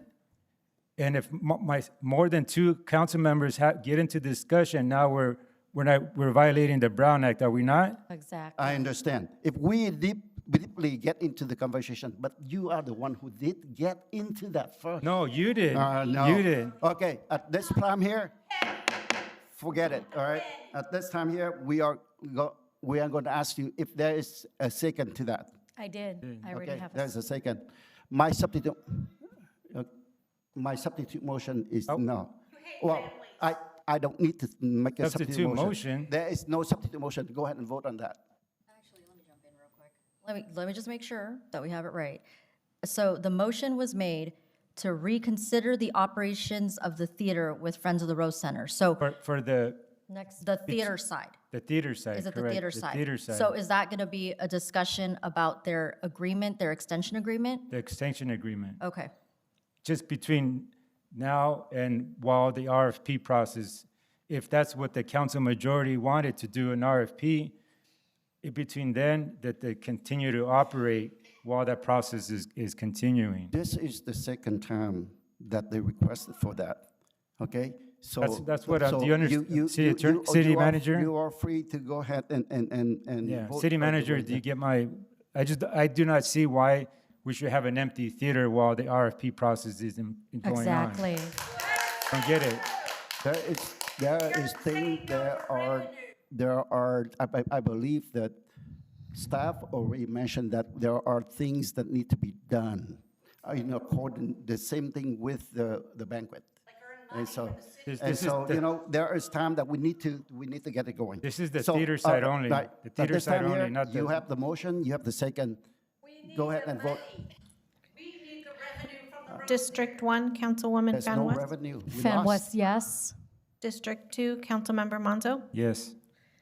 Vice Mayor Nguyen. No. Mayor Nguyen. No. Motion All right. failed. So, at this time. I'm not done yet. Move on. My next one. Again. The other one that I wanted to do is with this whole naming of, wanted to put street names up. I think we need to, we don't have one right now, but we need to adopt a policy, a process of putting up the streets or renaming of a street.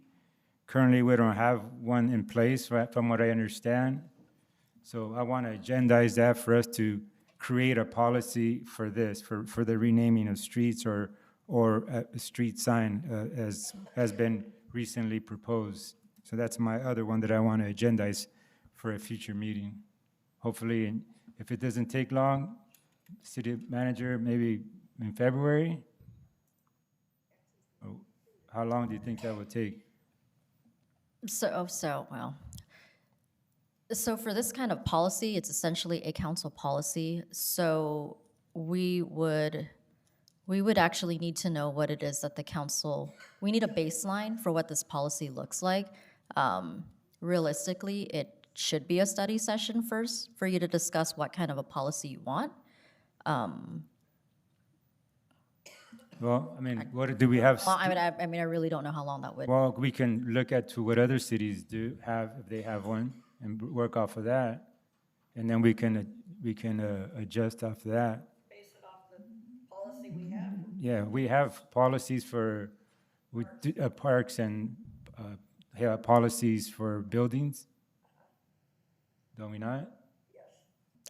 So, Naming policy. So what's your motion? my motion is to create a policy for the process of the renaming of streets or street signs. Okay, is there a second to that? No, so it's filed. Okay. Okay, next. Next, I have, again, I do not know how this is gonna go, but again, a division, Mayor. No, that's okay. Go ahead. Division is, I want us to bring back and reconsider the renaming of All-American Way. My thing is, why are we causing so much division in this community? Exactly. It's just, so I want to agendize for council to reconsider the naming of, renaming, having the street sign put underneath All-American Way. So, All right. to reconsider it. Is that your motion? That's a motion. Is there a second to that?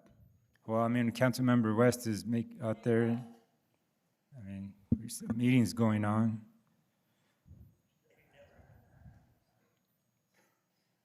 Well, make sure you give her a call. You want to participate in the vote, Councilmember West? What? For you missed the first one you weren't here, I was trying to adopt a policy for a street naming or street signs, because we don't have one, a policy, but you weren't here. My second one was to have the council reconsider the naming of, placing the street sign of on All-American Way, because it's causing so much division in our community, and we just can't have that. So I want us to reconsider that. It's a future meeting. That is what's on the floor right now. I motioned that. You know what? Is it 2 item or Well, you missed one? the first Just one. one item. 1 item? One Well, item that's is to- like 2 item. Number 1, we're changing that street name and then having a policy No, for you- street name. Policy's done. The We policy's voted done. on that, You so missed- Because we're that's not what he talking brought about up. that anymore. We are Okay, talking so the about second one yeah. is the street name. Yeah, I want to reconsider, have council reconsider, since if you can see how much division is causing in our community, for us to reconsider placing that sign on All-American Way. Mr. Monzo, I appreciate that you are talking about division and unity, wanting to bring unity.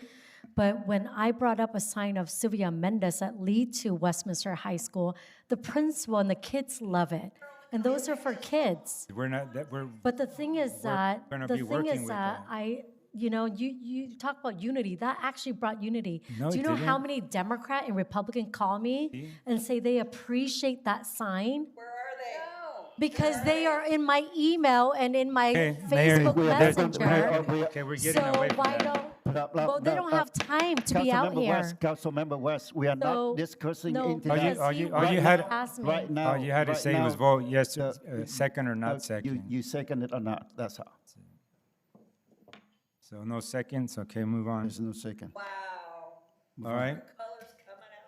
So again, since we're not gonna have a second meeting in this month, so I just wanna thank staff for all your hard work and this busy month that we have in December. I know you guys been busy all year and all this events that we had this past weekend. So thank you for all your hard work. And I know you're not done for the month, so I want to just thank you personally. And I just want to wish everyone out there a very Merry Christmas, happy holidays, and a safe and happy New Year. And hopefully next year will be better than this year, I guess. But anyways, thank you all. Thank you, staff. Thank you, PD, Chief, our Sergeant in Arms. Great job. Awesome job. Our Fire Chief. Please thank all the troops for us. So thank you. All right, thank you, Councilmember Menzo. Next is Vice Mayor Nguyen, Mark Nguyen. First, thank you everyone for being here. I know we have difference of opinions, but thank you for your engagement. And second, I got a chance last Saturday to attend the Santa on the Go at Blakely Park. I think that was the first of its kind, and it was a great event. The community was out. I know Councilmember Manzo was there with me.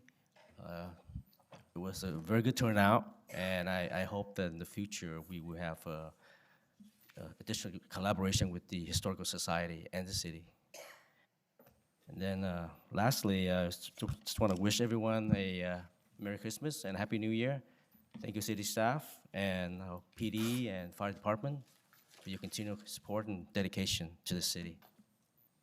All right, thank you very much. It's my turn now. I will second you for that. The park, what is it, on park, hop on, hop off, or whatever that is, with Santa, yeah. It was a great event at the Blakely Park, and I was there with staff, with the Santa. Now, I want to take this moment to thank our Councilmember Menzo for working with me for the last year as a vice mayor, and I would like to welcome Vice Mayor Nguyen, Mark Nguyen, and I'm looking forward to work with you to next year. And I want to thank you, each and every one of you, to come out and give your opinions. But I want to make sure that you understand. You saying that it's divided community. I'm telling you, a lot of people that I got, they call me and they support about this item. They are not here to talk about it. So as a mayor, I don't look at the particular group, but I look at everything. So right now, please, it's my turn. I'm sorry, but it's my turn at this time. So I want to thank you for being here. And I want to thank the staff, and Happy New Year. Merry Christmas and Happy New Year. Thank you. The meeting is adjourned, and the next regular meeting is on December 24. No, the meeting 24 is canceled, has been canceled. The next regular meeting will be held on Wednesday, January 14, 2026 at 6 p.m. Meeting adjourned.